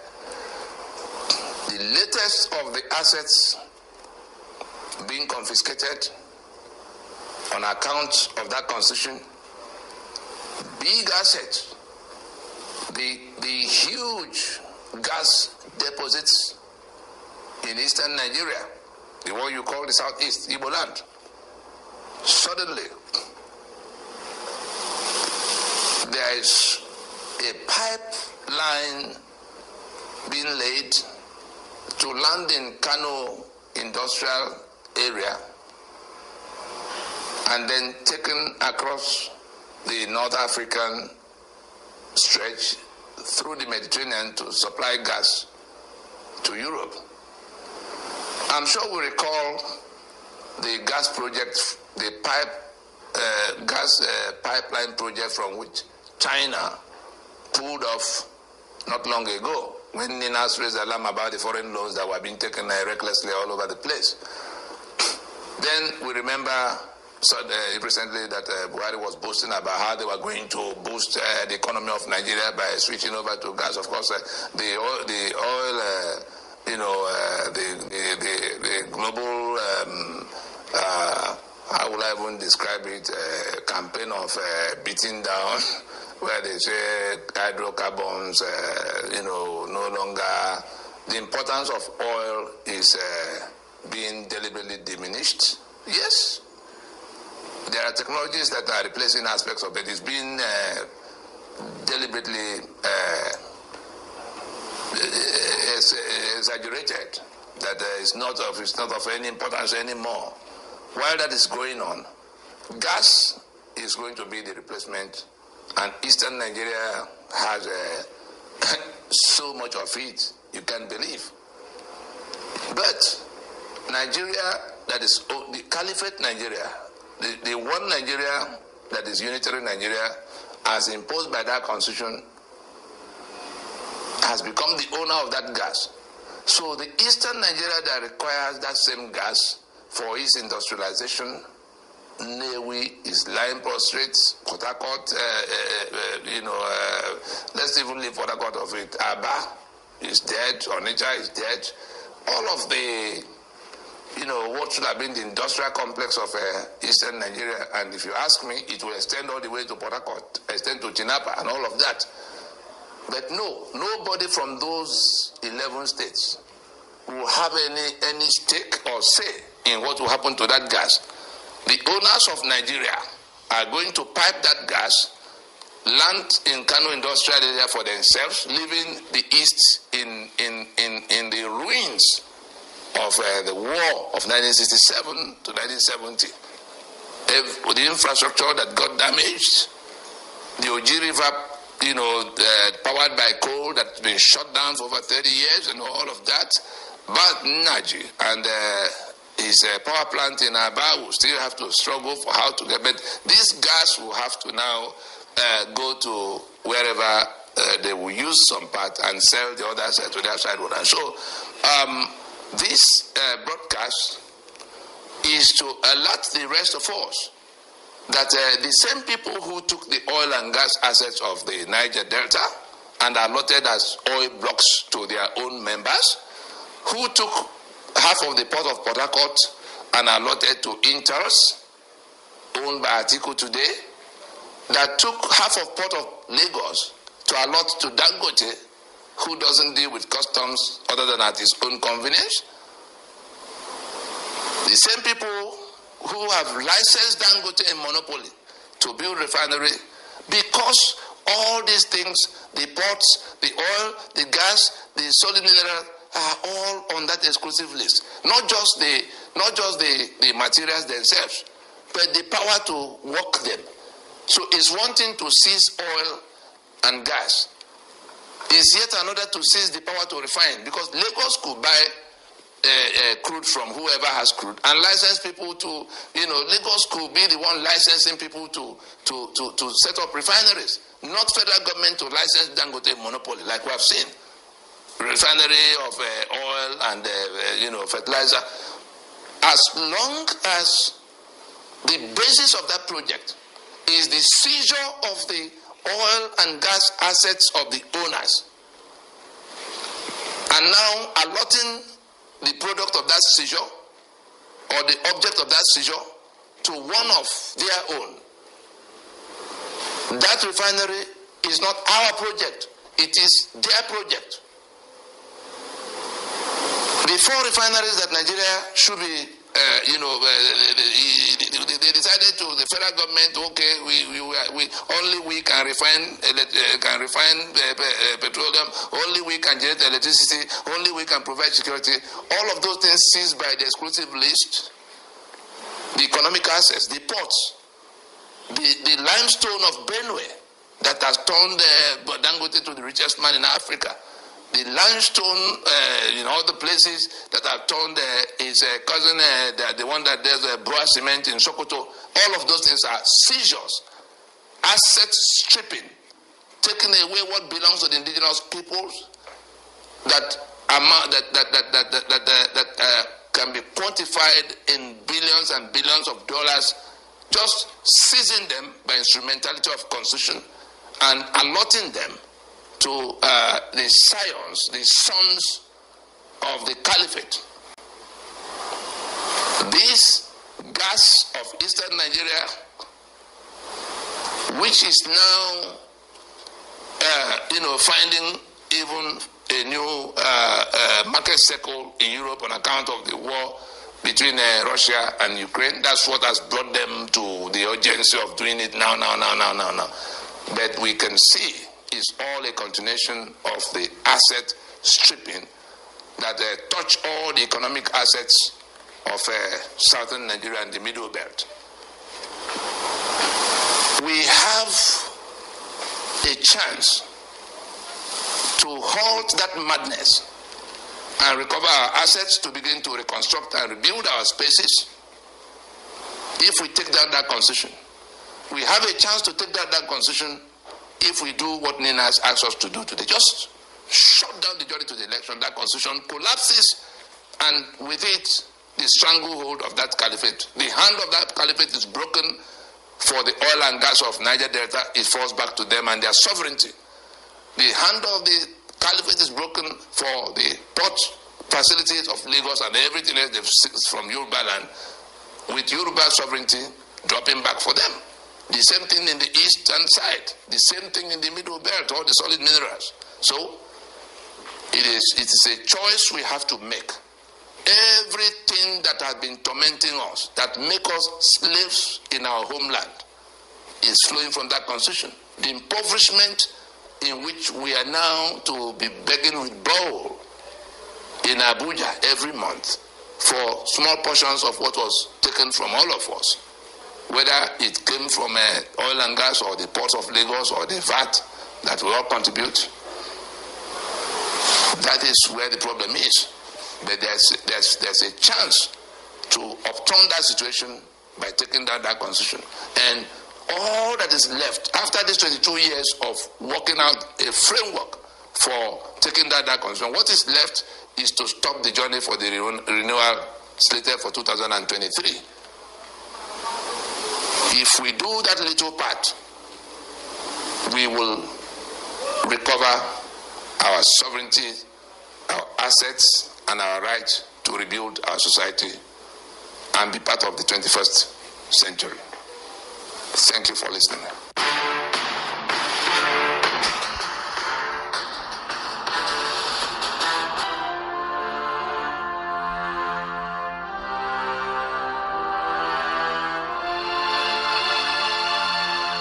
One of the mistakes Africans make is to make excuses for their killers who promise to kill them.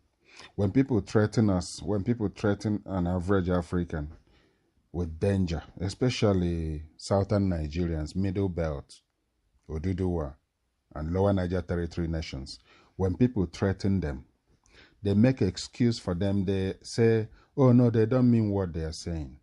Well, that is actually foolishness.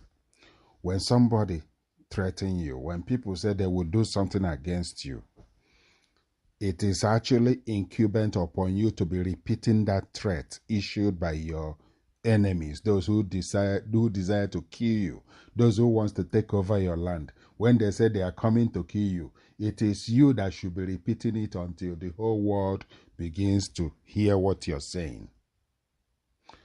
I want you to take a look at the Jewish people. When Arabs said that they will wipe them out of the map, they started repeating it. They keep telling the whole world about it, that Iran said that they will take them, remove them out of the map. When the Palestinians said that they will fight Israel until Israel is no longer in existence, Israelis, Jewish people continue to repeat it in every part of the world, wherever you find them.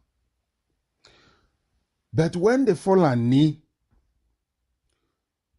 write letters, tell communities that they are coming to attack them, those communities say, no, they don't mean what they are doing, they are joking. No, they mean what they are saying, and they are doing it. Look what they did in Kaduna on the train going to Abuja. Very soon, the airspace will not be secure for Nigeria's ruling elite. Very soon, the airspace will not be secure. The land is becoming threatened. They can't go by train. They can't go by road. Very soon, the air will also be insecure for them. So, when you're threatened, when they say they are coming to attack you, you better believe them. Don't make excuses for them. Do not create any room to think otherwise. Repeat what they said they will do to you. Tell it to other people. Continue repeating it. The world will hear you, and change will happen. If you continue to repeat it, if you keep silent, nobody will say anything, and you will be eliminated, and they will take over your land, and they will depopulate you and replace your population.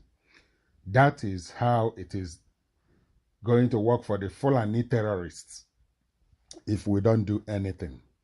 If we don't insist on multi-regional binding referendum, we will become all-conquered people. This is from Dafe Enuma's page. Disastrous One Nigeria. If we do not take down the 1999 Constitution, we should expect more terrorist attacks until Nigeria becomes like Afghanistan, or even worse than Afghanistan. Because already Nigeria is worse than Afghanistan. I'm sure Afghanistan is getting power supply. Nigeria doesn't. Afghanistan doesn't line up looking for fuel to drive their cars or run their generators. Nigerians does. Afghanistan is not the poverty capital of the world. Nigeria is. Afghanistan doesn't have enemy of state as president. Nigeria does. Afghanistan doesn't have people who are dividing their country. What Afghanistan is going through now, they will eventually recover, but Nigeria will not recover. Afghanistan is going through ideological challenges. If they overcome it, their lot will be better than Nigeria, that is a fragmented country. A country of different people with different ideologies, different cultures, different religions. And a particular one is disturbing the rest. And that is the Fulani.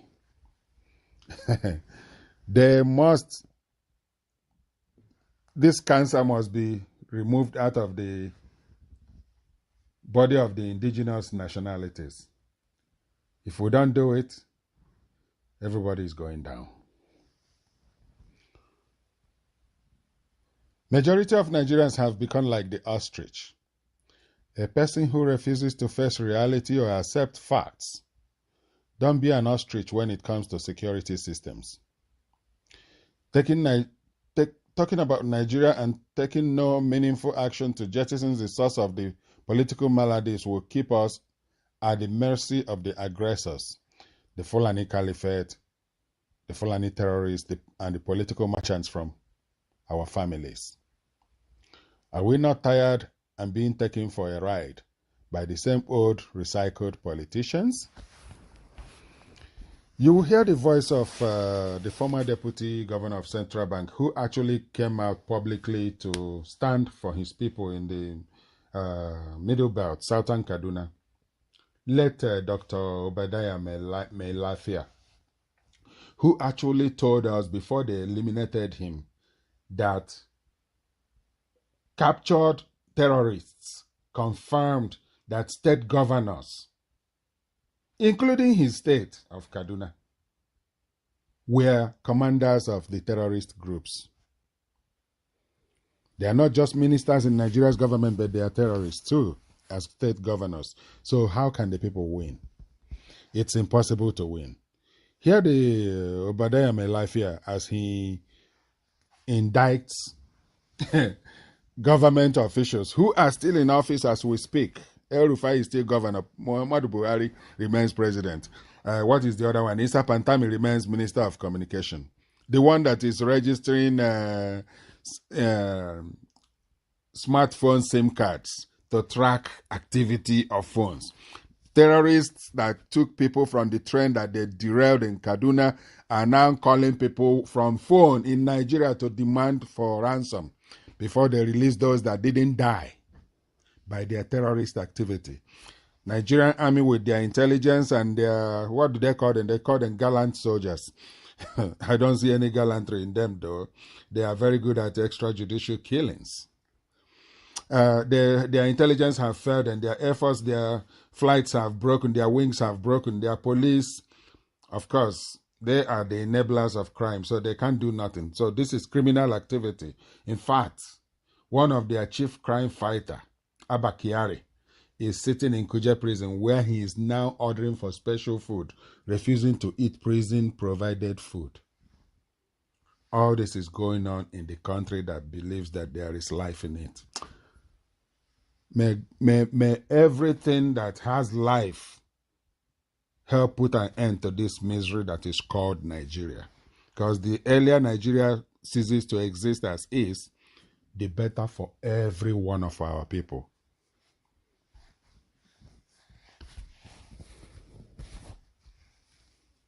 Here's Obadiah my life here. Us also have our own intelligence networks. Okay.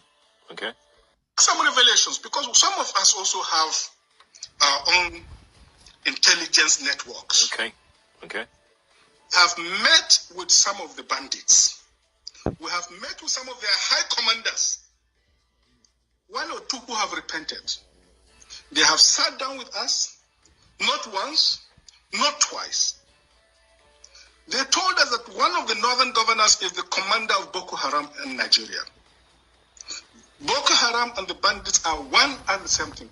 They have a sophisticated network. During this lockdown, their planes were moving up and down as though there was no lockdown. Moving ammunitions, moving logistics, moving money, and distributing them in different parts of the country. They're already in the south, in the rainforest of the south. They're everywhere. They told us that when they finish these rural killings, they will move to phase 2. The phase 2 is they will go into the urban cities, going from house to house, killing prominent people. I can tell you, this is the game plan. By 2022, they want to start a civil war in Nigeria. Don't joke with what I'm saying. I have a PhD from Oxford University. I'm a central banker. We don't talk nonsense. So don't joke with what I'm telling you. I have this from the highest possible authority, higher authorities of some of the commanders of the killers and Boko Haram. You said northern governors, past or present, Dr. Obadiah? No, current. No, they said one of them is the commander of Boko Haram in Nigeria. One of them. And they are not looking for money. They have more than enough money. In fact, he told me they just came back from... You see, Obadiah Melafia is still speaking loudly to Nigerians even after they killed him. There is nothing that Nigerians need to hear that they haven't heard yet. And because the occupiers, the invaders, They are also controlling every means of violence in Nigeria. All the military, all the armed military, everyone that is bearing gun in Nigeria is under the control of the caliphate. And so they are using those instruments of violence against the people of the country, the original owners of the country, in order to overpower them and take over their land and their space. This is the lot of Nigerians. If we keep quiet, if you keep quiet, if your family keep quiet, everyone is faced with danger, existential danger, something that challenges your very existence and that of your family and community. Share this information with others. Discuss it in your community, in your village, in your kindred meetings, in your marketplace congregation. Before you say your prayer in markets like Main Market or Alaba International Market or area, whatever is left of that one, because that one has been abandoned for many years. Discuss this wherever you are, 2 or 3. Share this information. Think about it. Where is your future headed? And what do you do? Check out Nina's, www.ninasvoice.org. And you are listening to the voice of Lower Niger Territory, the Lower Niger Radio. Thanks for listening. It's been your guy, Stephen. Have a nice day.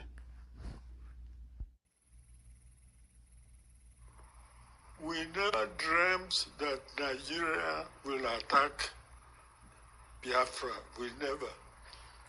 So when we were attacked, we were not ready.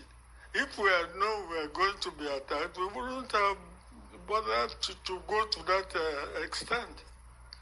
Afambo, Major General Alex Badiebo, Omunwa Commande Amende Biafra. Area Bidonas, July 1967. By September, Ememu Commander, that's Onwanabo, Kanulaya, Mbudi Commander. Biafra in 1967, I'm probably the oldest living Biafran official. I mean official. I was about third in the hierarchy. Ojukwu, Etiong, then myself.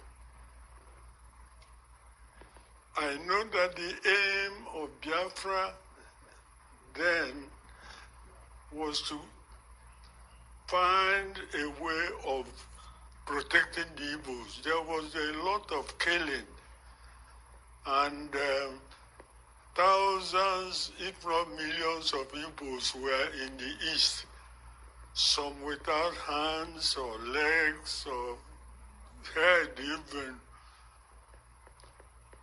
And those in the army knew that the only way to save what was left was to form a sort of force, not necessarily independence. You have to have an army for even looking after Biafra itself, not going to war. Anom n'iru ọgụ ebe egbe izizi gba na June or July of 67. Anom ewe na Gakem. Anọkwa m ewe gba almost the last na 1970 as commander. Ebukata ndị Igbo. Mụnwa a colonel that time, and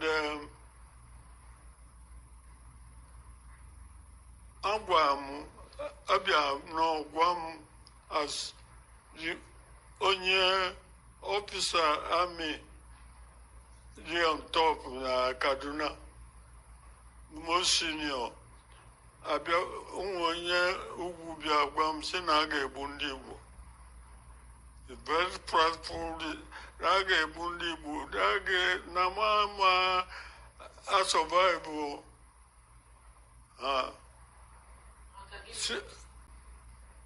Na ndị ugwu a decide go na a ga-egbu ndị Igbo niile maka na egbu Sadona.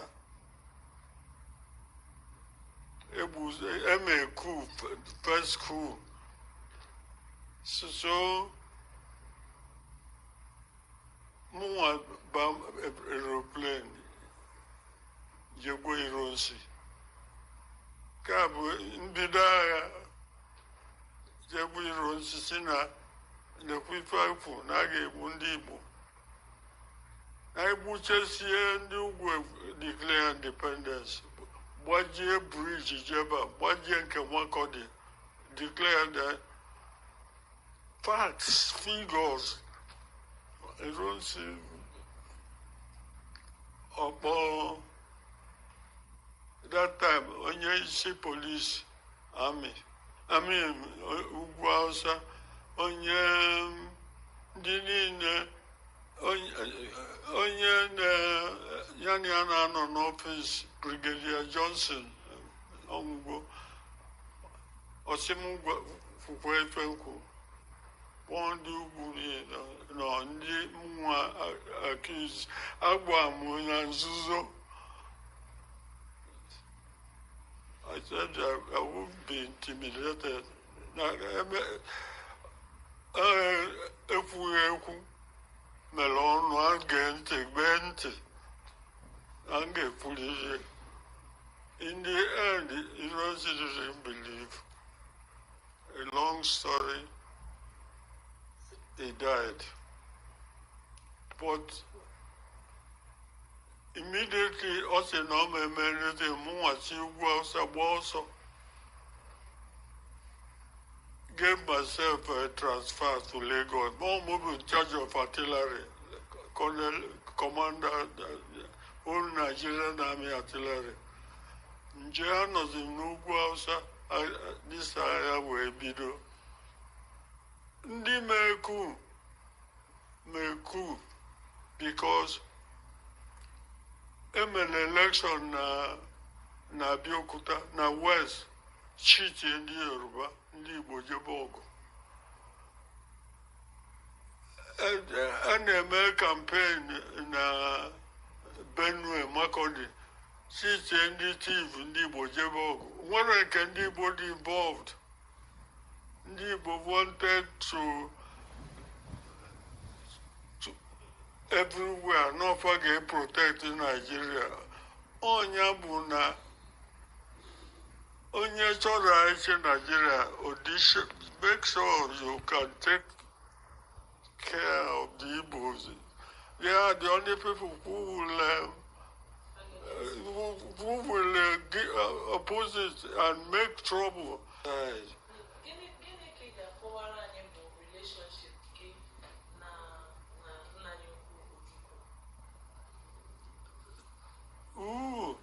Ojukwu thought a lot of me. You see, I was the only person that kept an appointment from beginning of the war to the end. Whether any other person, particularly in the army,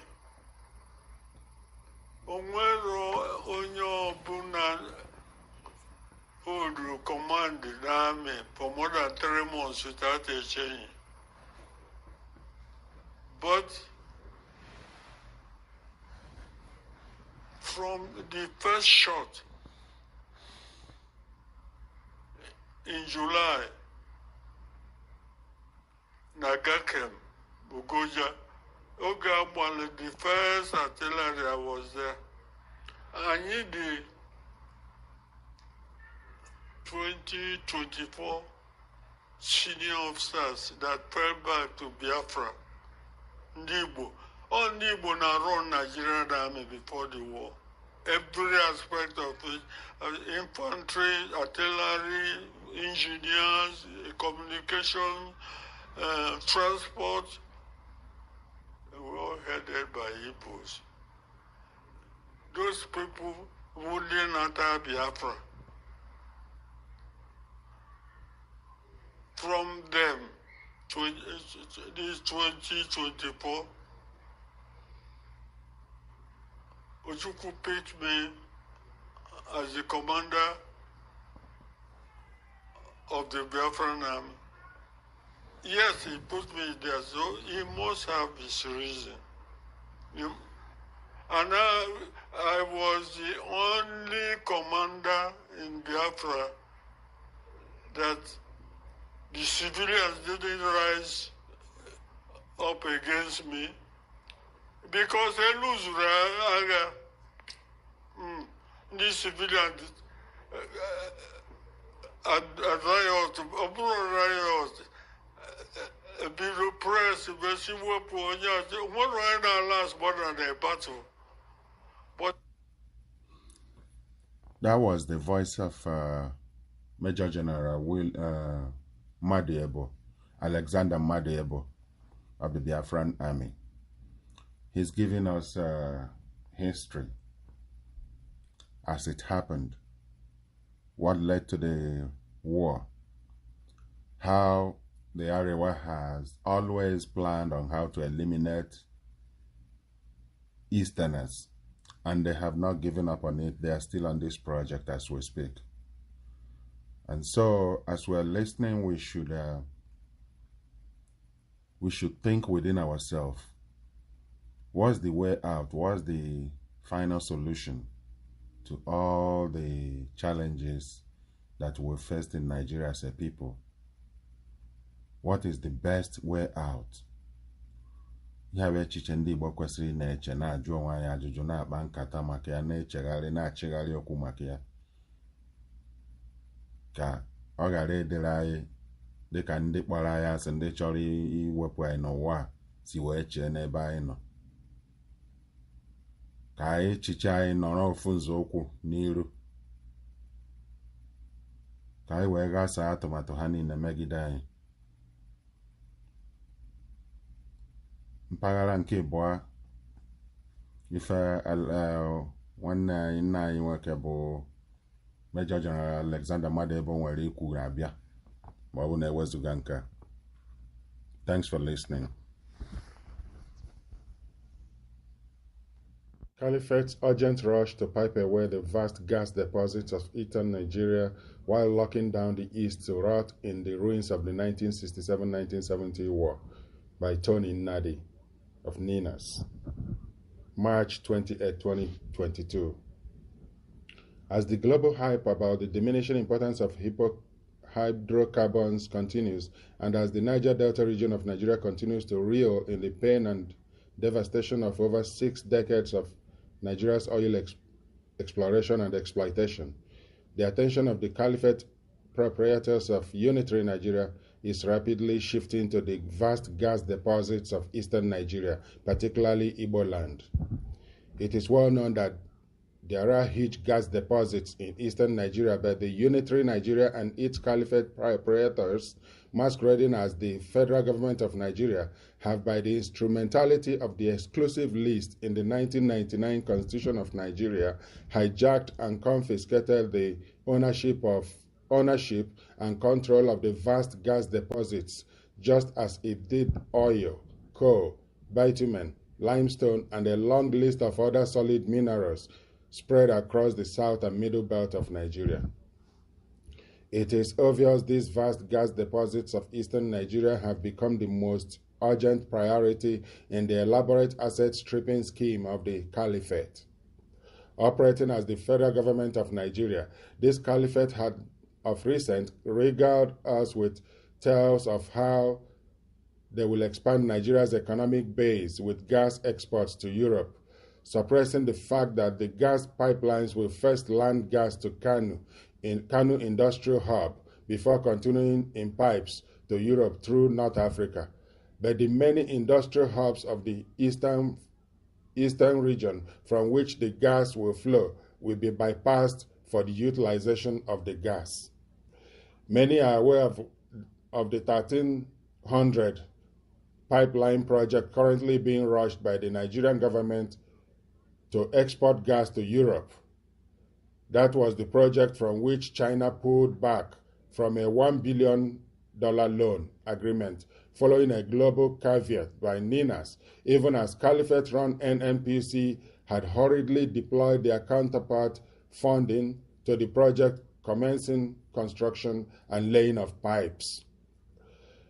The Dangote refineries and fertilizer plant, in which the Caliphate federal government plunged over $2 billion from Nigeria's treasury, is anchored upon the confiscated oil and gas assets of the Niger Delta and the Yoruba Ondo, all a part of the elaborate asset stripping scheme of the Caliphate.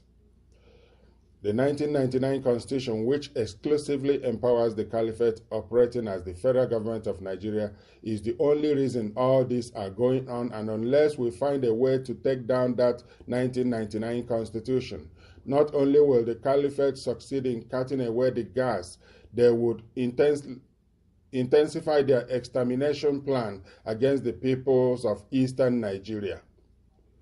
The Russia-Ukraine war has suddenly escalated the urgency of that project as the West scouts for alternatives to Russia's oil and gas. This exponentially increases the danger Igbo land and the rest of the East is in. Everything else our people are doing outside the joint multi-regional constitutional force majeure that NINAS rolled out to oust the 1999 Constitution, the unitary Nigeria built on it is simply tantamount to self-immolation and a waste of time.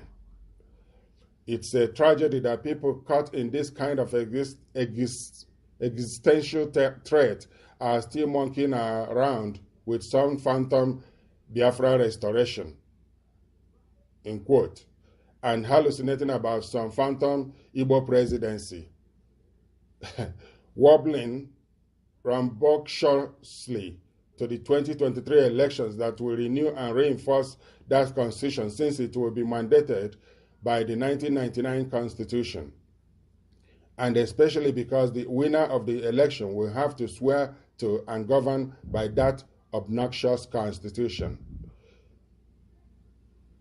Here is the link to the story of the pipeline. It's at www.icrc.gov.ng/NNPC.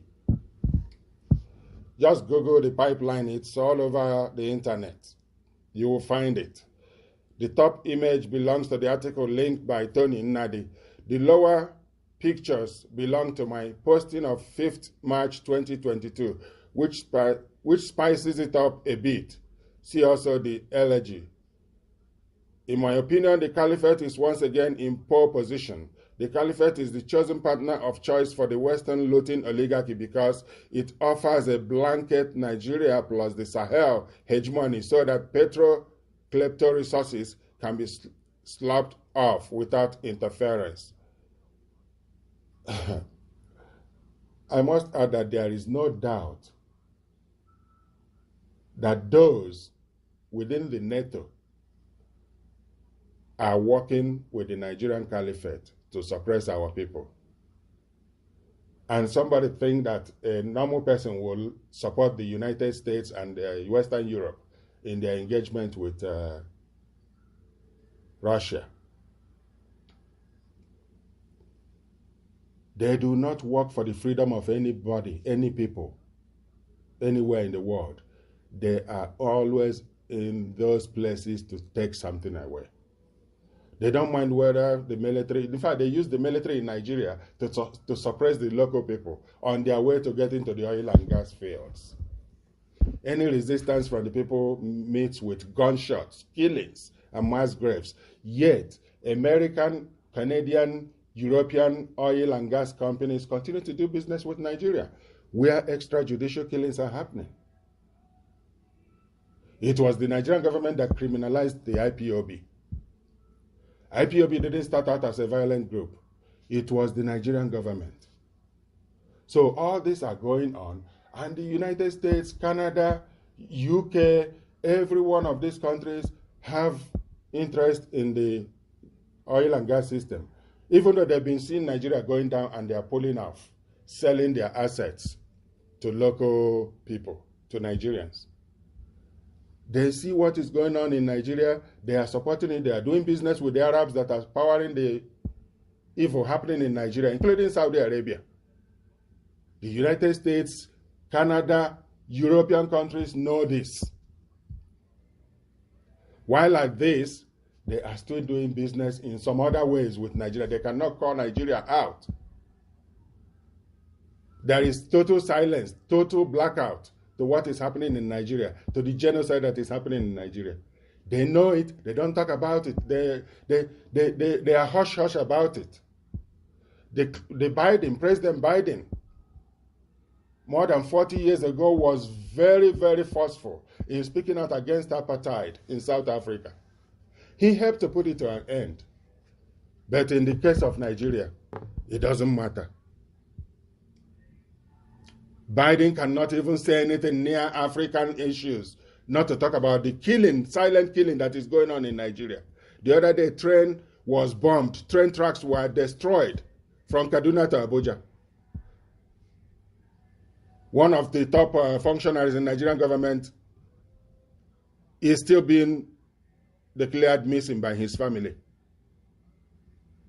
A top government functionary.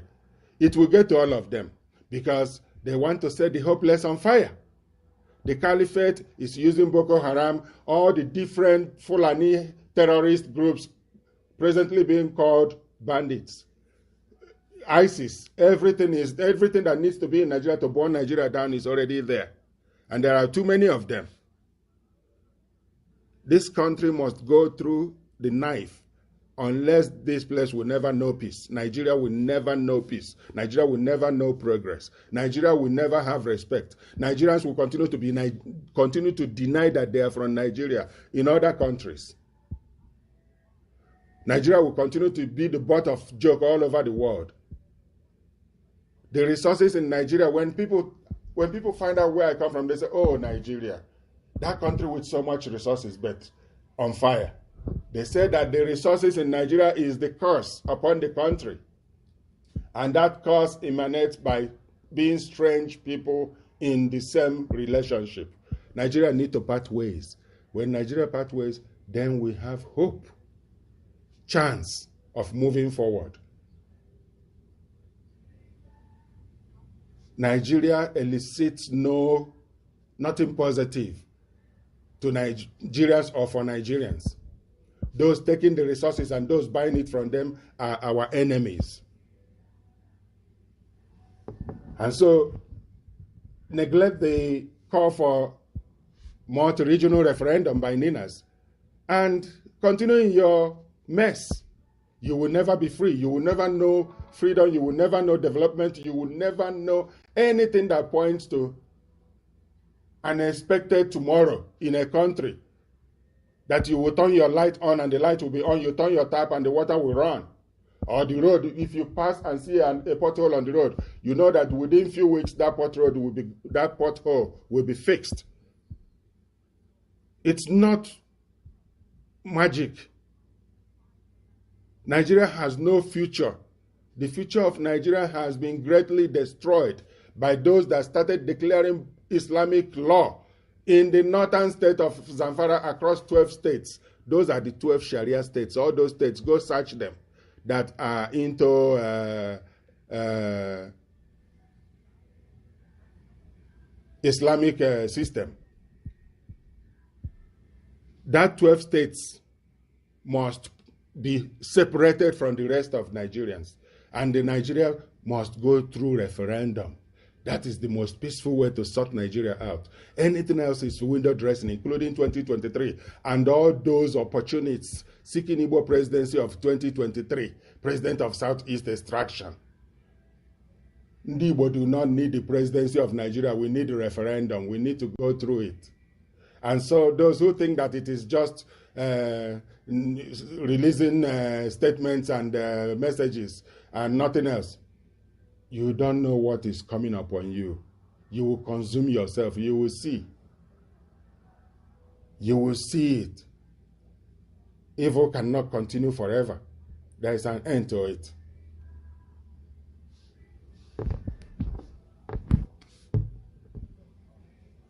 Here is a northerner lamenting about the ethnic cleansing going on in southern Kaduna and in Benue State, in Plateau State, in a lot of states that are in the Middle Belt.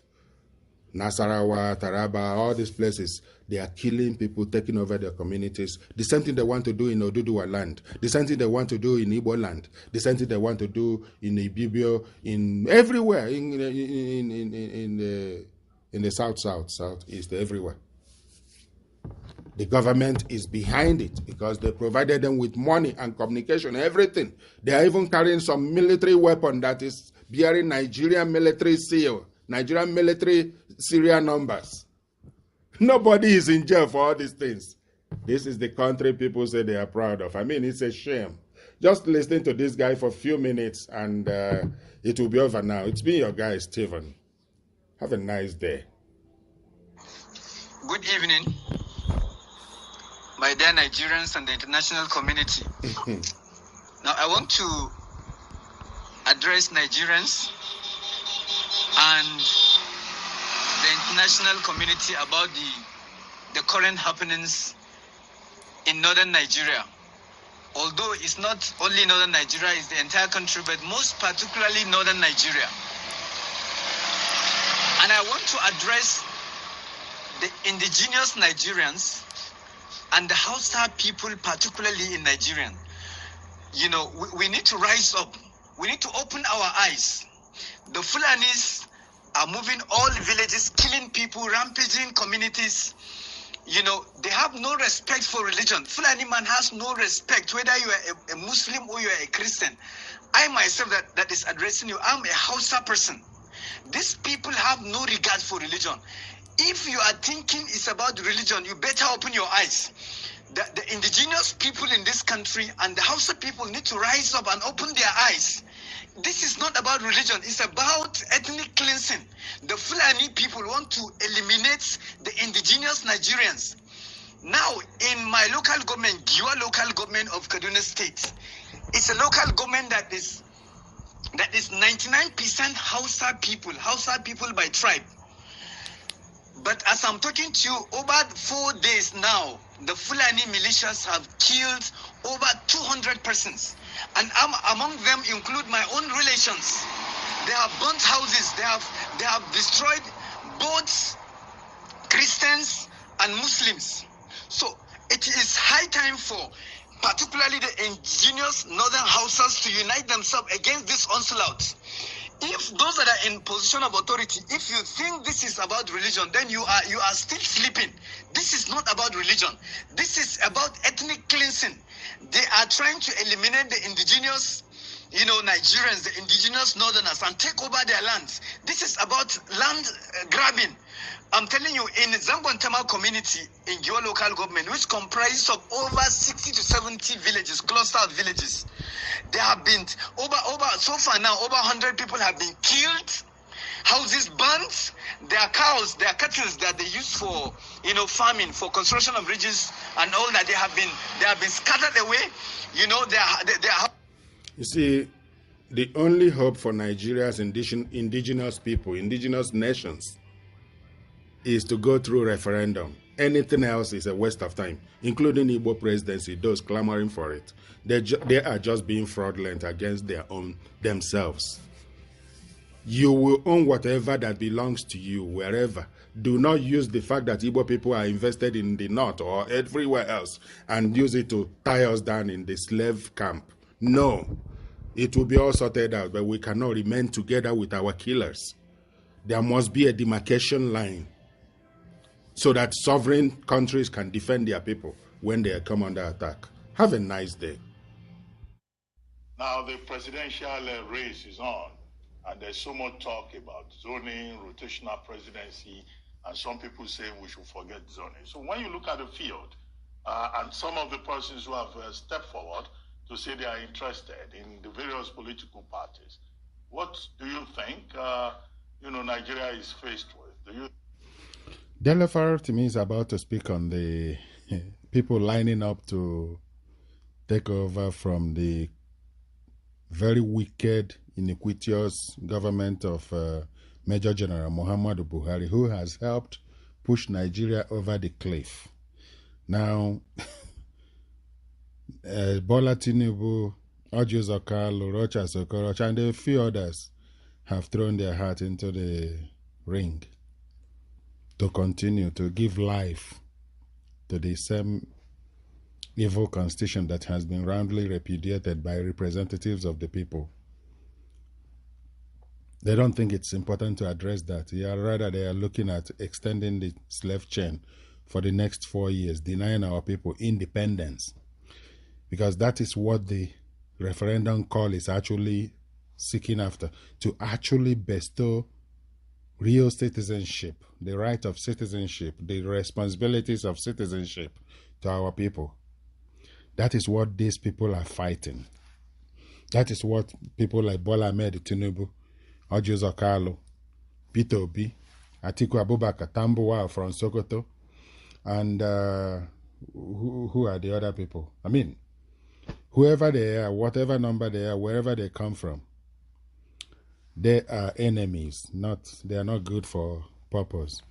Because they are working with the enemies to extend the bondage, to extend the killings going on across Middle Belt and the entire southern Nigeria by the Fulani terrorists. That's what people like Bola Ahmed Tinubu is trying to extend. And our people are demanding for referendum. They hear the clamor for referendum in the Middle Belt and the Lower Niger Territory and in Oduduwa land, and yet they think it's a joke, and they are pressing ahead, going for election, like nothing will stop them. Now the presidential race is on, and there's so much talk about zoning, rotational presidency, and some people say we should forget zoning. So when you look at the field, and some of the persons who have stepped forward to say they are interested in the various political parties, what do you think Nigeria is faced with? Do you think that there is anyone or 2 or 3 persons that we can look at, that we can hope would become the next Messiah for Nigeria, if there is any such thing as a Messiah for Nigeria? We have this predilection as a people. We ignore the problem in seeking to prefer solutions. So we just pluck solutions out of the air, and this has accounted for all manner of people coming forward, bringing themselves as the solutions to the Nigerian problems. Our problems will never be saved by personnel changes. I have said this ad nauseum. No matter who becomes the president of Nigeria, if we do not deal with our systemic and structural problems, we will never come out of this mess. And I'm not too sure we have too long with which to continue with these experimentations. So let's first of all be clear. I am not enthused by the prospect of personnel change as a route to our redemption, if I may use that word. Now, you've now asked a question that obviously cannot be run away from those who have volunteered themselves. I was asked this question about a month ago, and I remember saying clearly that one, I didn't consider Asiwaju Bola Ahmed Tinubu a candidate.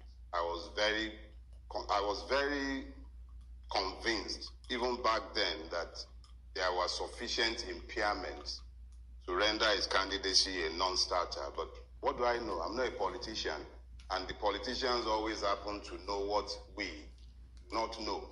So for some reason, the man is being dragged up and down the place, having himself.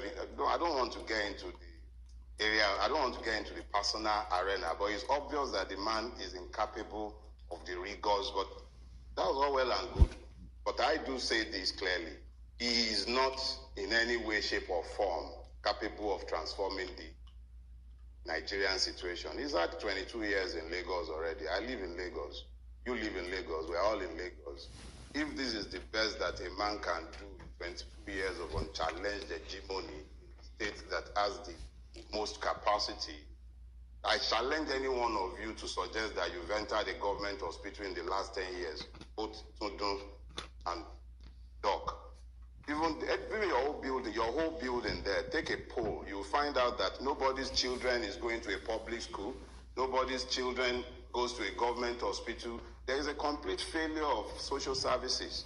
I believe if you look at the school enrollment figures in Lagos State, you find very quickly that Lagos State has less than, for every 10 classroom space in Lagos State, less than 3 belong to the Lagos State government itself. So the public school system is non-existent. And this man has been there for 22 years. Jack Conde spent 4 years. We're still talking about him. Then you talk about road. So when the time comes, if he truly becomes a candidate, then we'll deal with the specifics of his record. Dele, sorry to interrupt you. You kept saying Asiwaju Tinubu has been in Lagos for 22 years. The Constitution allowed him a tenure of 2 terms. That would be 8 years. Why do you say 22? Doc, Yorubas have this proverb. They say, Alamon Obini Oyo. You are an Alamon Obini Oyo. Alamon Obini Oyo in the sense that the fact of Tinubu's hegemony in Lagos is not up for debate. It is not up for debate. I live in Lagos. We all live in Lagos. We should at least tell ourselves the basic truth.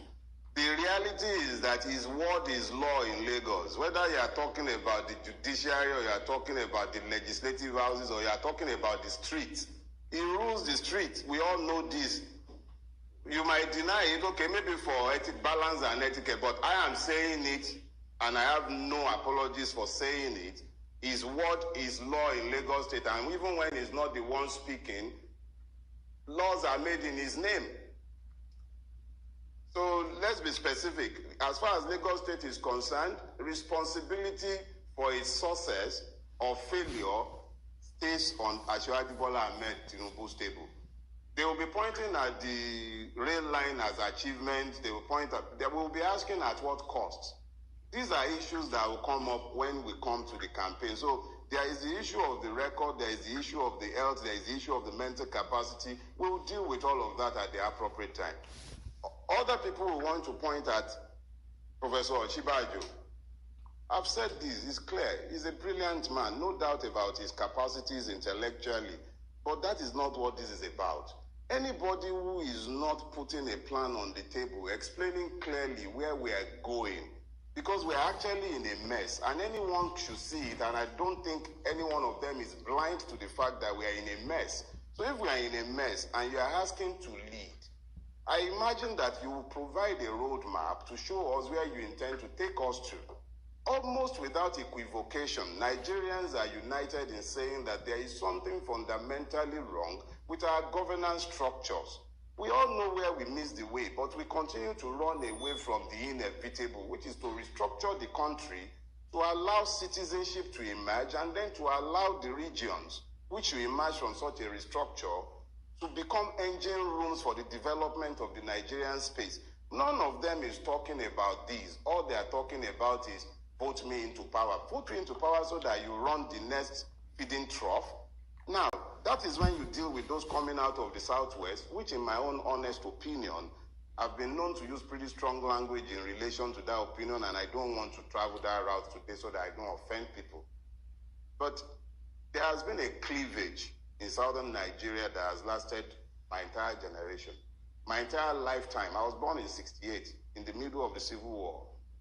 That issue has blighted the entirety of Nigerian history, and that is the dichotomy in the South. Why is it so difficult for my Yoruba brothers to understand that it is in our own enlightened selfish interest to support Ndigbo's claim to the presidency? But deal with that to one side. This is me conceding that even as a sense of equity, even for our own enlightened selfish interest, we should do that. But let's now deal with, if we are doing that, zero chance. Is it all Jews or Kalu? It's not about persons. But persons must have pedigree, they must have records of achievement, sterling integrity. These are not the kind of persons. Ndigbo has to bring forth his best. But bringing forth his best is not enough. That best must also understand we are not interested in exchanging the tribal occupant for another tribal occupant who focuses on one section without looking to restructure the whole. So as far as I'm concerned, this election cycle has not really started because nobody has engaged with ideas. They are engaging with persons, and those persons are not going to cut it. This has to be about ideas. Where are we going from here? You have to lead with vision. We've had enough visionless people ruling Nigeria. If we need leaders, they must put visions on the table, ideas.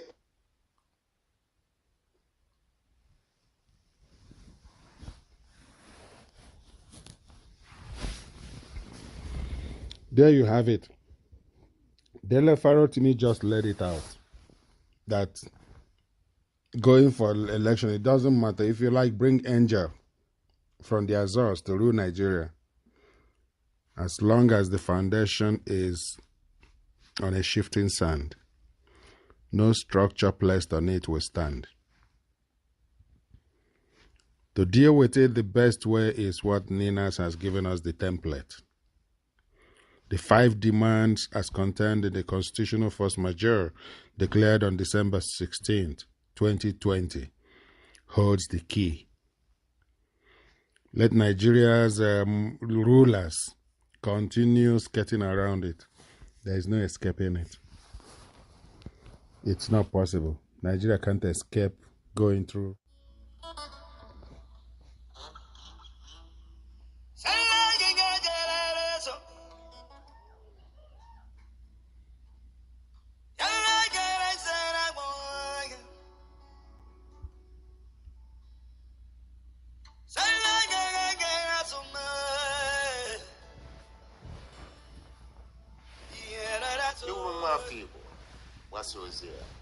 Thank you. As you can see from part 1 of this video, Fulanis have reasons to be proud of their leadership's achievements over southern politicians, military generals, professors, diplomats, chiefs, and Christian movements. Though I do not share some of their operational and leadership philosophies, the truth is I admire the Fulanis for achievements in Nigeria with little or no personal resource commitments, other than a mission, leadership, organization, and forward planning. This should summon the Igbos to revisit their own history, evaluate their leadership, and develop strategies to avert any impending calamities. For this reason, it is worth reminding Igbos and their leaders about their recent Igbo race bore the brunt of the West African slave trade, and known to be the most industrious and also rebellious. For example, most recorded slave rebellions were led by Igbo slaves. In Savannah, Georgia, 1803, Igbo slaves drowned themselves rather than be kept as slaves. Evidence that Igbo value freedom, independence, progress, and advancement.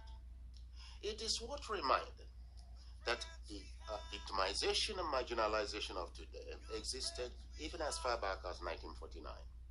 The British disliked and punished the Igbos for their supposedly arrogance and argumentativeness.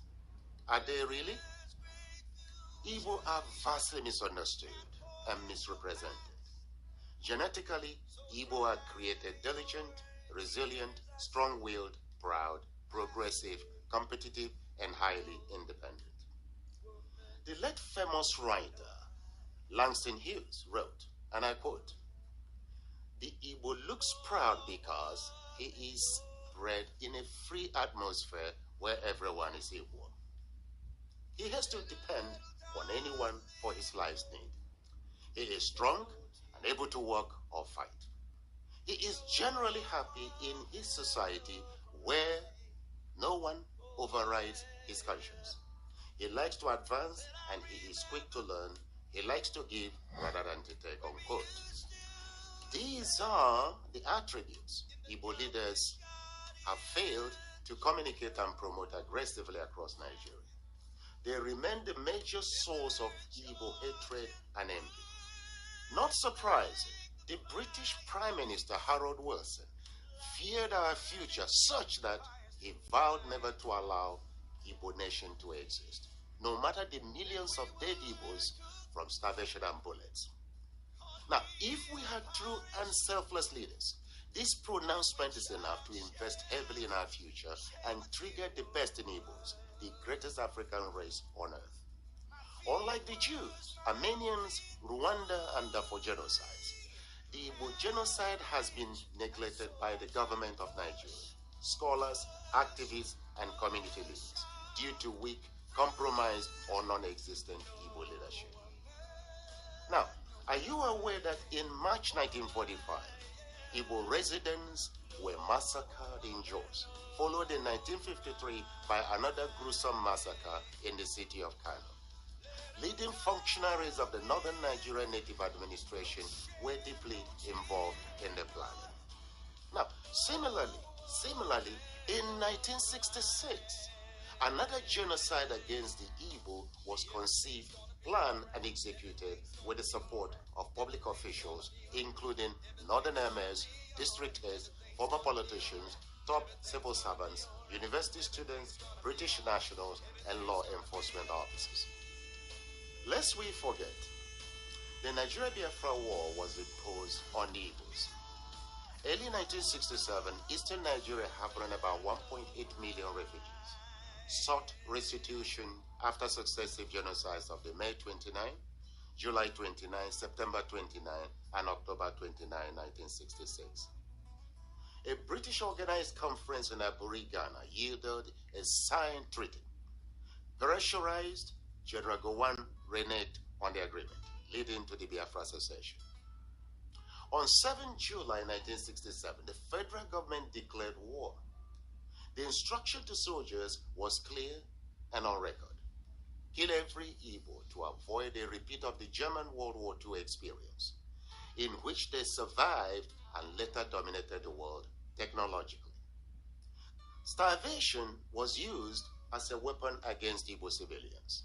Hunger killed more Igbos than bullets and bombs.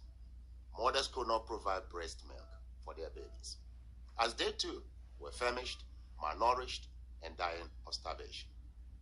They carried children reduced to living skeletons, bloated bellies, and dying like flies. More than 1 million innocent civilians died of starvation. In Asaba, over 1,000 innocent Igbos were senselessly and brutally massacred. Wole Soyinka was imprisoned over Biafra. Steve Jobs of Apple Corporation abandoned Christianity in protest against Igbo genocide. John Lennon returned his MBE to the Queen. Jimi Hendrix played concerts to feed starving Igbos. Dr. Kano Ibiam returned his Queen's honors for Biafra's sake. Bruce Mayrock, a young American student, burned himself to death, protesting the Igbo genocide. The million-dollar question is this: what are Igbo and their leaders prepared to sacrifice to avert future calamities and restore security and progress for the Igbo race? There remains ominous signs that should keep Igbo and genuine leaders on their toes and with all eyes wide open. For example, northern states occupy over 752,000 square kilometers of land space. Anambra, Enugu, Abia, Imo, and Ebonyi, total 29,000 square kilometers. Kogi State alone is 30,000 square kilometers. Niger State alone is 76,000 square kilometers. The entire southeast is a little less than Kogi State. Yet, Igbo states are under pressure to share this little space with imported aliens, with conflicting religious and cultural values. Not as visitors, but indigents. No one queries why the huge interest in 29,000 square kilometers rather than 752,000 square kilometers of space in the north. The satanic verses called the 1999 Constitution, with all the limitations it imposes on Igbo security, progress, and development, is another minefield. Listen to the frustrations of our elder statesman, Nea Godo. 49 people selected to write a constitution, wrote a constitution. 40 people in the Supreme Military Council promulgated a constitution for us. Under General Abubakar, government in which I served, I was in executive council. I never saw the draft constitution. And I was Minister of Information. It was my responsibility.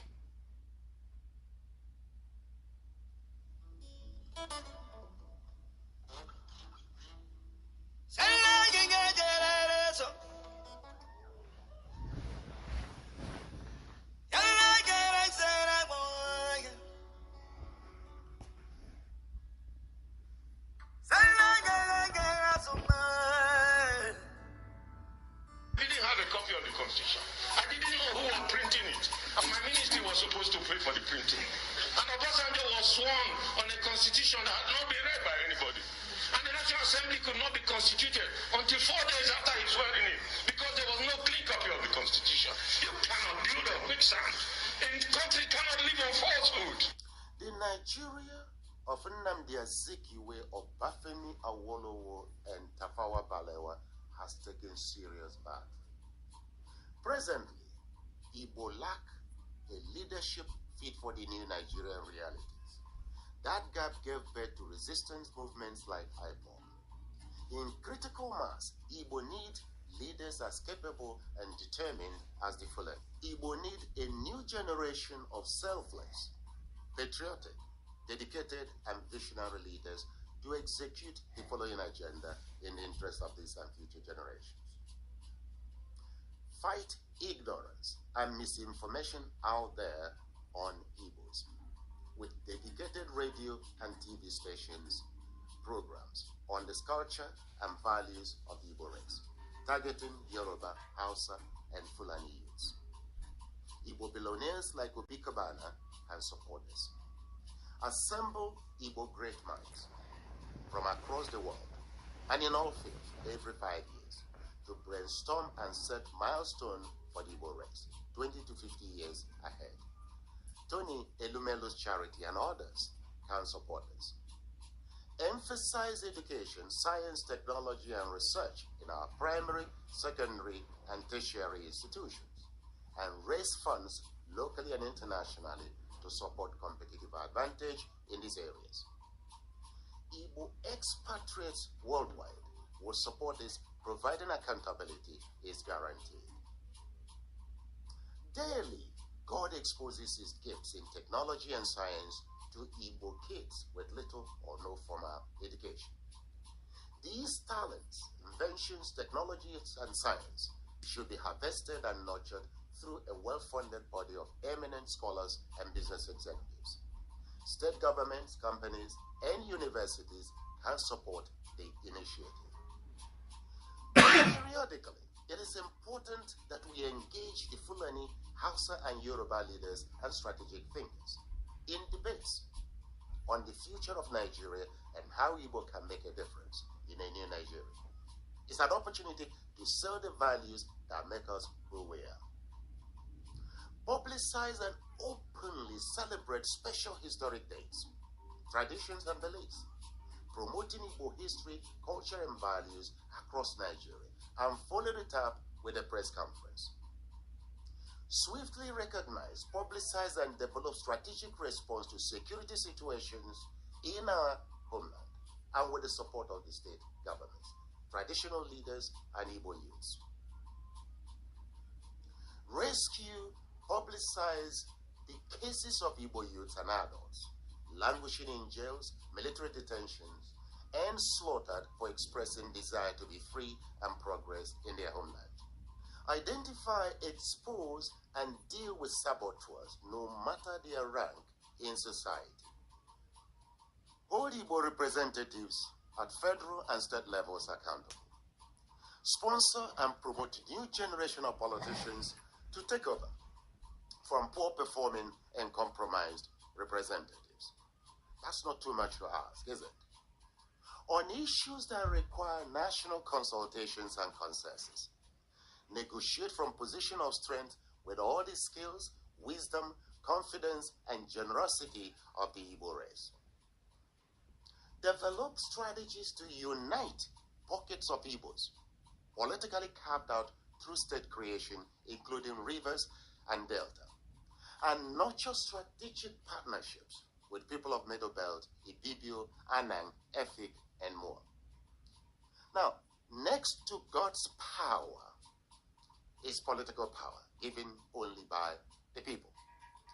Hold regular meetings with church leaders to seek support in reinforcing unity, political activism, family discipline, traditional Igbo values, and respect for rule of law.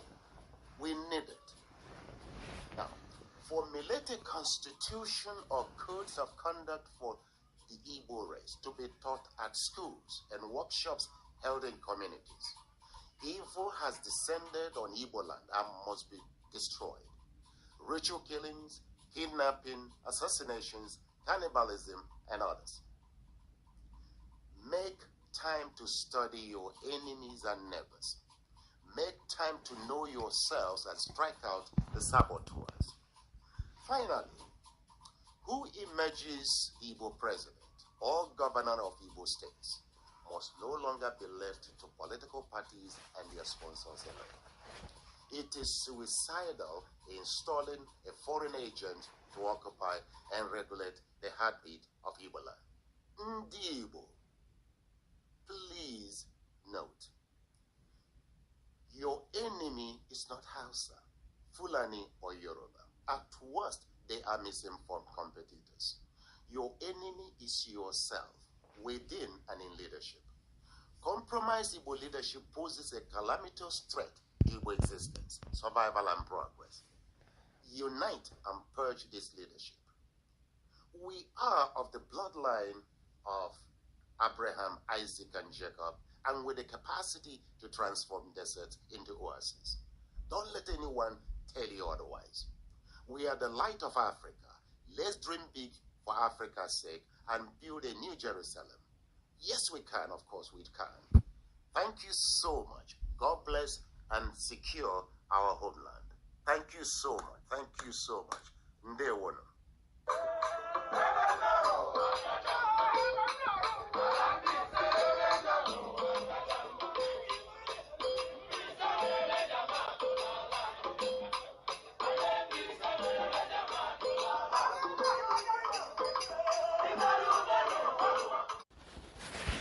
Here's a very interesting one that you would think will attract the attention of the United States to deal with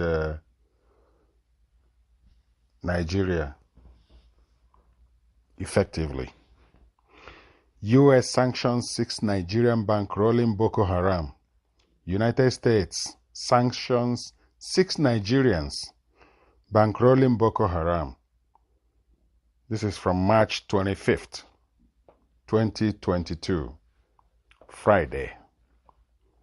The United States has designated a network of 6 individuals connected to the Nigeria-based terrorist group Boko Haram, now under the control of ISIS.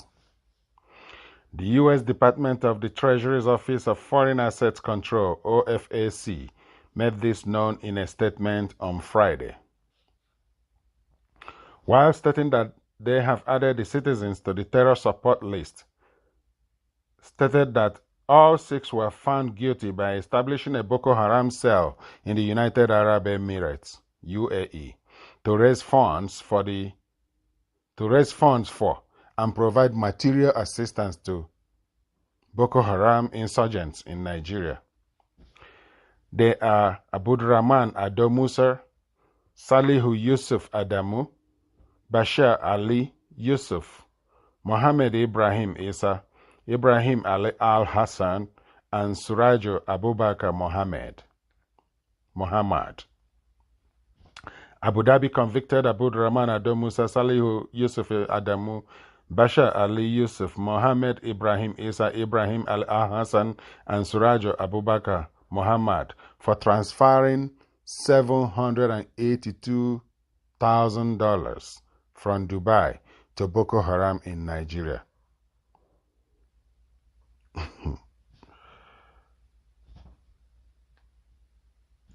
Salihu Yusuf Adamu and Suraj Abubakar Mohammed were sentenced to life imprisonment for violations of United Arab Emirates anti-terrorism laws. Abdurrahman Ado Musa, Bashir Ali Yusuf, Mohammed Ibrahim Isa and Ibrahim Al-Hassan were sentenced to 10 years in prison, followed by deportation. I must interject here that Nigeria has been a very cozy home for terrorists. When they release them, they let them go the other way. Not a single one of them have been convicted. In fact, they even take Boko Haram fighters and tell us that they are repenting them. I don't know what colors they are painting them when they repent them. But they just let them go. They melt into the society and even they recruit them into the military. I mean, Nigeria is getting surrounded daily by this. By the actions of government enabling terrorists.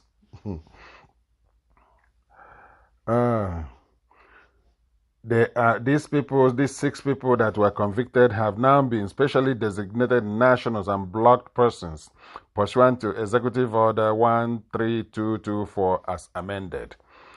The U.S. government stated that OFAC's action follows arrests, prosecutions, and designations in the UAE in September 2021, demonstrating the commitment of the Emirati government to using judicial measures and targeted financial sanctions to disrupt the flow of funds to these networks, terrorist networks.